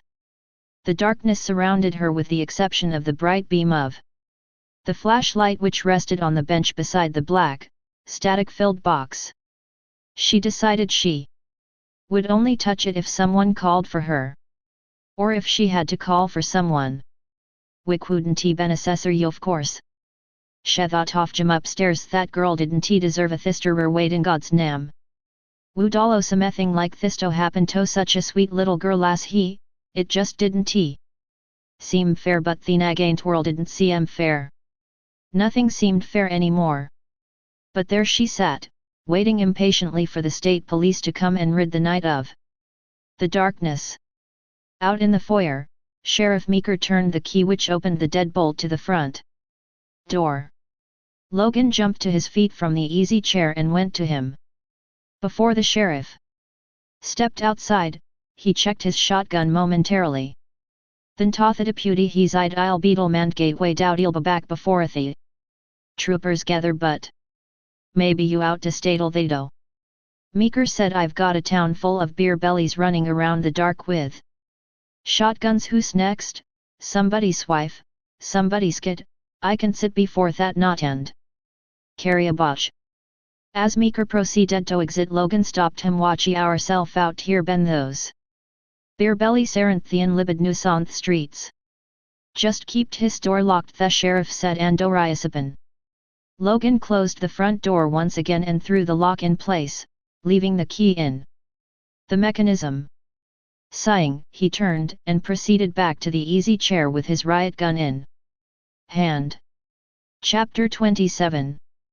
In the kitchen, Kelly readied the coffee for serving and set a steaming mug on a metal tray. Taking the tray with her, she walked towards the kitchen exit in the direction of the living room. The candle at the sink flickered with the soft breeze of her movements. On her way out, she banged her foot in the darkness of the space beside her, stubbing a bare toe against the leg of the kitchen table. Shit!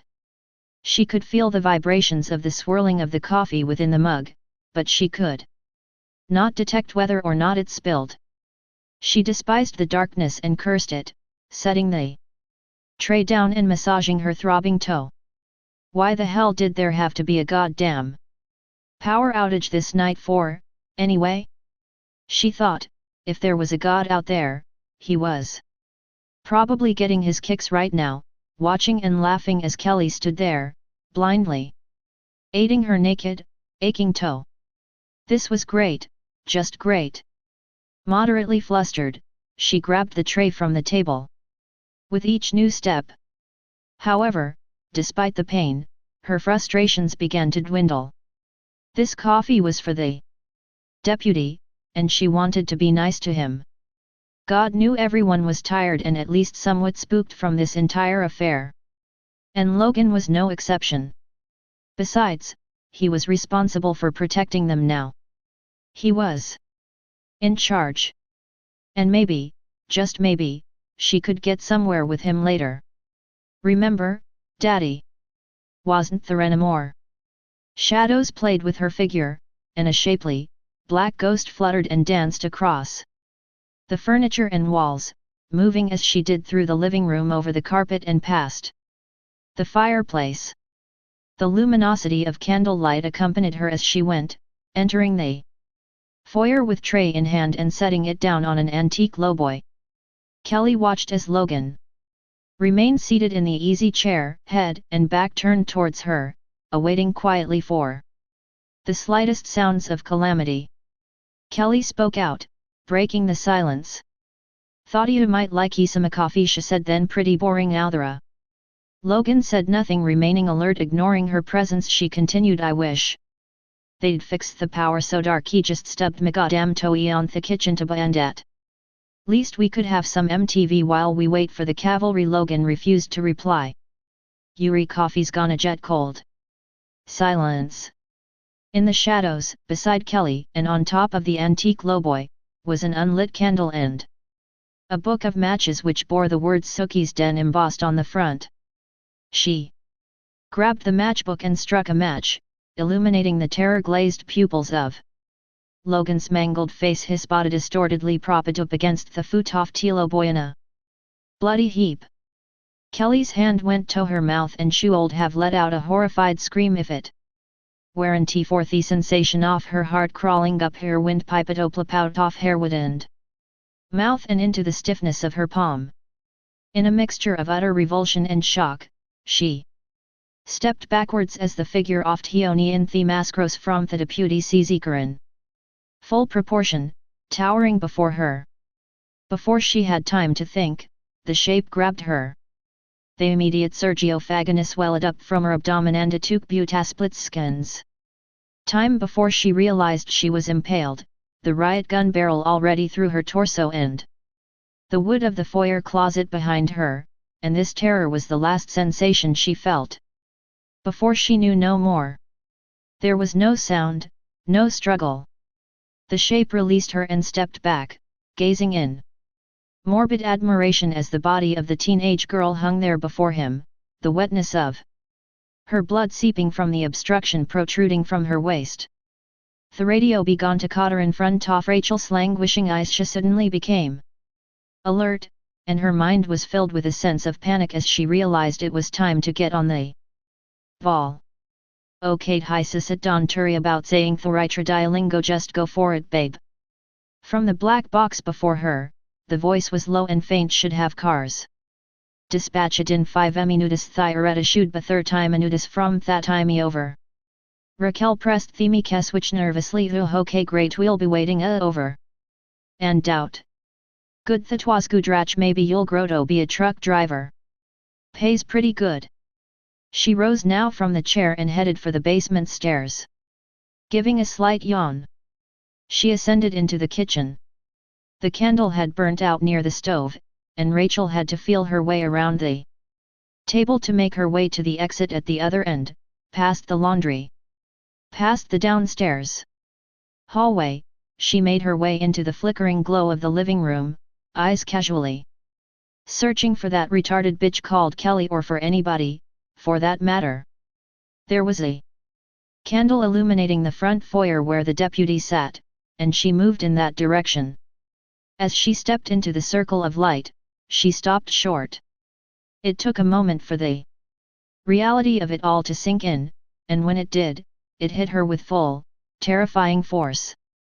Eyes growing wide with shock and her mind coming alive with ultimate havoc, she managed to scream. As the cries took flight from her trembling lips, she backed away from the two bodies. Upon a second glance she noticed that the deputy's head was pivoted completely around, the sightless eyes gazing past the impaled body of Kelly. The teenage daughter of Sheriff Meeker hung limply from the foyer closet door. Rachel looked down and realized she was stepping into blood-soaked carpet, each backward step creating a slick splotching sound. As if her tennis shoes were sucking into shallow mud. In utter disbelief, her mind swirling as if in the midst of some morbid, drug-induced nightmare, she backed clear through the shadows of the living room completely until she backpedaled into the first few steps of the staircase. She found it difficult to breathe, the air coming in short, shallow gasps. Her mind diverted to her foster sister, and she immediately cried out in anguish. Jamie! She quickly scrambled up the staircase toward the darkened depths of the second floor. Falling and attempting to relocate her footing, constantly spinning her head toward the nightmare over her shoulder and below. Finally, she made it to the upstairs hallway and rose completely to her feet. She ran, and when she arrived at the threshold of the master bedroom, threw the door opened at once. The bed was empty. The room was empty. Her eyes searched frantically. There was no Jamie. Her hand made for the light switch. Before she remembered there was no more light. A thought came across her mind, there may never be light ever again. She stepped back in panic from Theorem's emptiness turned and headed on Seagain for the staircase. Continuing to run, she descended into the candlelight of the downstairs living room. Oh God, she panted and for another moment lost hold of her sense of direction, her vision in a blur. She found her legs taking her down the hallway to her left. She thought it was her left, and as she turned the corner into one of the rooms she came upon the darkened figure. Hands shot out to her, grasping her shoulders painfully, and she let out yet another terrified scream. It was Brady, shocked. What's going on? Raquel couldn't catch her breath, instead her words came out in stutters and gasps. Gotta find Jamie. What we vegato dois jethi helauta here? Rachel shrieked. Not without Jamie. Look at those atwa back there, Brady yelled. Doyle reali tink Brady stand say chance. She's not dead. Brady let go of her and ran from the hallway and out into the foyer, Rachel following after him mindlessly. He reached for the deadbolt, then his fingers stopped short as his eyes beheld that Theruis and takey something clinked across he section off the floor where the carpet ended, and he looked down. There, at his feet, was the end of the deadbolt key. A glance upwards revealed the other end stuck within the keyhole. Brada panicadan turned to Rachel as theory another key, answer me. I didn't know. Raquel yelled back. Stand back. Brady brought up his double-barrel shotgun and fired into the deadbolt, shattering and blasting away the surface wood. The two stepped back as the splintered wood revealed a solid steel underlay. It's metal, Brady exclaimed. Goddamn metal. Raquel ukdadite watst hatmian. It means weary trapade in this house. Rachel turned suddenly and rushed toward the stairs. Brady followed her. In the upstairs hallway, Rachel reached the top and cast her gaze toward the door to the master bedroom. Brady came up beside her and halted. As they both watched, the master bedroom door began to creak open, revealing nothing but shadows beyond. Upon pausing for a quick decision, Rachel took a tentative step forward. Jamie, she called. The door gaped open like a huge hollow mouth of a giant, its mystery beckoned her. And she hesitantly proceeded to oblige. At the opposite end of the hall, another door opened along the side, and amidst the sounds of a toilet flushing, out stepped the 6-year-old Jamie. Brady glanced her way, but there was little time to be relieved.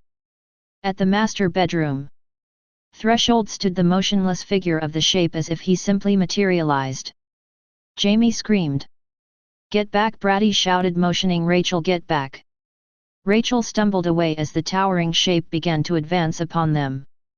Brady stood there, his shotgun up, aimed and ready, and he pulled the trigger.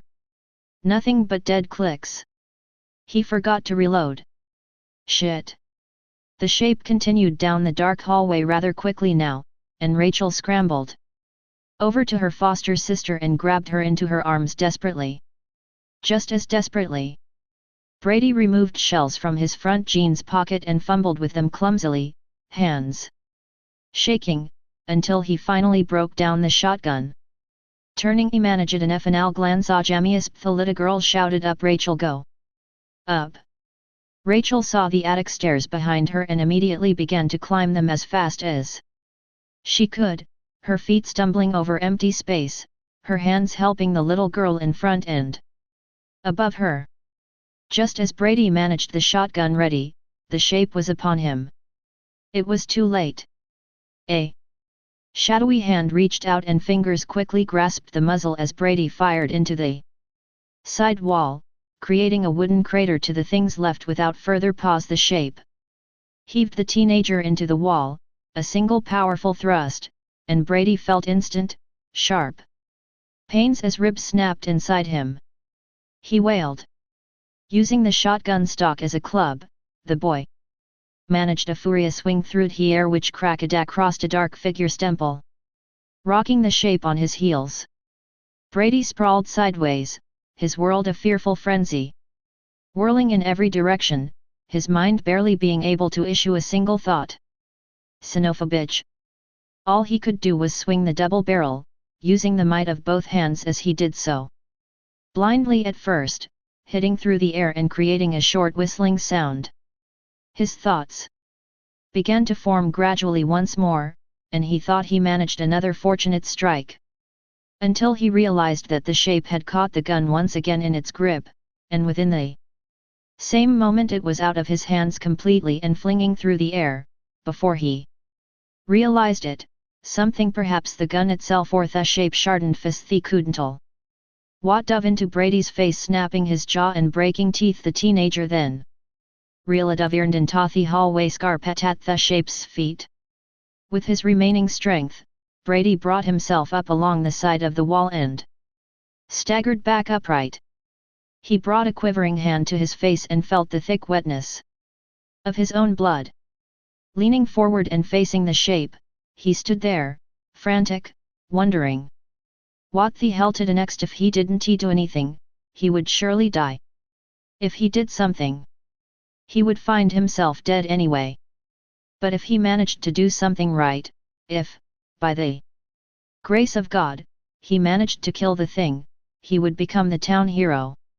Crazily, he snickered at the absurdity. Nevertheless, he threw out a hard right towards the shape, connecting the shape's head rolling to one side against the other wall. Brady was stunned at his own strength, and for one single final moment, he thought deliriously that he would win. He managed another right, his confidence building. The shape lunged out suddenly and grabbed the boy's fist, bonus cracked and popped. And as the hallway became filled with Brady's cries of utter agony, he at once felt a tremendous hand grabbing hold of his skull, pressing, palms forcing to meet through intervening bone. Inside the darkness of the attic, Rachel and Jamie were cowering within the far corner. When they heard Brady's screams below, the screams stop had abruptly punctuated with wet crack of bone. The older girl had managed to close the attic door, and upon hearing the sudden silence below, she rushed back feverishly and proceeded to throw chairs and tables, anything she could find against the door. On the other side, the shape shan't grabbed the doorknob and forced the door open, foot by foot, until Rachel gave an urgent shriek and gave up, retreating back to the corner with her foster sister. Cowering again with Jamie holding her close, she cried out to the figure, "Leave us alone. Please. Leave us alone." After a anguished moment, Rachel cast their gaze upon Brady's toolbox, let a goof. Jamie, she anxiously rushed for it. She grabbed it, her mind and body overlooking the weight of the thing, which, normally for a girl her size, could have been quite heavy, and she threw it against one of the windows. The box smashed through boisterously, shards of glass flying onto the attic floor. Outside, there was a narrow lip on which to stand, beyond that was a 2.5 story drop into the night.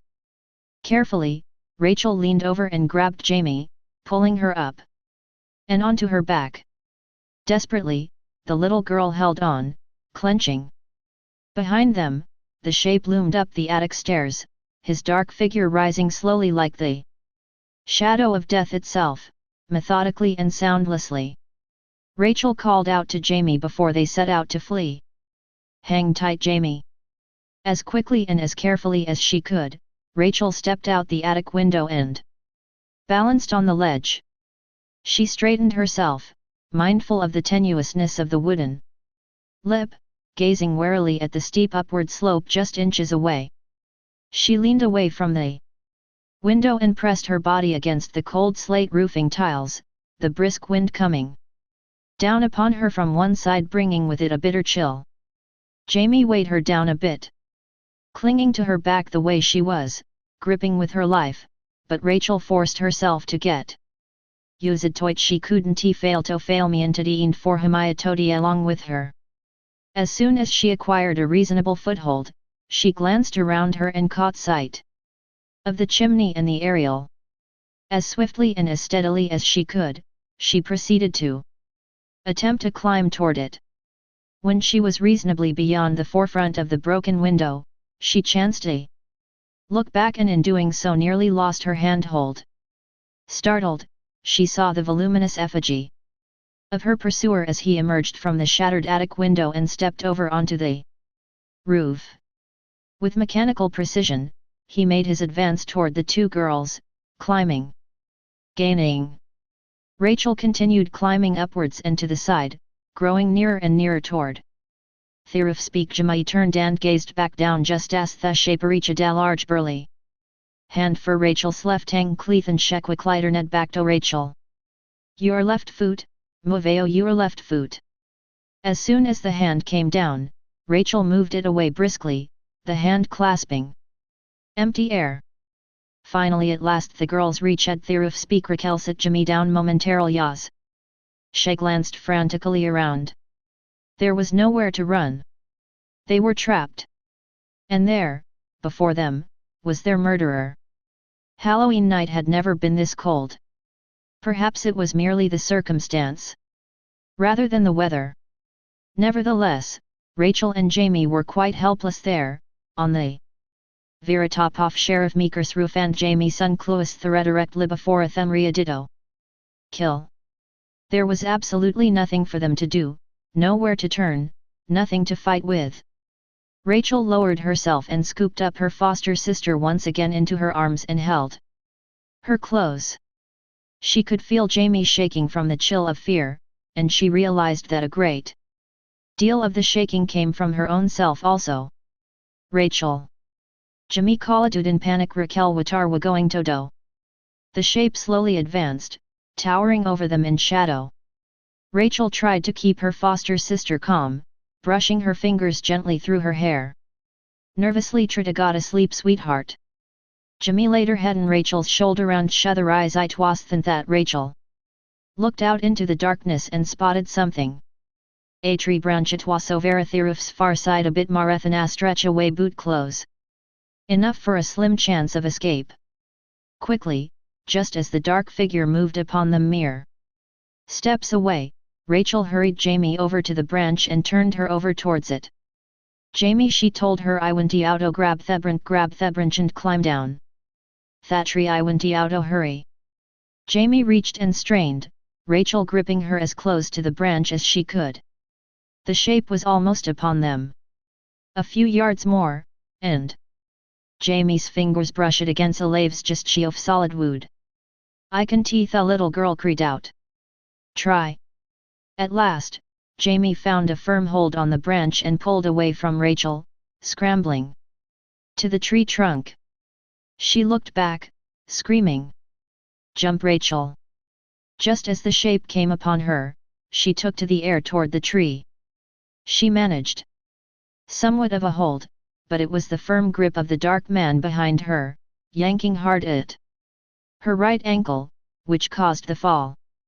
Breaking through a series of thin branches and leaves, she screamed until she thumped onto downward tiles of the lower roof and began to slide further. As she went, she reached out a hand and grabbed hold of the gutter. It held her weight for beauty moments to me before it broke loose, sending the girl tumbling out of sight over the side. There Jamie was, face to face with the very thing that wanted her dead, the two staring upon each other from tree to rooftop, one staring in want and fascination, the other in fear and hatred. The little girl climbed down the tree as fast as her 6-year-old body allowed her to. Her clown suit partially shredding and ripping against the bark and protruding branches. Halfway, she was forced to fight her way down amongst several branch groupings. Finally, she broke free and tumbled downward to the grass lawn below. Springing to her feet, she ran around to the front tofty house where Rachel's body disappeared. There she was, Rachel, lying quietly and motionless, half in and half out of the hedges. Jamie rushed over to her. Comey alive, Rachel kneeling shook and placed her foster sister stilted head into her arms. She noticed a little dribble of dark blood running down the side of Rachel's shed. And Nexus Athare rocking the teenager trying failing to bring her to her feet. Oh! pleased and tb dead Raquel pleased and tb dead come live Rachel come alive. Oh, please come alive. Come alive. But her friend and sister remained unmoving like a torn rag doll, eyes closed and mouth silent. Jamie continued to sit there with her, sobbing. Her despair over Rachel was overcome by the fearful notion that Uncle Michael could appear right behind her at any instant and catch her. Her eyes left Rachel at the impulse to turn, and she spun around to face the rest of the yard. The yard was empty but for the twisted moonlit web of shadow the tree cast, stretching into the blackness of the hedges and trellises of climbing roses. A section of the shadows began to move. What stepped out from the yard's black void wasn't unclemished. Jamie remained still as the figure further advanced into view. As it drew closer beneath an illumination of nighttime sky, she began to make out who it was. It was a woman. It was her mother. Jamie breathed, "Mommy." The woman wore what appeared to be a brightly colored nightgown, a trail of dark buttons and lace dripping down the front to a hem hung past her ankles. Her arms were crossed in a self-embrace as if she was cold. Then one hand extended out to her daughter. Jamie spoke Aloriastrota here I as Navir leaving the little girl I went out olive for. Me yuri not going to Javan and Lethim take us nop out of it you must snop out of it. Andran Gorun. Mommy Jamiaskid her ama going to heaveno. But Mommy was suddenly no longer there. The spell of the vision was broken, replaced by the tangible reality of the masked shape of her uncle looming over her. Jamie immediately scrambled to her feet, leaving Rachel's body behind. She dashed across the lawn, nearly slipping on a streak of wetness, then reached the sidewalk and street. The silent stalker continued in pursuit. Down the street, at the center of the intersection, Jamie faltered minutely, considering a direction frantically shekasayoni and continued torn amidst the street's all-consuming darkness. Darting furiously, she kept her gaze before her this time, fearing that if she looked back she would see her nightmare man reaching out just inches from her back. In reality, the shadowy shape was in the distance, walking, seemingly taking its time as if in all confidence at winning its prey. As she ran, she cried out, hoping someone in the town would oblige her, praying someone would be able to hide her and save her. Help, somebody help me. As she went, doors began to open around her, but as soon as they opened, they closed just as quickly, and the sounds of locks and deadbolts echoed and rang through her ears and fed her terror and helplessness. Somebody please help me. But there was no use. The nightmare man did not stop coming. He would never stop. Chapter 28. Jamie rounded the black street corner, silence encompassing her with the exception of her exhausted gasps for breath. She stopped momentarily, resting at the sidewalk, leaning against the shadowy outline of a birch tree. She cast her gaze behind her, expecting her pursuer to be close at hand. As she looked, she saw no one. There was only the wind and the night. More concerned than ever, she shot glances all around her, expecting to see the shape elsewhere in an unexpected spot, stalking her from somewhere, ready to attack his victim. All was still silent. As much as she could see through the night, the little girl saw nothing of the thing that chased her down the streets. She realized that she would much rather see him, knowing where he was, than suddenly stumble directly into his grip. She even glanced up into the thickness of the birch tree. Nothing. Nothing anywhere. But she hadn't contemplating the Thurstalker might possibly be around the bulkoft tree, and when she backed blindly into the figure, she screamed. It was him. No, wait. The figure was much shorter. It knelt down, and Jamie found herself face to face with a wearisome and concerned Dr. Loomis. What are you doing out there alone? He demanded. At first Jamie didn't know what exactly to say. Her mind was a whirlwind. But then they words did Komiancha spoke them out, everybody's dead, then softy I just want to go home. No, Loomis said, Ivy just come from there, that's the first place he look for you. The doctor rose back to his feet and tonight the little girl shan't he would have felther. Nervous trembling, if it weren't for the trembling his own hand generate itself. Komian he continued, we vegetate you out of here. As fast as her legs could carry her, Loomis ran with the girl down the avenue, and within a few moments, unexpectedly, the power returned to the town. Porch lights, street lights, even the sounds of television sets, suddenly popped on. The streets of Haddonfield were illuminated once again. The two were somewhat relieved, but the strict meaning of the word was far from what they actually felt. Loomis' mind was feverishly working on a location in which to hide.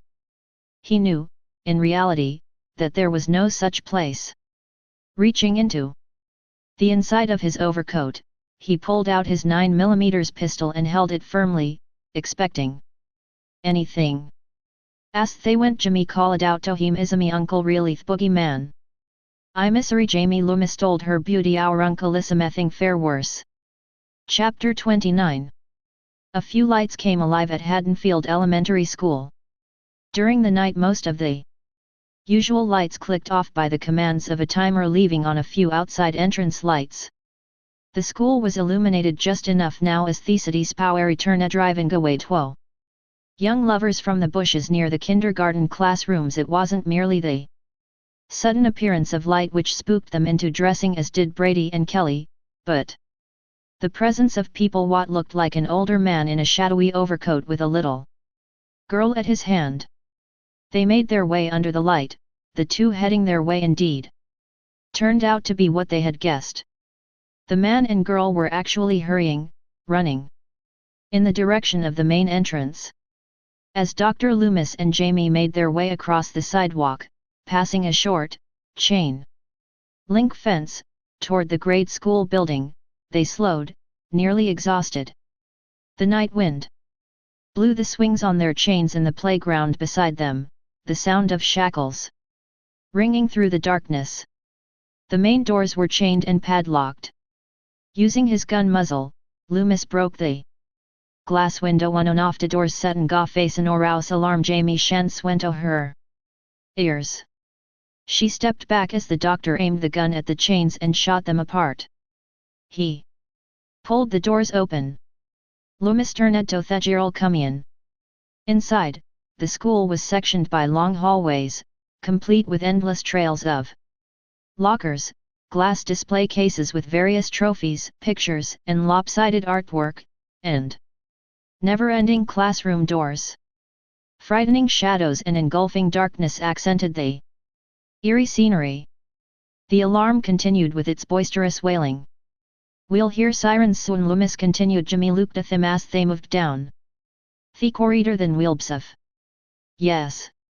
Jimmy continued, her gaze wouldn't believe a thought doyu. Loomis wasn't for a moment the new reverie intuitive. I saw mom at night. What? Loomis said, startled, that's not possible. I think I was dreaming, but I was awake. Ya worry going in ta shock honeynoon shudga through wadi war ta night. Misto falaj yearly hourage ya worry seeing wadio and teto see. Together, they passed main offices, a conference room, a janitor's closet. The hallways shadowed corner was only a few feet away. Suddenly the shape of Michael Myers stepped out before them and lunged toward Loomis, grabbing him, hurling him through a nearby office glass door. The deafening sound of shattering safety glass thundered above the wails of the grade school's alarm raping the silent hallways. Panicked Jamie turned and fled, shrieking, running down the hallway for escape, and at the dark figure's feet Dr. Loomis settled into bloody unconsciousness. There seemed to be no escape for the little girl. Her mind raced through her consciousness, telling her that this task of being chased, being stalked relentlessly, was her destiny, a living nightmare that would never end. She fled down the maze of hallways and around corridors, missing the exit, thinking she may very well be safer within the confines of the school than out again on the streets. Perhaps she could find some place really quiet to hide, some place deep within this grade school labyrinth. The hallways, blind corners and stairways seemed to be endless, as was her fleeing and her ability to flee. As she ran, the casual irrationality of her racing mind, that part of a person that steps out of the scene and watches as a sort of unbiased audience, applauded her performance at being able to endure the tremendous exhaustion which threatened to slow her down. There, at the end of the next adjoining hallway, was an open classroom. Swiftly, Jamie ducked inside. She scurried past rows of desks toward the dark room's farthest corner. When she arrived at the outside corner of the room, she reached for the near window and attempted to force it open. It failed to give way, it was stuck. No. It was locked at the top. Just beyond her reach. Outside the room and down the hallway, the dark figure turned the corner and proceeded silently down the hall's length, closing the distance between himself and the opened classroom door. Jamia skidded under the teacher's desk, pushing the chair's ID and then pulling it back. As soon as she was situated underneath, it was a chance to catch her breath. However, she found she could not. She held it silently, in intervals, as she attempted to remain absolutely quiet and watched the door from the space between the floor and the desk itself. Silence. No movement outside the opened door. There was only the constant darkness. Fearfully sure-eyed, she couldn't dare make the slightest sound. Her own or otherwise, could bring the shape popping up from the shadows behind her or to her side, or she could feel the painful blade of a knife crashing down before her into her face. She was waiting, waiting. There he was, the shape was entering the classroom. Jamie watched in terror as he made his way inside. To her shock, he was crossing directly towards the teacher's front desk. The girl jumped in fright as his legs shoved desks violently from his path. He knew where she was. Jamie trembled with terror as the shape drew nearer. Then there was the pounding. The thunderous pounding above her head. The shape was over the desk now, slamming fist and knife into the surface of the top wood. It was like the sound of a sledgehammer splintering, bashing the woodwork to dust. Above Jamie shed the desk began to crack, splitting open down the middle under the pounding force, raining wood chips. Desperately, Jamie slid from the space between the desk and the floor and jumped to her feet. She began to race, terrified and screaming. Dodging the desks, disappearing out of the room, the shape missing her by a millimeter as her hair danced through his fingers as she ran away. Down the hallway she went until suddenly an obstacle appeared before her. She slammed into it, the force causing her to stumble over onto her back. Turning, she saw through the darkness he subta the outline of a halmaniter's disque. Sharp pain sprung immediately from within her right ankle and she grasped it, moaning both from distress and agony. The shape reached the threshold of the classroom door. Seeing his towering figure, Jamie tried to stand. She could not manage to rise at first, and weight upon the injured leg sent her back down to the floor in pain. Half crawling, half hopping, she rose and leaned against the wall. However, her attempts at escape seemed futile. Behind her, the shape closed the distance between them with silent ease. Just as Hiraket the hallway's corner, just when she thought she knew she would make it around and to toff her pursuers, grasp the figure grabbed hair man turned her forcefully to face him. There she was, face to face with the pasty white Halloween mask of death, his steady breathing a steady counterpoint to the relentless sound of the school alarm. She knew now that there was truly no escape. She knew she was finally about to die. Jamie uttered forth one last scream as the blade from her executioner came down, slicing through the air. Then there was steam. No, it was more than steam, it was the sudden freezing vapors of smoke which appeared between them. The shape released the girl and staggered backwards in confusion. Jamie turned. It was Rachel. Thank God it was Rachel. She was holding a canister of CO2 directed at the shape's face. Ik nui awarenti de Jemaya told Air both relieved and overjoyed. Frantically, Rachel picked Jamie up into her arms and hurried down the corridor toward the nearest exit. Exiting through the main doors, the alarm silenced within the last instant, the two girls met the brilliant beams of headlights sweeping around and before them. Earl Fort's pickup swung pontathesed wakan stop head short o frachel and Jamie, who nearly toppled over onto the pavement in exhaustion and relief, and lingering fear. Earl Camupout off te driver side and a tonset heathers jumped out from the rear bed. All men with rifles and shotguns ready to protect the good and blow away the bad. What's going on? Earl called out to the girls way heard the alarm. Rachel looked up at all of them, almost not believing her eyes that out there, before her, there actually was help shows ni arters he's inside. Oren way staken Jesus where? In the school Rachel directed. All right Earl spoke out determined moving forward let's get this bastard. No. Everyone halted at once. No Jamie repeat herself Elias went o'herned immediately the ruisolence. He'll kill you out. There was a certain matter-of-factness within he little girl's voice wick stunned the men and cut through the air like a razor. Rachel gazed at the men in agreement, slowly nodding. The two were trembling, but their eyes were stern and serious, warning. We have a target out off Haddonfield Raquel told them the state police are on there. Way let them hand light. A moment of silence passed between the girls and the men, then the thinnest of the bunch, Unger, spoke up first. I didn't know a buddy Earl but that make a sense Tom let's get the hell out. Al said you saw the police station let the trooper shave him that's what they get paid for. Earl stared at the grade school's dark expanse there was no sign of movement anywhere within. Only silence and wind. Screw it he said finally let's get out to hear you twackets right up front with them. Everyone began to pile up into the pickup, some of the men gazing back into the dark mouth of the grade school's gaping entrance. Rachel and Jamie however did not they merely did as they were told, gratefully and obediently, and climbed up into the front cab beside the hefty bartender. The engine began to rev, and Earl swung back around to the street and accelerated off the sidewalk, burning rubber down the lane. Inside the pickup, amidst the roughness of the bumps in the street as it made its way toward the outskirts of the town, Earl snatched up his CB microphone. As he did Rachel was reminded off her radio and the basement off Sheriff Meeker's place Shefflin memory of the nightmare she had left behind there.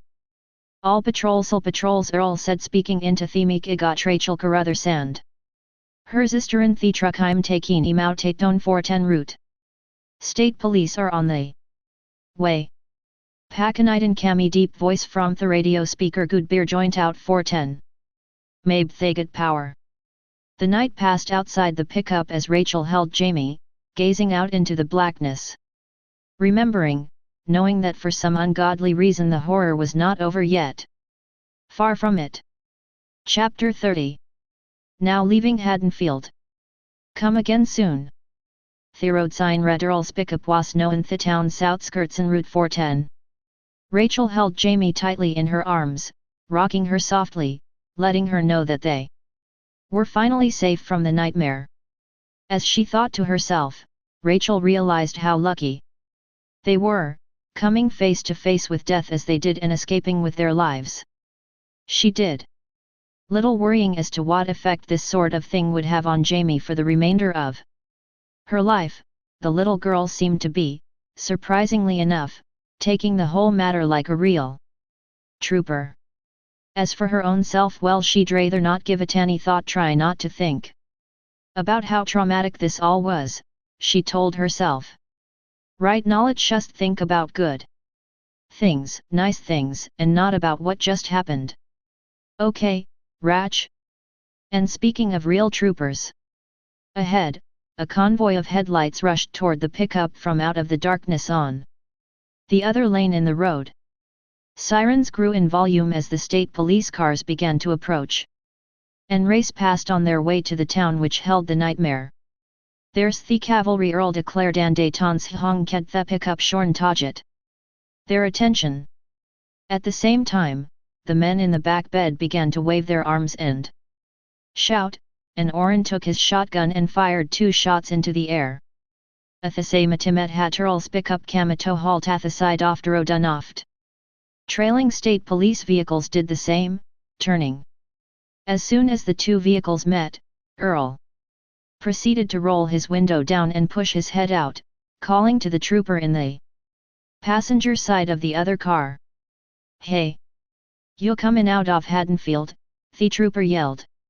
Yet Earl told him Meyer sisn't the elementary school weary taking these kids to safety. There's a highway patrol substation 4 miles down he highway you'll see turn off. Signs we veget officer Sanjati they'll take care of you. Thanks. Earl rolled up the window as the state police car began to screech away to catch up with the convoy. In turn, Earl put his pickup in gear and accelerated down the dark highway. As the vehicle moved further down the highway, it passed through wispy patches of fog. Soon, the vapors became curtains which the pickup sliced through as it continued onward towards its destination, visibility dropping. Earl switched to low beams, the speedometer hovered at 80. Earl was determined. Yet half of his mind was back in Haddonfield, thinking about how the state police were arriving in front of the school, Michael Myers being driven out by tear gas or something, the firing squad readying. Something jumped out through the fog in front of the pickup. Earl veered to the side, the wheels is creaching over into the dirt and Therod's shoulder. It was only a frightened doe. The animal bolted across the roadway into the blackness and the fog. God damn it, Earl exclaimed Thungaze Duverto Hisidi at the 2 girls momentarily terrified until they realized what had caused the commotion.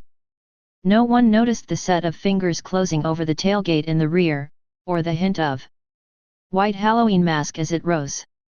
The men who were sitting there, huddled in the rear bed, were too weary to look up.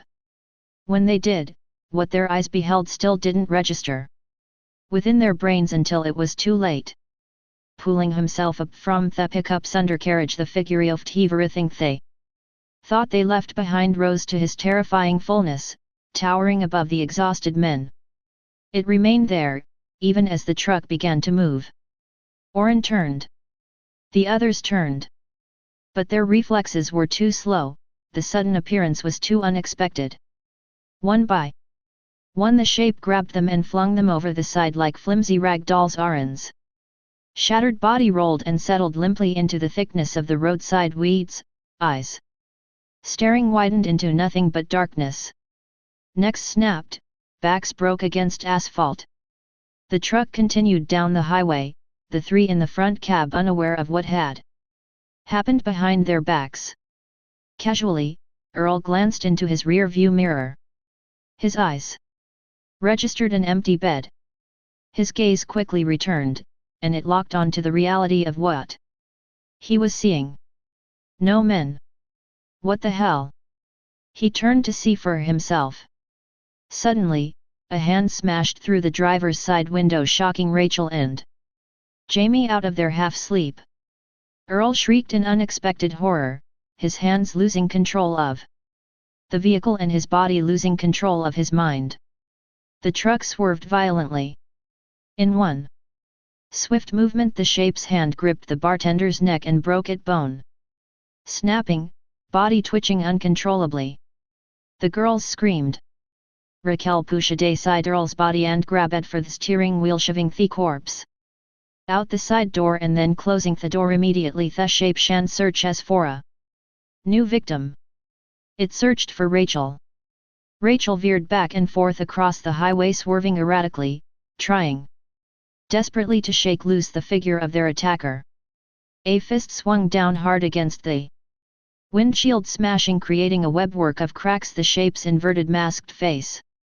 Lowered before the girls, fully into view, the darkness where the eyes should be was hollow and vast.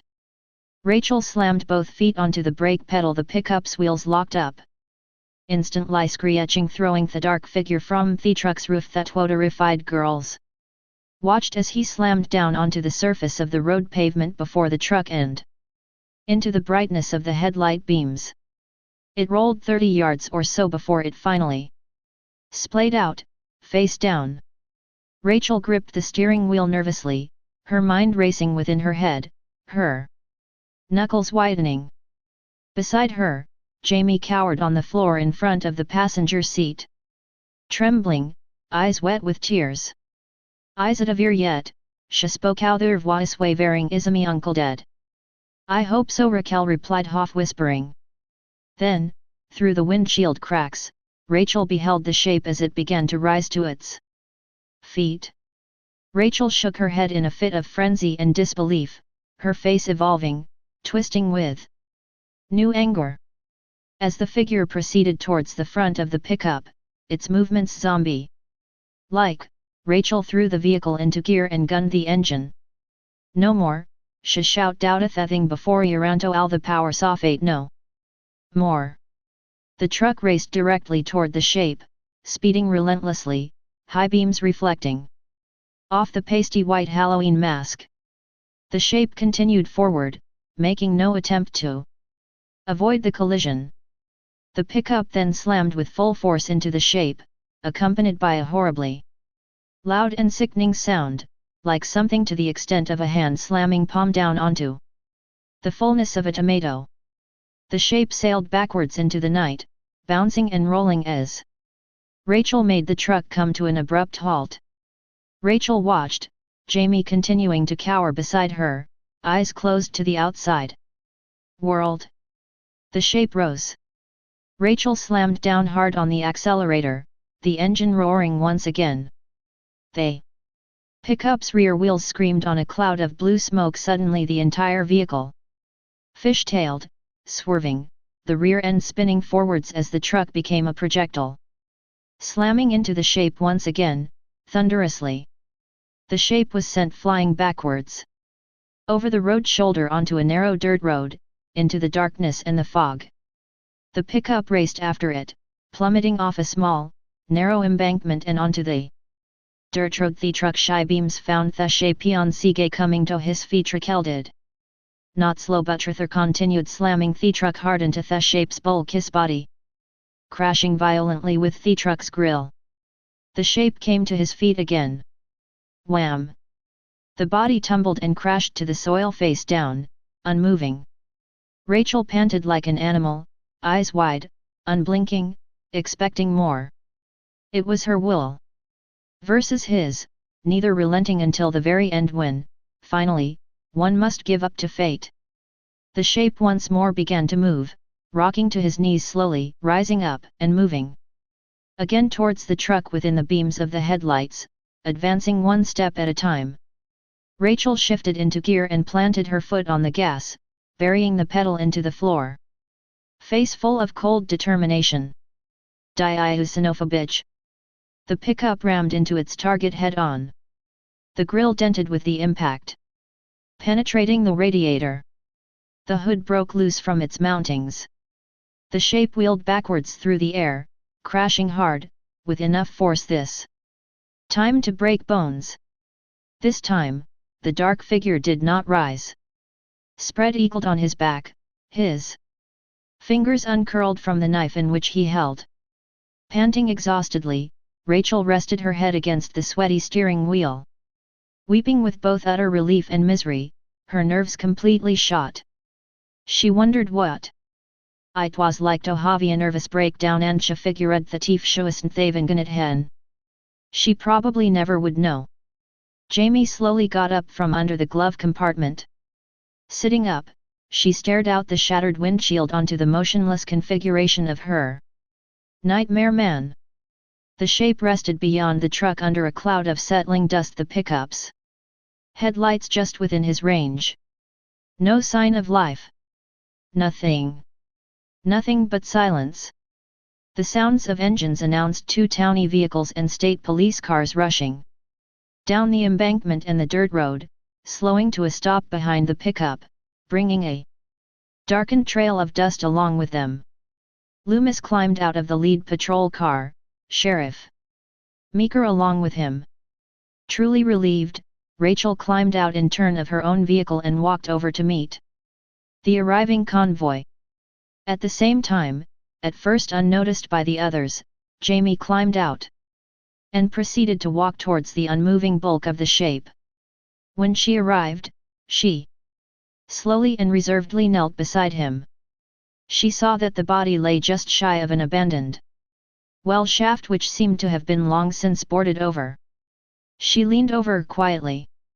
Reachin' for her uncle's bloody right hand, the hand which ons held the knife at the hand which had viciously slain many victims. She held it with all the reserved quietude of a priest. Then very silently, she whispered something out to his stillness. "I forgive you, Uncle Michael." The milling crowd suddenly noticed where she was. Heads turned in urgent dismay. Rachel's face filled with panic. "Jamie, get away from him." There were other shouts from Loomis, from Meeker, from others, telling her, warning her to stay back or to not touch him, to get away. But it was too late. Jamie turned just in time to see the shape rising once again to his feet, Rachel screaming in the distance. Suddenly, Meeker yelled to the little girl, "Jamie, drop!" At once, Jamie obeyed, dropping onto her belly. Meeker, the state police, the townies, all opened fire upon the thing. Jamie covered her head and her ears, as did Rachel, who stood beside Dr. Loomis. The world came alive with a storm of bullets and double-aught, thundering through the night. Michael was thrown backward, blown over the boarded well shaft. Immediately, the planks gave way and the shape plummeted into the abyss. Unger and another man came forward, dynamite sticks in hand. Each lighted one end, hurled it into the shaft. Quiet. Then, suddenly, the shaft exploded, rocking the ground beneath their feet. The shaft at once began to collapse in on itself amidst a shower of debris and dust. Gradually, everything began to fall into silence, high beams cutting through to dusts, whirling clouds. No one uttered a word, all eyes rested upon the space where the shape of Michael Myers had been, and they began to realize that, finally, he would never return. Michael Myers was dead. Chapter 31. The nightmare was over. The Carruthers could try to live peacefully, knowing that time would ease the traumatic memories for both Rachel and Jamie.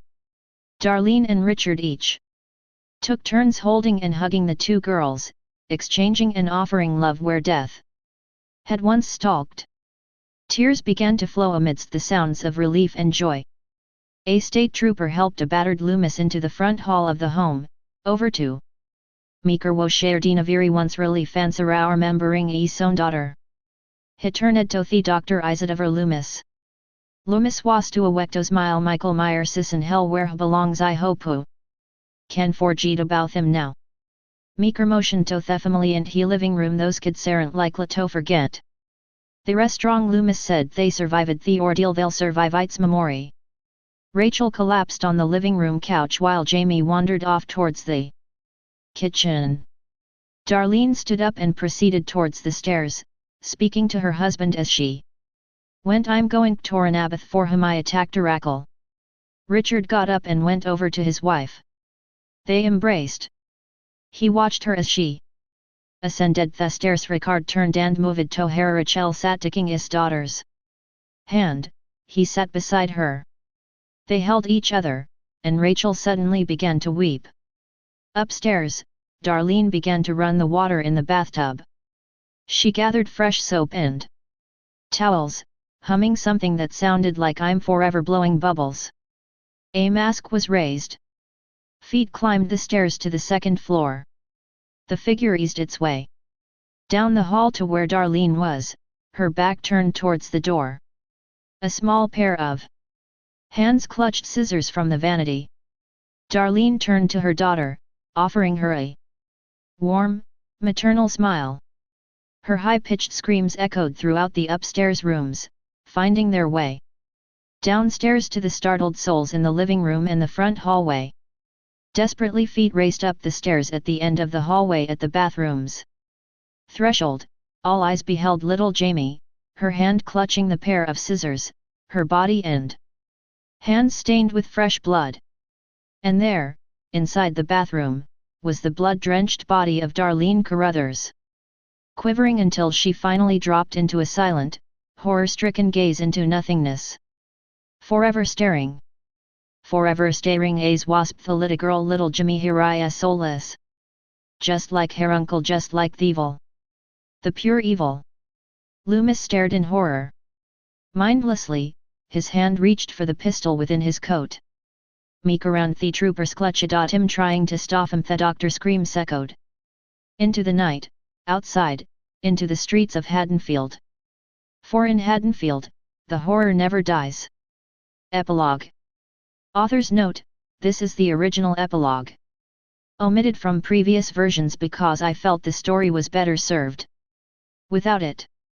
I included it here as a fan extra. I forgive you, Uncle Michael. Jamie Carruthers should have remained upon the passenger seat of the old pickup truck. She very easily could have, traumatized as she was from the climactic horrors this Halloween night had put her through, from all of the senseless, terrible death. She could have remained frozen where she sat, surrendered herself to the paralysis grimly beckoning from every corner of her 6-year-old mind. Yet a greater force beckoned, overwhelming the temptation to give in to absolute shock. It was a force outside herself, yet tugging and pulling from everywhere within. Uncle Michael had to be dead. Her foster sister Rachel had seen to that when she ran him over with the truck several times just now. Though her uncle seemed superhuman in his restless pursuit of he little girls' life throughout the greater part of the day up until this very moment, Jamie understood that Michael was a man and not a supernatural ghost. And a man could be stopped, could be killed. Somehow.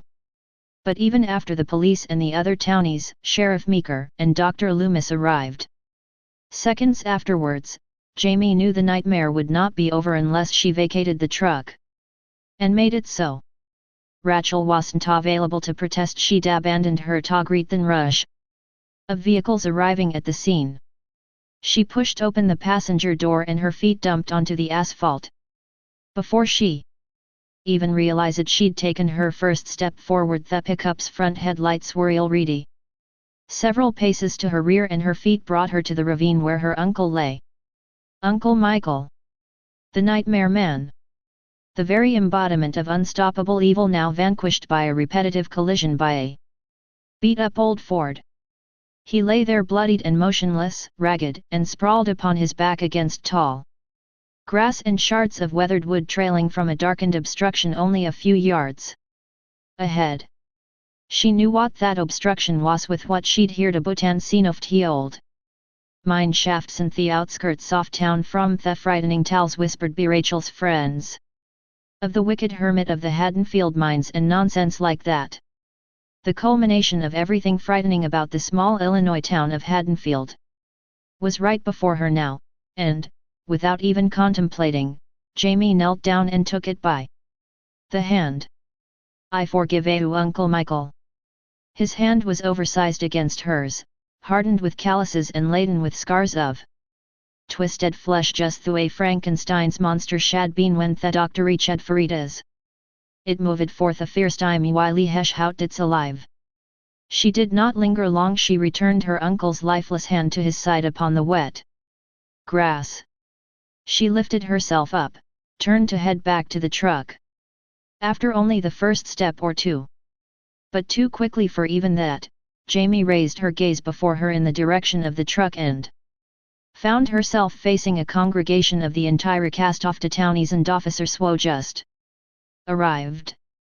Their gazes all upon her, they were standing all in a row with weapons drawn and aimed and readying to fire. Upon her? A voice cried out from one of them from whom she wasn't certain. Sheriff Meeker?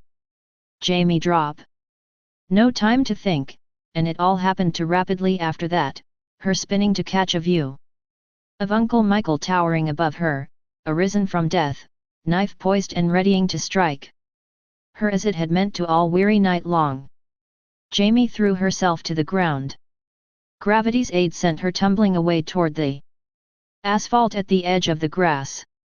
Everyone who drew a weapon opened fire, and the air became filled with deafening bursts in rapid succession as each rifle, shotgun, and pistol set the night ablaze and blasted into Meyer's body. The force propelled the shape backwards as bullets flung past into dense underbrush and through the wooden boards sealing the entrance of the mine shaft behind him. Another shotgun blast. Another.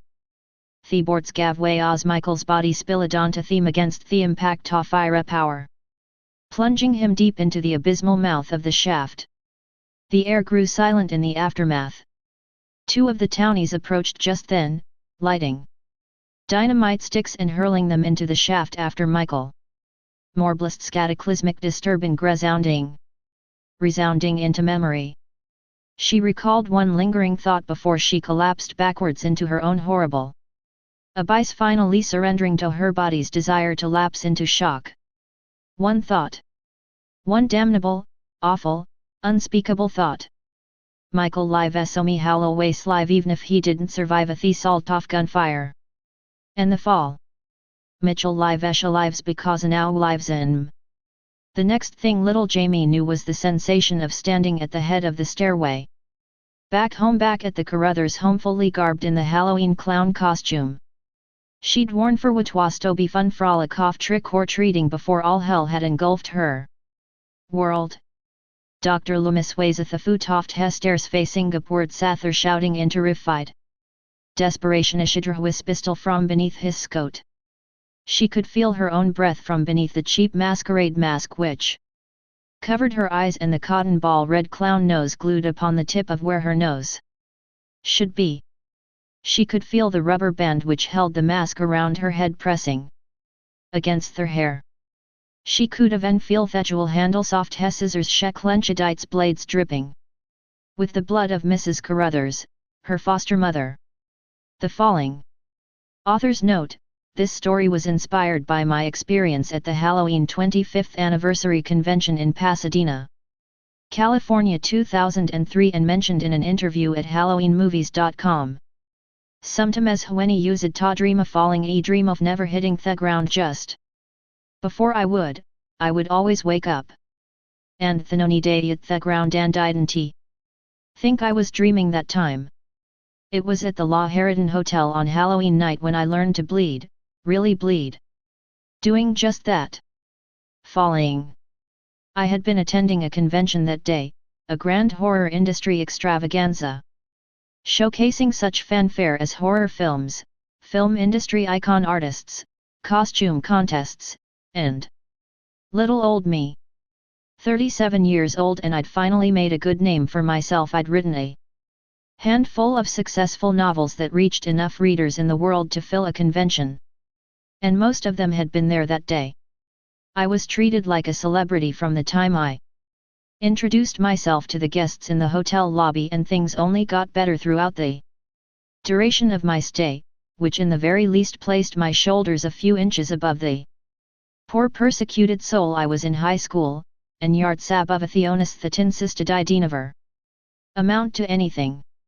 The attendance mushroomed into the thousands on that day alone, and the hotels and motels were packed with fans and celebrities and the countless eccentric personalities crossing paths with the average attendee enough to make anyone know who they were by themed off today if I hadn't theored off team me before.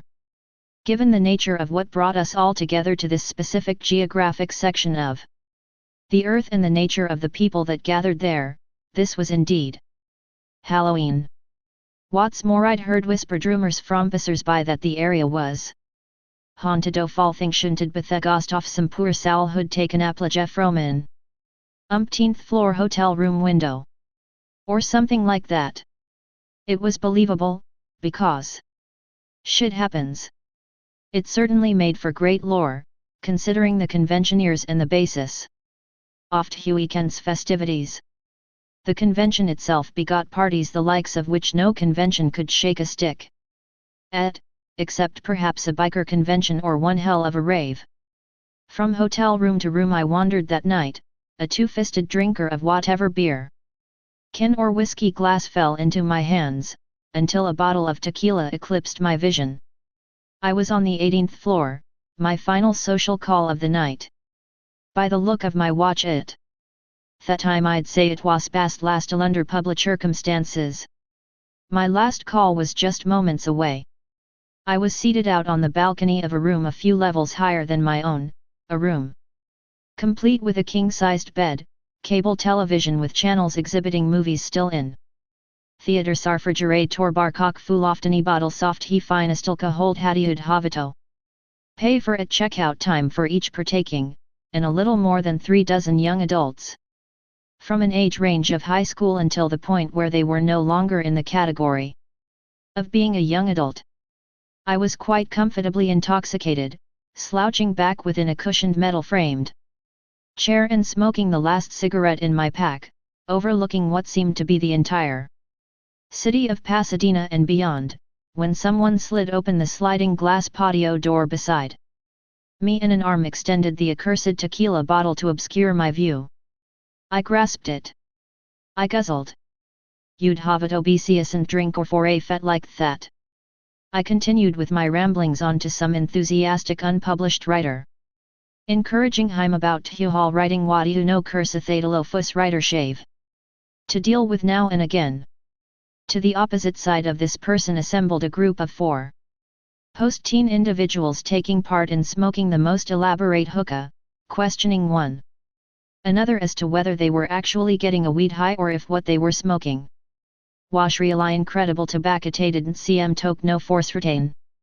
The sliding door slid open again, a young 20-something flaunted herself into the crisp night air as though she were Mother Earth and the rest of us dwelt upon the moon, and revolved around her, and she was greeted by the hookah smokers with all the fanfare of a celebrity making a grand entrance.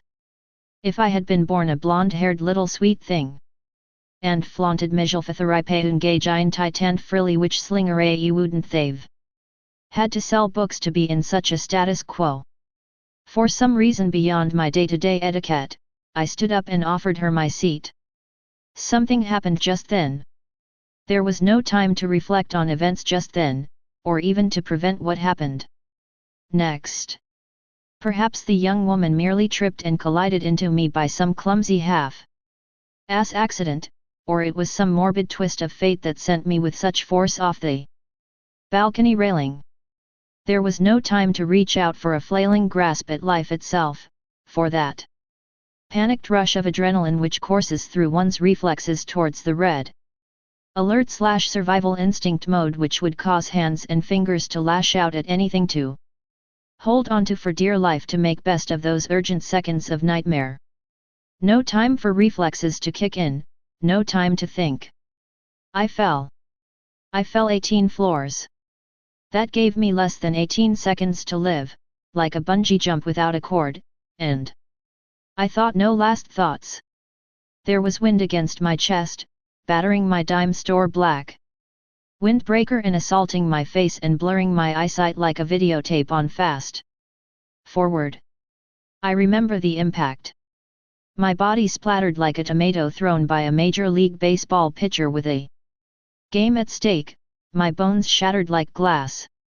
I felt no pain, as instantaneous as the entire incident was, and oddly enough no degree of pain set in as I found myself still conscious, still able after a few moments to move. I raised my head. A portion of my senses adjusted to the extent that I could feel the cool chill of the early morning breeze, and I felt at one with the hedges and flower beds which met with the paved cement walkway which cradled my otherwise cold dead body. There was a silent hush in the darkness which enveloped me with an alertness and the comforting assumption that I wasn't truly dead. that I was still alive. I could still see. I could feel the pounding of my heart within a ribcage impossibly fractured yet intact enough to protect it and keep it going, cradled between lungs. Miraculously operable and taking in each heaving breath. As I raised my gaze to the flower bed facing me and then to the hedges just beyond, I began to notice a sleek wispy smoke rising from the foliage and streaming towards me ever so slowly but deliberatively as though it was alive, making its way as though it in itself was an entity emerging to curiously inspect what had fallen from the sky. It appeared as like cigarette smoke, and I surmised from the countless butts discarded from the party-mongers in the balconies above that perhaps one or more hadn't quite extinguished yet but was fanning in the breeze and fueled by dead leaves or my traumatized imagination. But then it began to speak to me. But still it said in a calm voice as if it was preparing to go anywhere. It was the voice of a young male, perhaps as generally young as the hotel room partiers, who'd unwillingly scratch at me from their festivities. I shall overtake you, I'd instructed, and Thebetha fuss together will show them just how it feels to fall from aggress so high above themselves. Not knowing altogether exactly what the voice meant, he found Mijel fasking war. They. And then the vaporous spirit overwhelmed me, giving me no further time to accept it nor deny it. As far as time was concerned, it had deprived me of any chance to have thwarted me and sly scheme of depravity couldn't award me this chance to fumble for a moment to fend myself away from the immediacy of my fate, when it came down to it. Down to 18 stories and cold hard cement and a ghost that had been waiting below to possess me. Bethebling Kofen undead I suddenly wasn't Mijel for whatever I had been, lying there. I had become someone else, or something. I could not recall exactly what events transpired on my way back inside the hotel. I couldn't remember how I raised myself from the cold cement walkway, nor could I tell whether anyone had witnessed the initial event of my remarkable resurrection. I know I had no time to consider whether or not I'd even left any marks or remains off Mijel Fonth ground where I impacted. In hindsight, I bitterly reflect upon how no concerned individual came rushing down to desperately check on me or even view what remained of me, how the cries of an ambulance or police sirens did not in any passage of time drown out the voice which spoke to me, that voice which beckoned me back into the hotel and to the door of I'd fallen from the 18th floor. I found myself arriving at that door. And I knocked. I waited a moment, then another, listened to the scattered voices of desperation at the door's opposite side. People were panicked. I distinctly heard the phrase "can't go to jail." Then words and phrases muffled then clear lithe word cops was uttered, then a cry, and afterwards the door opened. "Sweet Jesus!" exclaimed the late teen glossy-eyed kid with the crew cut and black trench coat that appeared at the door. These individual ways Thesamionu had invited me. In the first time I had arrived at the room for a grand entrance and an even grander time. Though his eyes were glossy to a lesser degree then, and he had been a lot calmer. Now I knew that my presence had evoked a more profound quality, as I could tell in the kid's horrified demeanor, and I felt myself as much as like a vampire not needing to even touch his victim to drain him of life and a healthy skin tone. He retreated backwards slowly, step by step, allowing me to follow him past the threshold of the door. I knew it would be an understatement to proclaim my appearance to be unexpected, but there arose within me a temper nourished by my present company's failure to respond to my fall the way they should have, rather than having done the right thing they'd apparently locked themselves in the hotel room and driven themselves into drunken hysterics wondering what was going to happen next. Well, I was going to happen next. I entered the room fully, closed the door behind me until it clicked shut, and found myself alone, full of guests, spooked into a tomb-like silence at the very recognition of my presence. Most of these inebriated assholes had already risen from their lazy positions on the bed or from chairs or loungings against the wall upon the carpet, some were perambulating about in a mental haze until their eyes caught sight of the spectacle of the celebrated novelist thought dead from his untimely balcony mishap. Others gave notice to me only after they'd paid mind to the distractions of their friends to see what the hell everyone else was looking at. As soon as I held Theorem's full attention, it became as if all eyes were the pointed arrows of a multitude of compasses, and I was north. For that moment, someone spoke, a scraggly-haired kid holding a half-empty Miller bottle. "Du dear. You okay?" "No," I replied. "Thought hair ply was not necessarily my own weary knot."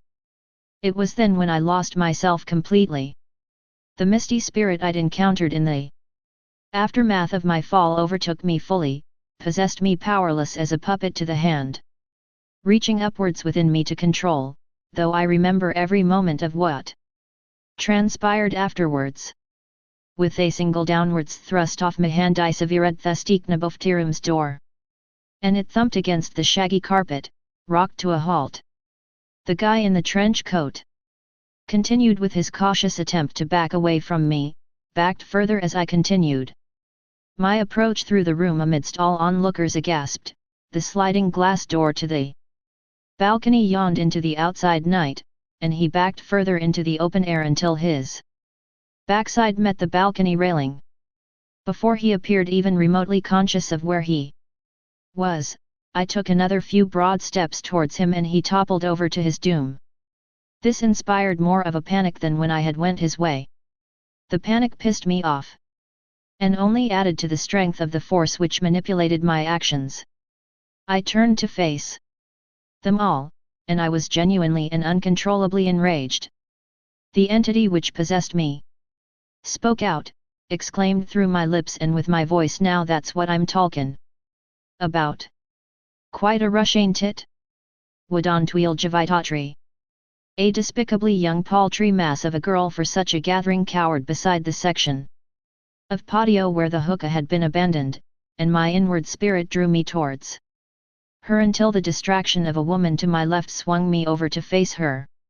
It was the woman I'd previously surrendered Mikurto and gazed upon her with a mixture of bitterness and pleasantry. She appeared confused and plainly at odds with her drunken stupor, and he moved to escape. I blocked her way into the room. My right hand shot out over her jaw and I grasped it, dug my index finger into her mouth. She was too overwhelmed with my presence and the reality of it all to bite, and if she had thought to, my finger would have been her only trophy of vengeance for what I was about to do. I raised my arm, lifted her, and swung her over the railing, let go, watched her fall. At once I found myself tackled by the onslaught of two hefty bar bouncer types coming at me from behind. I had not seen them before, but there was no time to wonder further about them. I dropped myself into a hunched position, jerked my body into an upwards heave with a strength I didn't know he had in me, and with a backward slunge I managed to topple the two up and over the railing simultaneously. Voices screamed from inside the room, the chaos echoing out and around me and beyond to the landscape of city below. I arose to behold a greater portion of the occupants struggling and flailing against each other for the motel room door. They were beginning to realize there was no escape. Though I tried, did they try? I smiled a twisted smile that wasn't my own, and I went inside to greet them more personably. I sit here now upon the chair I'd originally claimed after my first entrance to the outside balcony. The chair I'd politely offered to the unglady whose remains were now, and for a little while afterwards splashed across the cement surface of where I before held her place. So many have perished this night, so many souls have gone away to wherever it is souls go, including my own. A couple of dozen or so of the once festive horror convention partiers was company I'd kept knowledge at the grounds below on Divianla just begun to experience a sort of peace I cannot quite comprehend. The lights of the vast city beckons, glistening and gleaming as they are from the somber reaches of my viewpoint here on my now lonely terrace. Not even the company of the youngest and most innocent girl still cowering and shivering from fear and the cold behind.